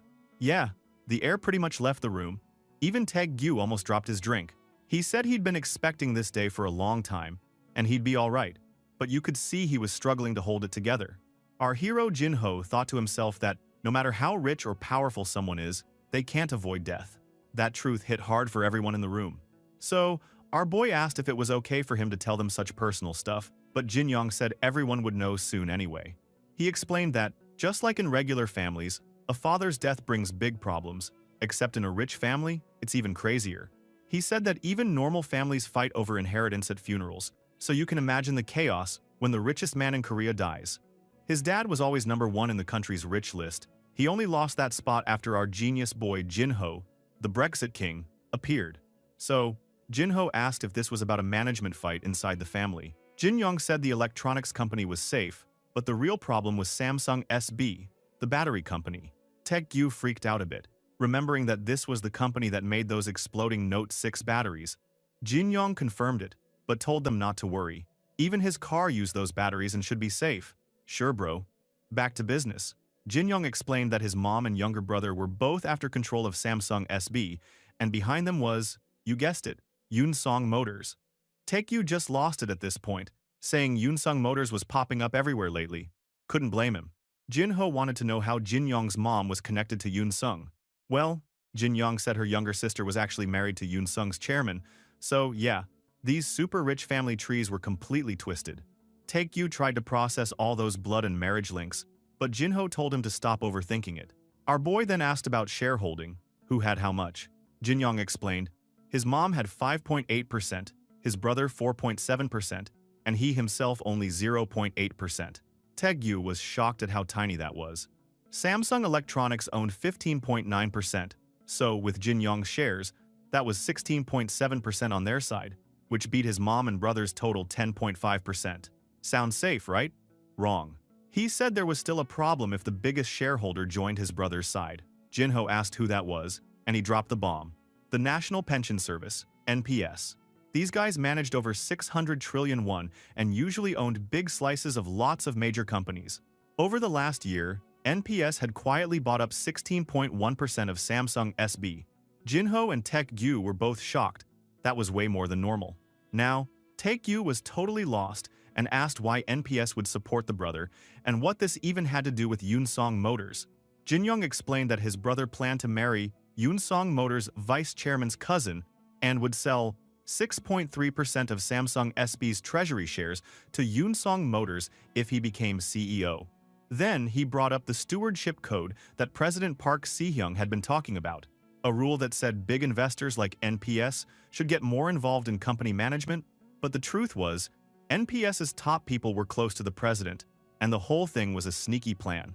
The public liked it, thinking the president was protecting their pensions, but really it was just a way to help Yunsong Motors grab Samsung SB after the chairman died. This Yunsong shit is really pissing me off. This guy is so dirty. Anyway, it was a huge, nasty trick. Yunsong Motors and the president's crew would use NPS to tip the vote, marry off the right people, and buy up shares, all while regular people cheered them on. After the deal, NPS would be left holding the bag and probably lose money, but Yunsung would own everything. At this point, Jin Young looked exhausted. He couldn't win this fight alone. Yunsung Motors wasn't interested in peace. They wanted control. So, his last card was asking OTK, our hero's company, to be the White Knight, the friendly group that comes in to stop a hostile takeover. He wanted OTK to buy the 6.3% treasury shares, but also to buy even more shares on the open market, at least 3.6% more, which would cost over 2 trillion won total. And even then, it still wasn't a guaranteed win. In the end, Jinho had to ask, why them? Jin Young said it straight. He needed an ally who would never betray him, someone who had as much to lose as he did. But as soon as Jin Young said it, the Golden Eagles came out again after a long time. Jinho, of course, started thinking this was the big chance for them. If OTK and Samsung worked together, they could do some epic stuff, like put Samsung's world-class batteries into OTK's new cars. You could see the light bulb go on over his head. Some words showed up beside the eagle, stating that CarOS needs a Samsung SB battery. In his mind, Jinho imagined a future where their cars ran on Samsung batteries, and he realized this whole crazy drama might actually be the golden ticket for both companies if they survived the coming storm. Suddenly, Jin Young noticed Jinho looking spaced out and asked if he was okay. Taekyu, who knew his friend just activated his power, explained that our boy sometimes drifts off into his thoughts like that, totally normal, apparently. So, Jinho jumped back into the conversation, all smooth, and asked if Jin Young was talking about battery supplies. But Jin Young wasn't thinking small. He started throwing out big ideas. He wanted to team up on the whole car game, not just the batteries. He said Samsung Electronics was about to start making some crazy new car chips, those apps that are basically the brain of self-driving cars. Taekyu geeked out, super hyped because he'd heard those chips even beat the latest ones from the competition. He bragged about Jinho's skills and said the man knew his stuff. Jinho, though, was all business. He knew that for real autonomous cars, you need these high-powered chips, not just batteries. Well, if they partnered with Samsung, they could dodge a lot of annoying little deals and just get everything they needed from one place. He even knew that Samsung had just bought Harman, that global leader in electronics, which made their team even stronger. That move had helped Jinho's crew before because Yunsong Motors got blown really hard. Our boy then asked whether Jin Young had ever offered the same deal to another major company. The man said no. He couldn't trust the big guys not to stab him in the back. He admitted he didn't fully trust OTK either, but he said one thing made him confident: OTK's beef with Yunsong Motors. In his mind, as long as both of them hated Yunsong, they were unlikely to betray each other. Taekyu was pretty impressed, not gonna lie. Jin Young pressed for a quick answer, but our boy Jinho had already decided. As soon as he saw the future in his vision, he knew what to do. He got up and shook Jin Young's hand, saying he'd help. The deal was on. Later that night, Jin Young was in a car with his right-hand man, Kim Myung-soo. The guy asked what he thought of Jinho after finally meeting him. Jin Young just said he wasn't sure yet, but things looked alright. Myung-soo reminded him not to get too comfortable, because the other side, Jin Young's brother and their mom, could still pull off more moves with their friends in government and finance. To be honest, Jin Young wished his family would just chill, but Myung-soo hit him with some real talk. People never stop wanting more once they get a taste of power. So, his boss had to brace himself for the ugly fight ahead. Cut to OTK's office, and Taekyu was thinking to himself, wondering if it was even smart for Jinho to work with a big conglomerate, since he always said he hated those guys. But our protagonist explained he didn't actually hate them. He just didn't like anyone hogging everything. It wasn't his goal to destroy the whole system. That was enough for Taekyu. Jinho then got all strategic, thinking how blocking Yunsong from grabbing Samsung SB would mess up a lot of things. He said only a few companies worldwide could do what Samsung SB did. Basically, they needed to move fast if they wanted to win. So, he called someone who would help them now. Meanwhile, Park Sang-yop, their analyst guy, got called by Jinho and asked to start buying Samsung SB shares immediately and to keep it super low-key, don't use the obvious accounts, go the sneaky route with foreign brokers. Sang-yop was like, alright, but wanted an explanation.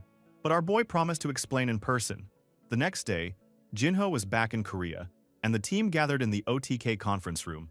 He said the meeting with Donald Trump was finalized, but the real game begins after that meeting.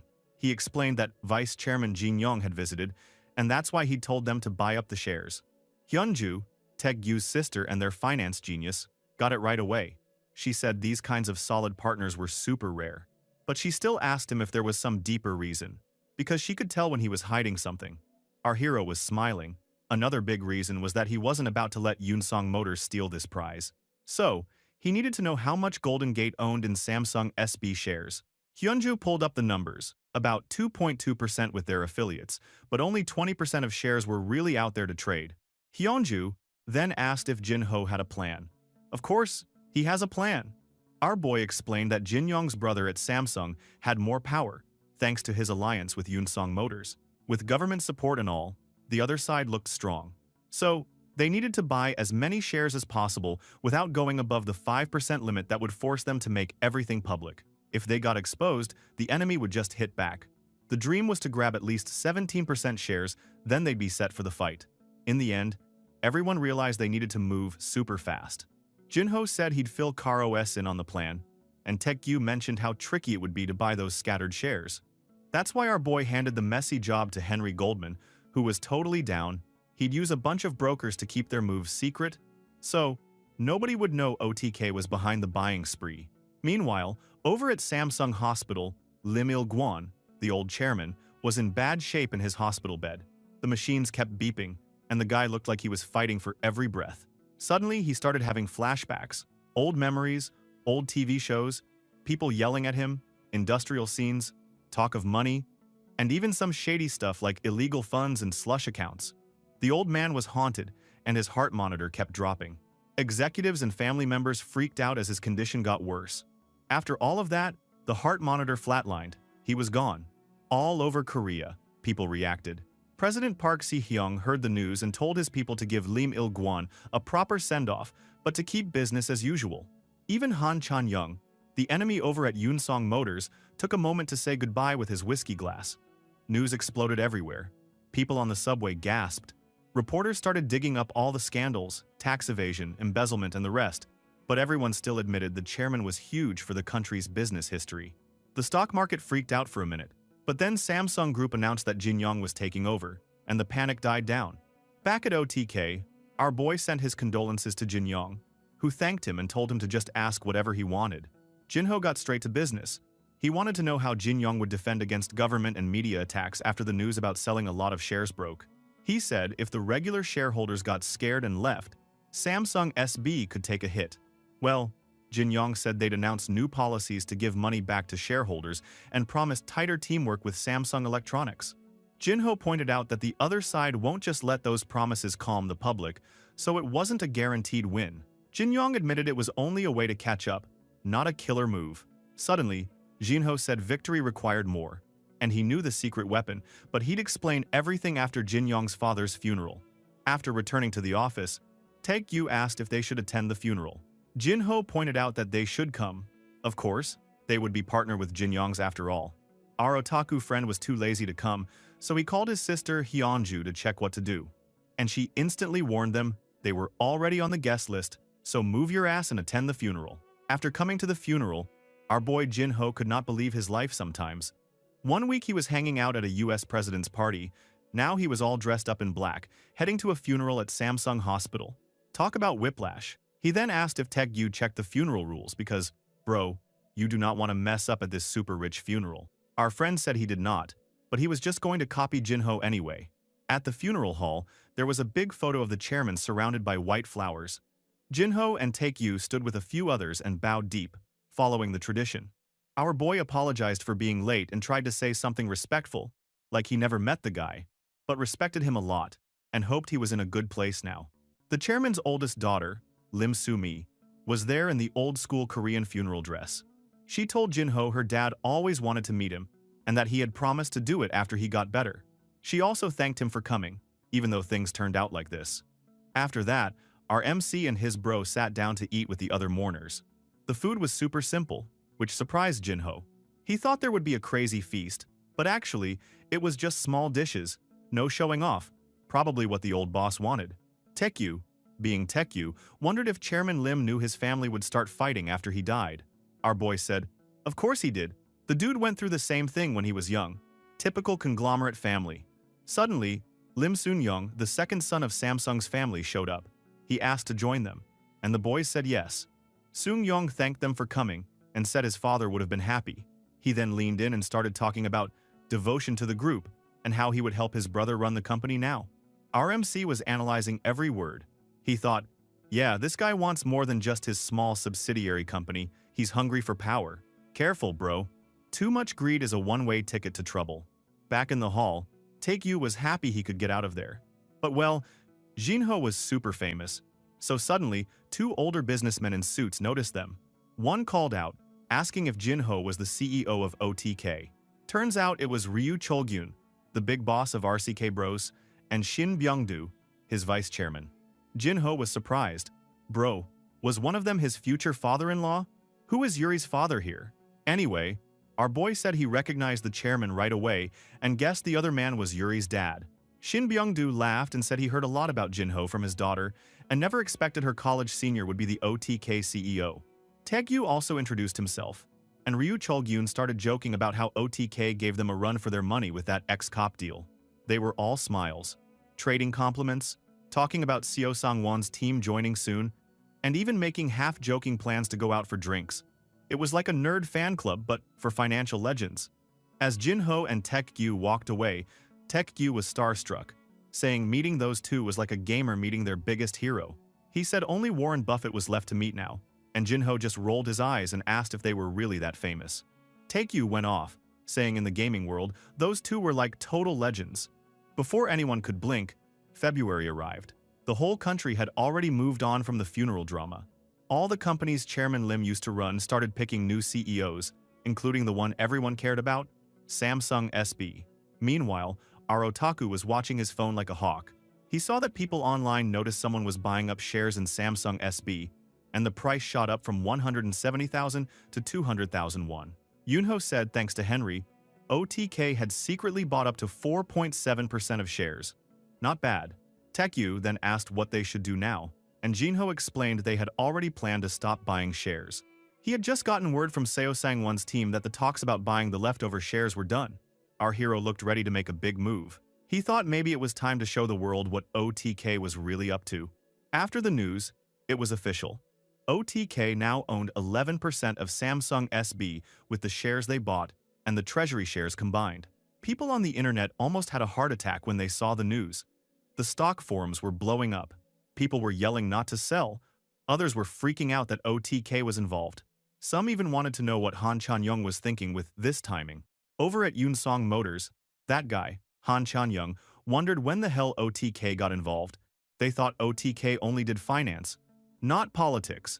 He tried to calm himself, thinking it was still fine since they had connections and the whole government backing them up. He figured it was still a good fight and just needed to keep pushing for management rights. He then called Lim Sung-yong, the second son of Samsung's group. The man picked up the phone, and after some talk, he decided to join the fight on Yunsung Motors' side. But the man just wondering what the hell his brother, the smart Lim Jin-yong, thought to ask for help from some financial speculator like Jinho. Oh boy, you gotta get wrecked by that speculator. Don't cry in the next part. Anyway, over on the stock forums, Samsung SB shares were flying past 230,000 won. The National Pension Service was suspected of buying like crazy, and people online were roasting them for spending so freely. Some were worried this would wreck everyone, while others just said to chill out and let the experts handle it. On TV, a special news report was running about the future of electric cars and who would run Samsung SB. The news anchors said Lim Jin-yong's treasury stock sale was a dumb move and brought up old scandals. The media started acting like Lim Sung-yong was the only smart choice and said Jin-yong's press conference was probably just empty talk. Meanwhile, our boy was on the phone with Yuri, who was worried about all the bad press. Yeah, the wife is so worried about her future hubby. She asked if he had a plan. Jinho just smirked and said he did, but wouldn't tell her. It was insider info after all. Yuri was annoyed, but he told her to turn on the TV in 5 minutes. Yet he wouldn't even say which channel. Bro loves his secrets. In the newsroom, the anchor said only a miracle could change things now and that Lim Sung-yong had the win in the bag. Suddenly, breaking news hit. The press conference was starting. The anchor said, unless Jin-yong had more than just a boring shareholder policy, nothing exciting would happen today. But then, surprise, Jinho himself walked up to the podium, live on TV, calm as ever. The online chat went absolutely wild. People couldn't believe it. Our MC was there, holding 11% of Samsung SB. Some called him the god of investing. Some just spammed, "What?" like a million times. Looking at that, Sung-yong freaked out in the audience, asking why a so-called speculator was even there. Over at Yunsung Motors, one of Han Chan-young's people stormed in and gave him this shocking news. In the conference room, Jinho announced that OTK Company and Samsung SB would invest together and build a new company in the US, TB Company, to make batteries. The audience exploded. Even the anchor who saw this conference live even stood up yelling that this was all just a trick to get more votes at the CEO meeting and asked for proof. All the media in the conference room were also shouting for answers. Our hero didn't back down. People love to call him a lucky gambler, a financial speculator who got rich by sheer luck, but he said that if they didn't trust him, he would prove himself. He then clicked the play button and let everyone see his real proof. As soon as he clicked it, the chat went nuts. Everyone was screaming, spamming, "Whoa," and "insane" in the comments. The crowds were also cheering. They could see the US president was on screen, thanking OTK and Samsung, saying every company should learn from them. Our MC just changed the whole game with one move. Dude really doesn't miss. What a legend! Anyway, people looked like they had just seen a ghost, and the other was totally spaced out. It was clear something huge had just happened, and you could tell everyone in the building was about to lose it. Then, everywhere online, people started blowing up the forums. Everyone was losing their minds, posting stuff like, "Whoa," and "This is insane." One netizen didn't really understand what was happening, but they all knew it was big. Next, on a giant screen at a huge press conference, President Donald Trump was grinning and giving a big thumbs up, like he just won the lottery. He told everyone that OTK was an awesome company in Korea, and that every company exporting to the United States should learn from OTK and Samsung. He kept smiling for the cameras and thanked OTK again, looking like the happiest guy in America. Out on the street, bystanders were staring at this giant electronic billboard showing President Donald's speech. One person even pointed at the screen, while another looked like their head was about to explode. People were so shocked they couldn't even talk. The chaos kept exploding online, with a bunch of people saying the country's national prestige was flying high, and someone said they were really looking forward to Monday's stock opening. Yeah, people were wilding out. Meanwhile, in her apartment, Yuri was also shocked when the news anchor on her TV said they were interrupting the program for an official message from the US president. She looked ready to faint, holding her chest in shock, and thinking that when Jinho said to turn the TV on anywhere, he seriously meant everywhere. Back in the newsroom, the anchors were completely stunned now. He was about to break his fist from clenching it so hard. He said it was incredible and wondered if the U.S. president was really backing Samsung SB. Over at Unsung Motors, things were getting tense. Chan Young sat at his desk, totally pissed off, when the anchor continued his prediction. The anchor explained that Samsung's batteries had just been denied certification in China. Apparently, the world already had way too many batteries, and companies were killing themselves in price wars, so supply was way higher than demand. He wondered if there was any other solution if CEO Lim Sung-young got involved, but everyone in the room knew things were looking grim. Well, Samsung could be a partner with Unsung Motors, since the company that could handle the supply was basically next door. He called out OTK Company and straight up said everyone knew they and Unsung were on bad terms. Hearing all of that in his room, Chan Young said it was all pointless talk. He basically called the connection between his company, Unsung Motors, with OTK Company, and Kang Jin-hoo, doomed from the start. It all started when OTK picked up CarOS quietly, swiping X-Cop, stealing team leader Seo Sang-won, and making a mess during some labor disputes. In the end, Chairman Hong Woo-sung got arrested and Unsung Motors got dragged through the mud. But thank God that public opinion always died down quickly, and things stayed under control. But if the deal for Samsung SB's battery company fell through, it was going to be a disaster. Suddenly, on the TV, Daryl Sagan, the CEO of CarOS, came up to the stage all smiles, ready to show off.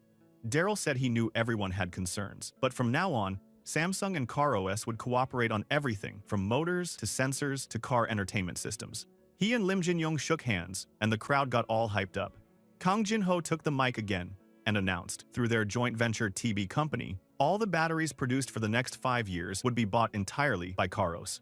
The crowd of reporters went nuts, yelling questions about the investment and ownership, but Jin-ho just told everyone to watch closely. Back at Unsung Motors, Chan Young was suddenly feeling himself. He leaned back in his chair with a big smirk, thinking to himself that these guys had been planning this attack from the start. He knew the game was on.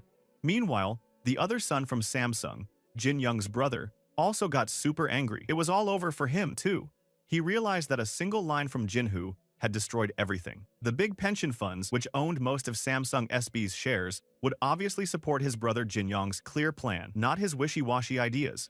He was feeling totally defeated. So, the smug face from Jinho that day was weighing Jin Young on him, to choose someone to be a partner. When he just branded Jinho as some financial speculator, Jin Young was the one who saw OTK's potential and reached out first. He looked back on all his mistakes, realizing he never had the guts to break away from Unsung Motors and stand with Kang Jinhoo. He admitted to himself that he just wasn't on the same level. He thought maybe, if he gave up everything and apologized, his big brother would forgive him, but it was way too late for that.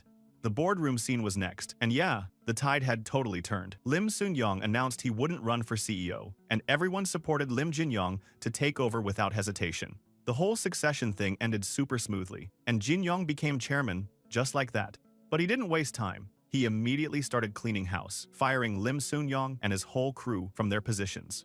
The power inside Samsung Group totally shifted, and now it was all pro-Lim Jin-young people running the show. After that, Jinho got a phone call from Jin Young. Our boy gave Jin Young props for getting the business plan approved, and the man was all humble, saying it was thanks to Jinho. They congratulated each other, and Jinho mentioned that Samsung Electronics stock had just shot up nearly 5% because of all this madness. Now, OTK company holding 70% of the shares, and Samsung SB at 30%. With that said, all the batteries would go to Car OS for 5 years, and the National Pension Service, which had bought a bunch of shares trying to fight Jinho before, suddenly looked like the heroes who made the best investment ever. People online were even thanking them for securing their retirement. Jinho then said he'd be in touch and turn off the call. Instantly, Taegyu started gossiping about Lim Sung-young, wondering if that guy would ever come back from his business funeral. Without management rights, he was just a rich guy with nowhere to go. Our MC said Sung-young got too greedy and lost everything, but he told him not to pity the guy. He still had trillions on his bank. He was more worried about their own company, since they'd spent so much cash on the automotive business, and their reserves were getting low. But Taekyu said it didn't matter. He got excited about their investment in Face It, saying it was becoming the Netflix of the adult industry, and their 80% stake was now worth at least $70 billion. He even made a joke about Americans needing adult content more than cars. Well, that made Jinho just raise an eyebrow. They talked a bit about how Face It was technically illegal in Korea, but usage was still super high anyway. Taekyu asked if his bro ever checked the shareholder monitoring page, but Jinho said he just looked at the numbers. Just then, his phone buzzed with a call from Ellie. He answered, and Ellie asked what he was doing. He told her he was just working, but nothing serious. Then, out of nowhere, she asked if he wanted to have dinner together. Our boy agreed, and you could see Oh Taekyu in the background making a nasty face at Jinho's phone call. Yeah, the dude was not impressed. Then, in the parking garage, Jinho was waiting by a fancy car when Ellie walked up, looking super stylish. She asked if Taekyu was coming, but our boy said, nope. He told her they should go just the two of them, since he made a reservation. At the restaurant, things got real fancy. The table was loaded with steak, seafood, and wine. Ellie was super impressed, and Jinho was just happy it suited her taste. He noticed her hair was different, and Ellie instantly asked if he thought she would look good with longer hair. Our boy just gave her a soft smile and said yes, and even teased her by saying there was nothing she wouldn't look good in. Bro, Ellie was clearly happy about that. Then she admitted that today was her birthday, and she wanted to be wished happy birthday by Jinho. Our boy was shocked she hadn't told him, but she just said they'd all been busy lately. He told her he still wanted to wish her a happy birthday, and she thanked him. Then, Ellie asked if he was going straight home. After dinner, Jinho gave her a smile and said nope, they were going to buy her a present. Wait, I'm smelling something bad here. You guys knew I'm a big team, Yuri. I shipped them so hard. Anyway, they showed up at this huge, shiny shopping mall. You couldn't miss the giant Louis Vuitton sign shining on the side of the building. Inside, it was all gold and glass and expensive as hell. Jinho told Ellie to pick anything she wanted. Anything at all, he'd buy it. Ellie's eyes went wide and she asked, seriously? Our boy just smiled and said, of course. He was a fucking billionaire anyway. Ellie, messing around, pointed across the store and joked about buying everything from here to over there. Well, Jinho freaked out for a second and started wondering if he'd remembered to lift the spending limit on his card. But Ellie just laughed, told him she was only kidding, and said the thought was enough. She thanked him for taking her shopping. Jinho smiled back and said he was planning on giving her a present, even if it wasn't her birthday. But Ellie wasn't letting him off the hook. She told him she wasn't leaving until he actually bought something, so he should pick something expensive. Our MC just laughed and said, no backing out now. So they made their way to a jewelry store, and Ellie told him it had been a while since she went shopping. Every day was always busy, though she sometimes went shopping with Jessica back in Hong Kong. A staff member came up to help, and Ellie tried on some necklaces, clearly enjoying herself. She put one on and asked Jinho how it looked. Jinho said it suited her, but Ellie rolled her eyes, wanting a real opinion. She wanted to know which one looked better. Our protagonist got confused because, honestly, they looked the same to him. But then he noticed Ellie's face and realized she liked the one she was wearing now, so he told her to go with that one. Ellie paused and started worrying the necklace was too expensive, but he just brushed it off, saying it was her birthday, so go for it. He even asked Ellie to help him pick out gifts for his mom and Yeonju. Ellie smiled and said Jinho was so thoughtful, and she promised to wear the necklace all the time. Ellie then left the store with a shiny, new silver watch on her wrist. Later, as they walked through the underground parking garage, Jinho asked if she liked the present that much. She said of course. After all, it was the first gift he ever gave her. Jinho smiled and asked if there was anything else she wanted to do before midnight. Then, Ellie got a bit serious and asked Jinho if he was pushing himself too hard. But Jinho, ever the smooth guy, said it was still her birthday until midnight, and he'd grant her any wish until then. Ellie joked that he was making her feel like Cinderella. She then told Jinho she wanted to see the night view, so they headed to this super tall skyscraper looking out over all of Seoul. They sat together in a high-rise cafe, sipping coffee, checking out the city lights. Ellie said Seoul's night view was really beautiful. Jinho turned to her and reminded her that she'd said that before. She was surprised he remembered, and her cheeks started turning a little pink. Ellie's hand shook a bit as she reached for her coffee. Then her hand found Jinho's on the table. Their hands touched, and before they knew it, they were holding hands, both of them blushing like crazy. Bro, without realizing it, Jinho's hand just went for it. Damn, I lost it. I lost in the battle, guys. So all this time, Jinho's girlfriend would be Ellie? So what's gonna happen to my girl Yuri then? Fuck, I'm gonna cry now. Anyway, Ellie looked at him with a soft, expecting smile and asked if there was something he wanted to say. Yunho got super flustered and started mumbling, but then got serious and asked if she could give him a little time. Well, Ellie was surprised but nodded calmly, telling him not to make her wait too long.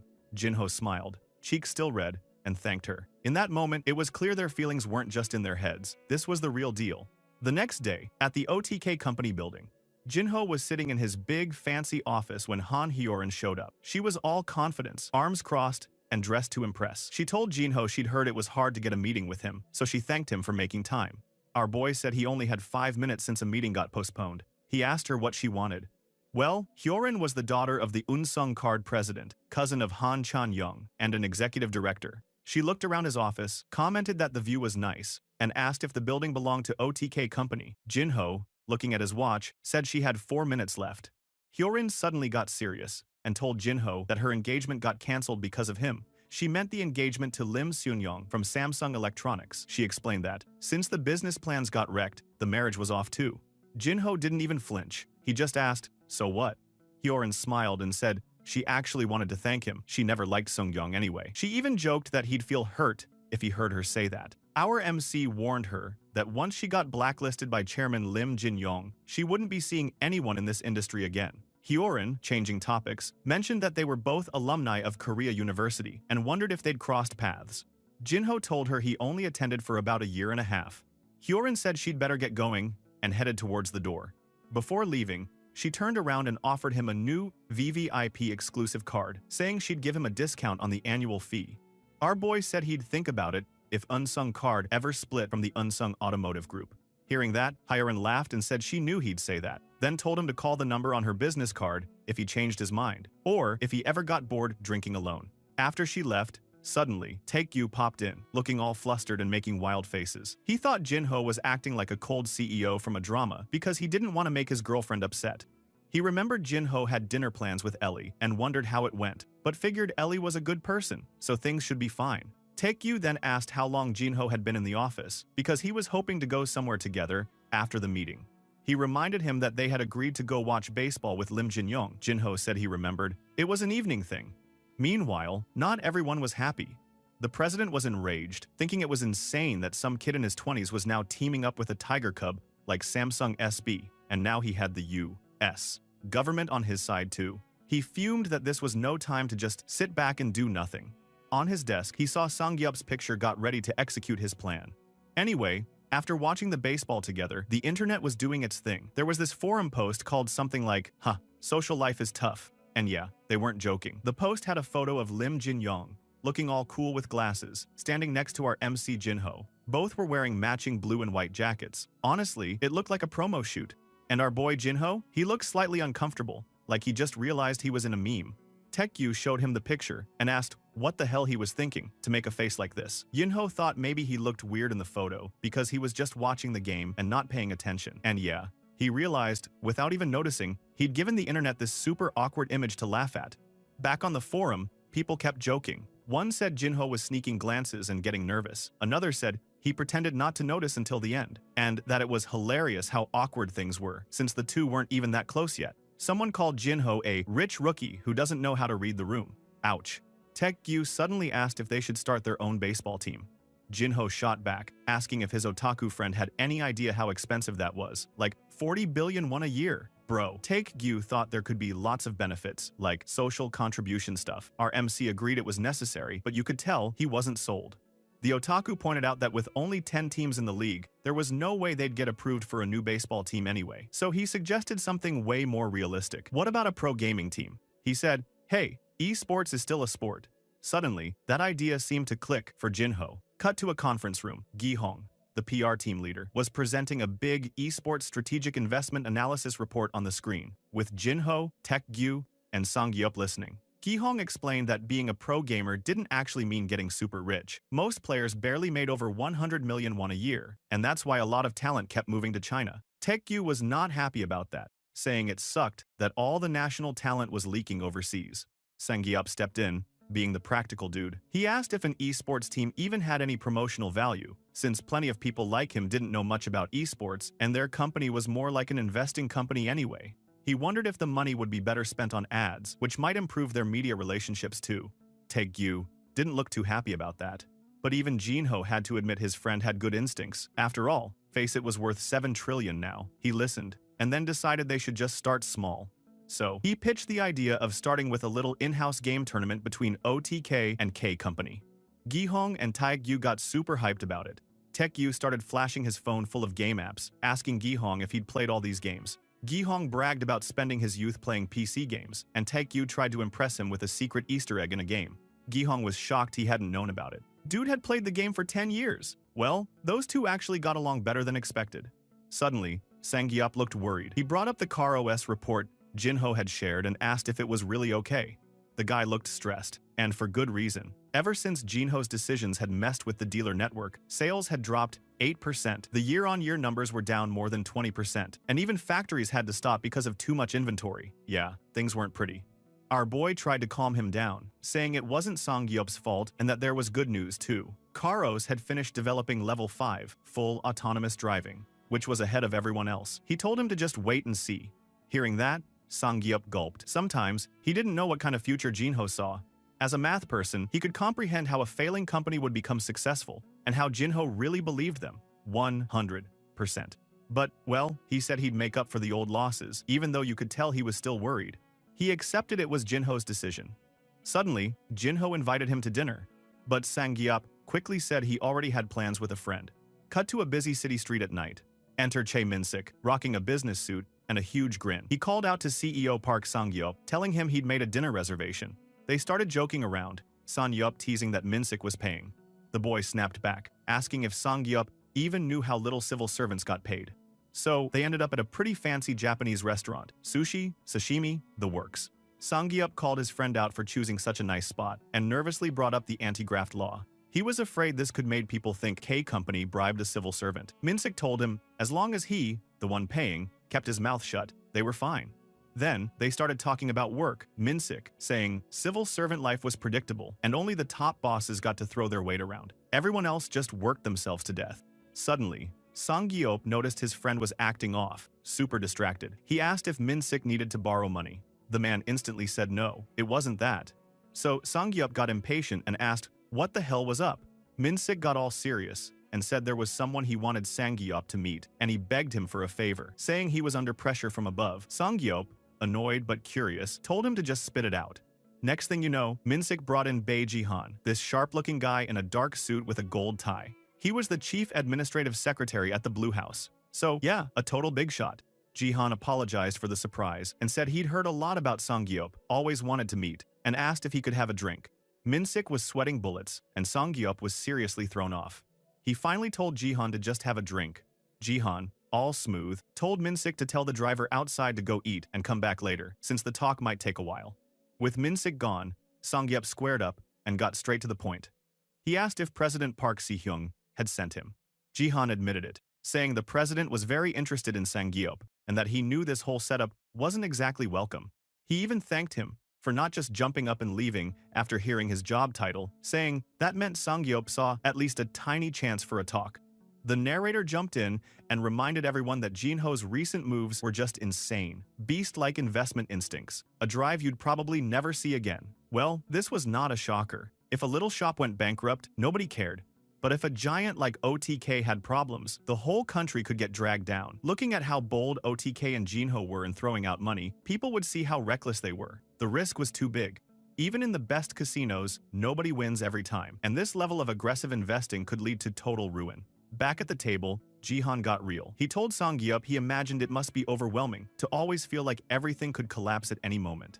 Hearing that, Sang-yeop asked him to be more specific. Jihan said the government didn't want to fight with OTK. They just wanted some kind of backup plan if, for whatever reason, Jinho couldn't do his job anymore. Sang-yeop, shoulders tense, asked if they were telling him to betray Jinho. Jihan acted all innocent, saying, "No, not at all. Just to think of it as a safety fence." He said it was about not letting one person control the fate of a 50 trillion won company. And, honestly, maybe it was for Jinho's sake too. If Sang-yeop took over K Company, it could stop everything from falling apart. He told him to just be Jinho's insurance. He finished by asking if Sang-yeop had ambition, because that's all he really needed to know. With all this bullshit, Sang-yeop sat there, hands tight, looking determined, and even a little pissed. He finally answered that, yeah, he had ambition. Suddenly, Jihan seemed happy with that and asked Sang-yeop to pour him another drink. But then, Sang-yeop did something wild. Instead of pouring him a drink, he basically threw water straight into Jihan's face. Of course, Jihan freaked out, yelling what the hell he thought he was doing. Sang-yeop told him that he was getting something wrong. He said what he feared wasn't failure. It was not being able to understand the future that Jinho was seeing. He said it was because he had so much ambition that he chose to stay under Jinho, not betray him. Bro, what a power move. This is why I love this manhwa. Jinho has some serious friends and even bigger enemies. And Park Sang-yeop, dude just showed everyone he's not anybody's lapdog. Insane.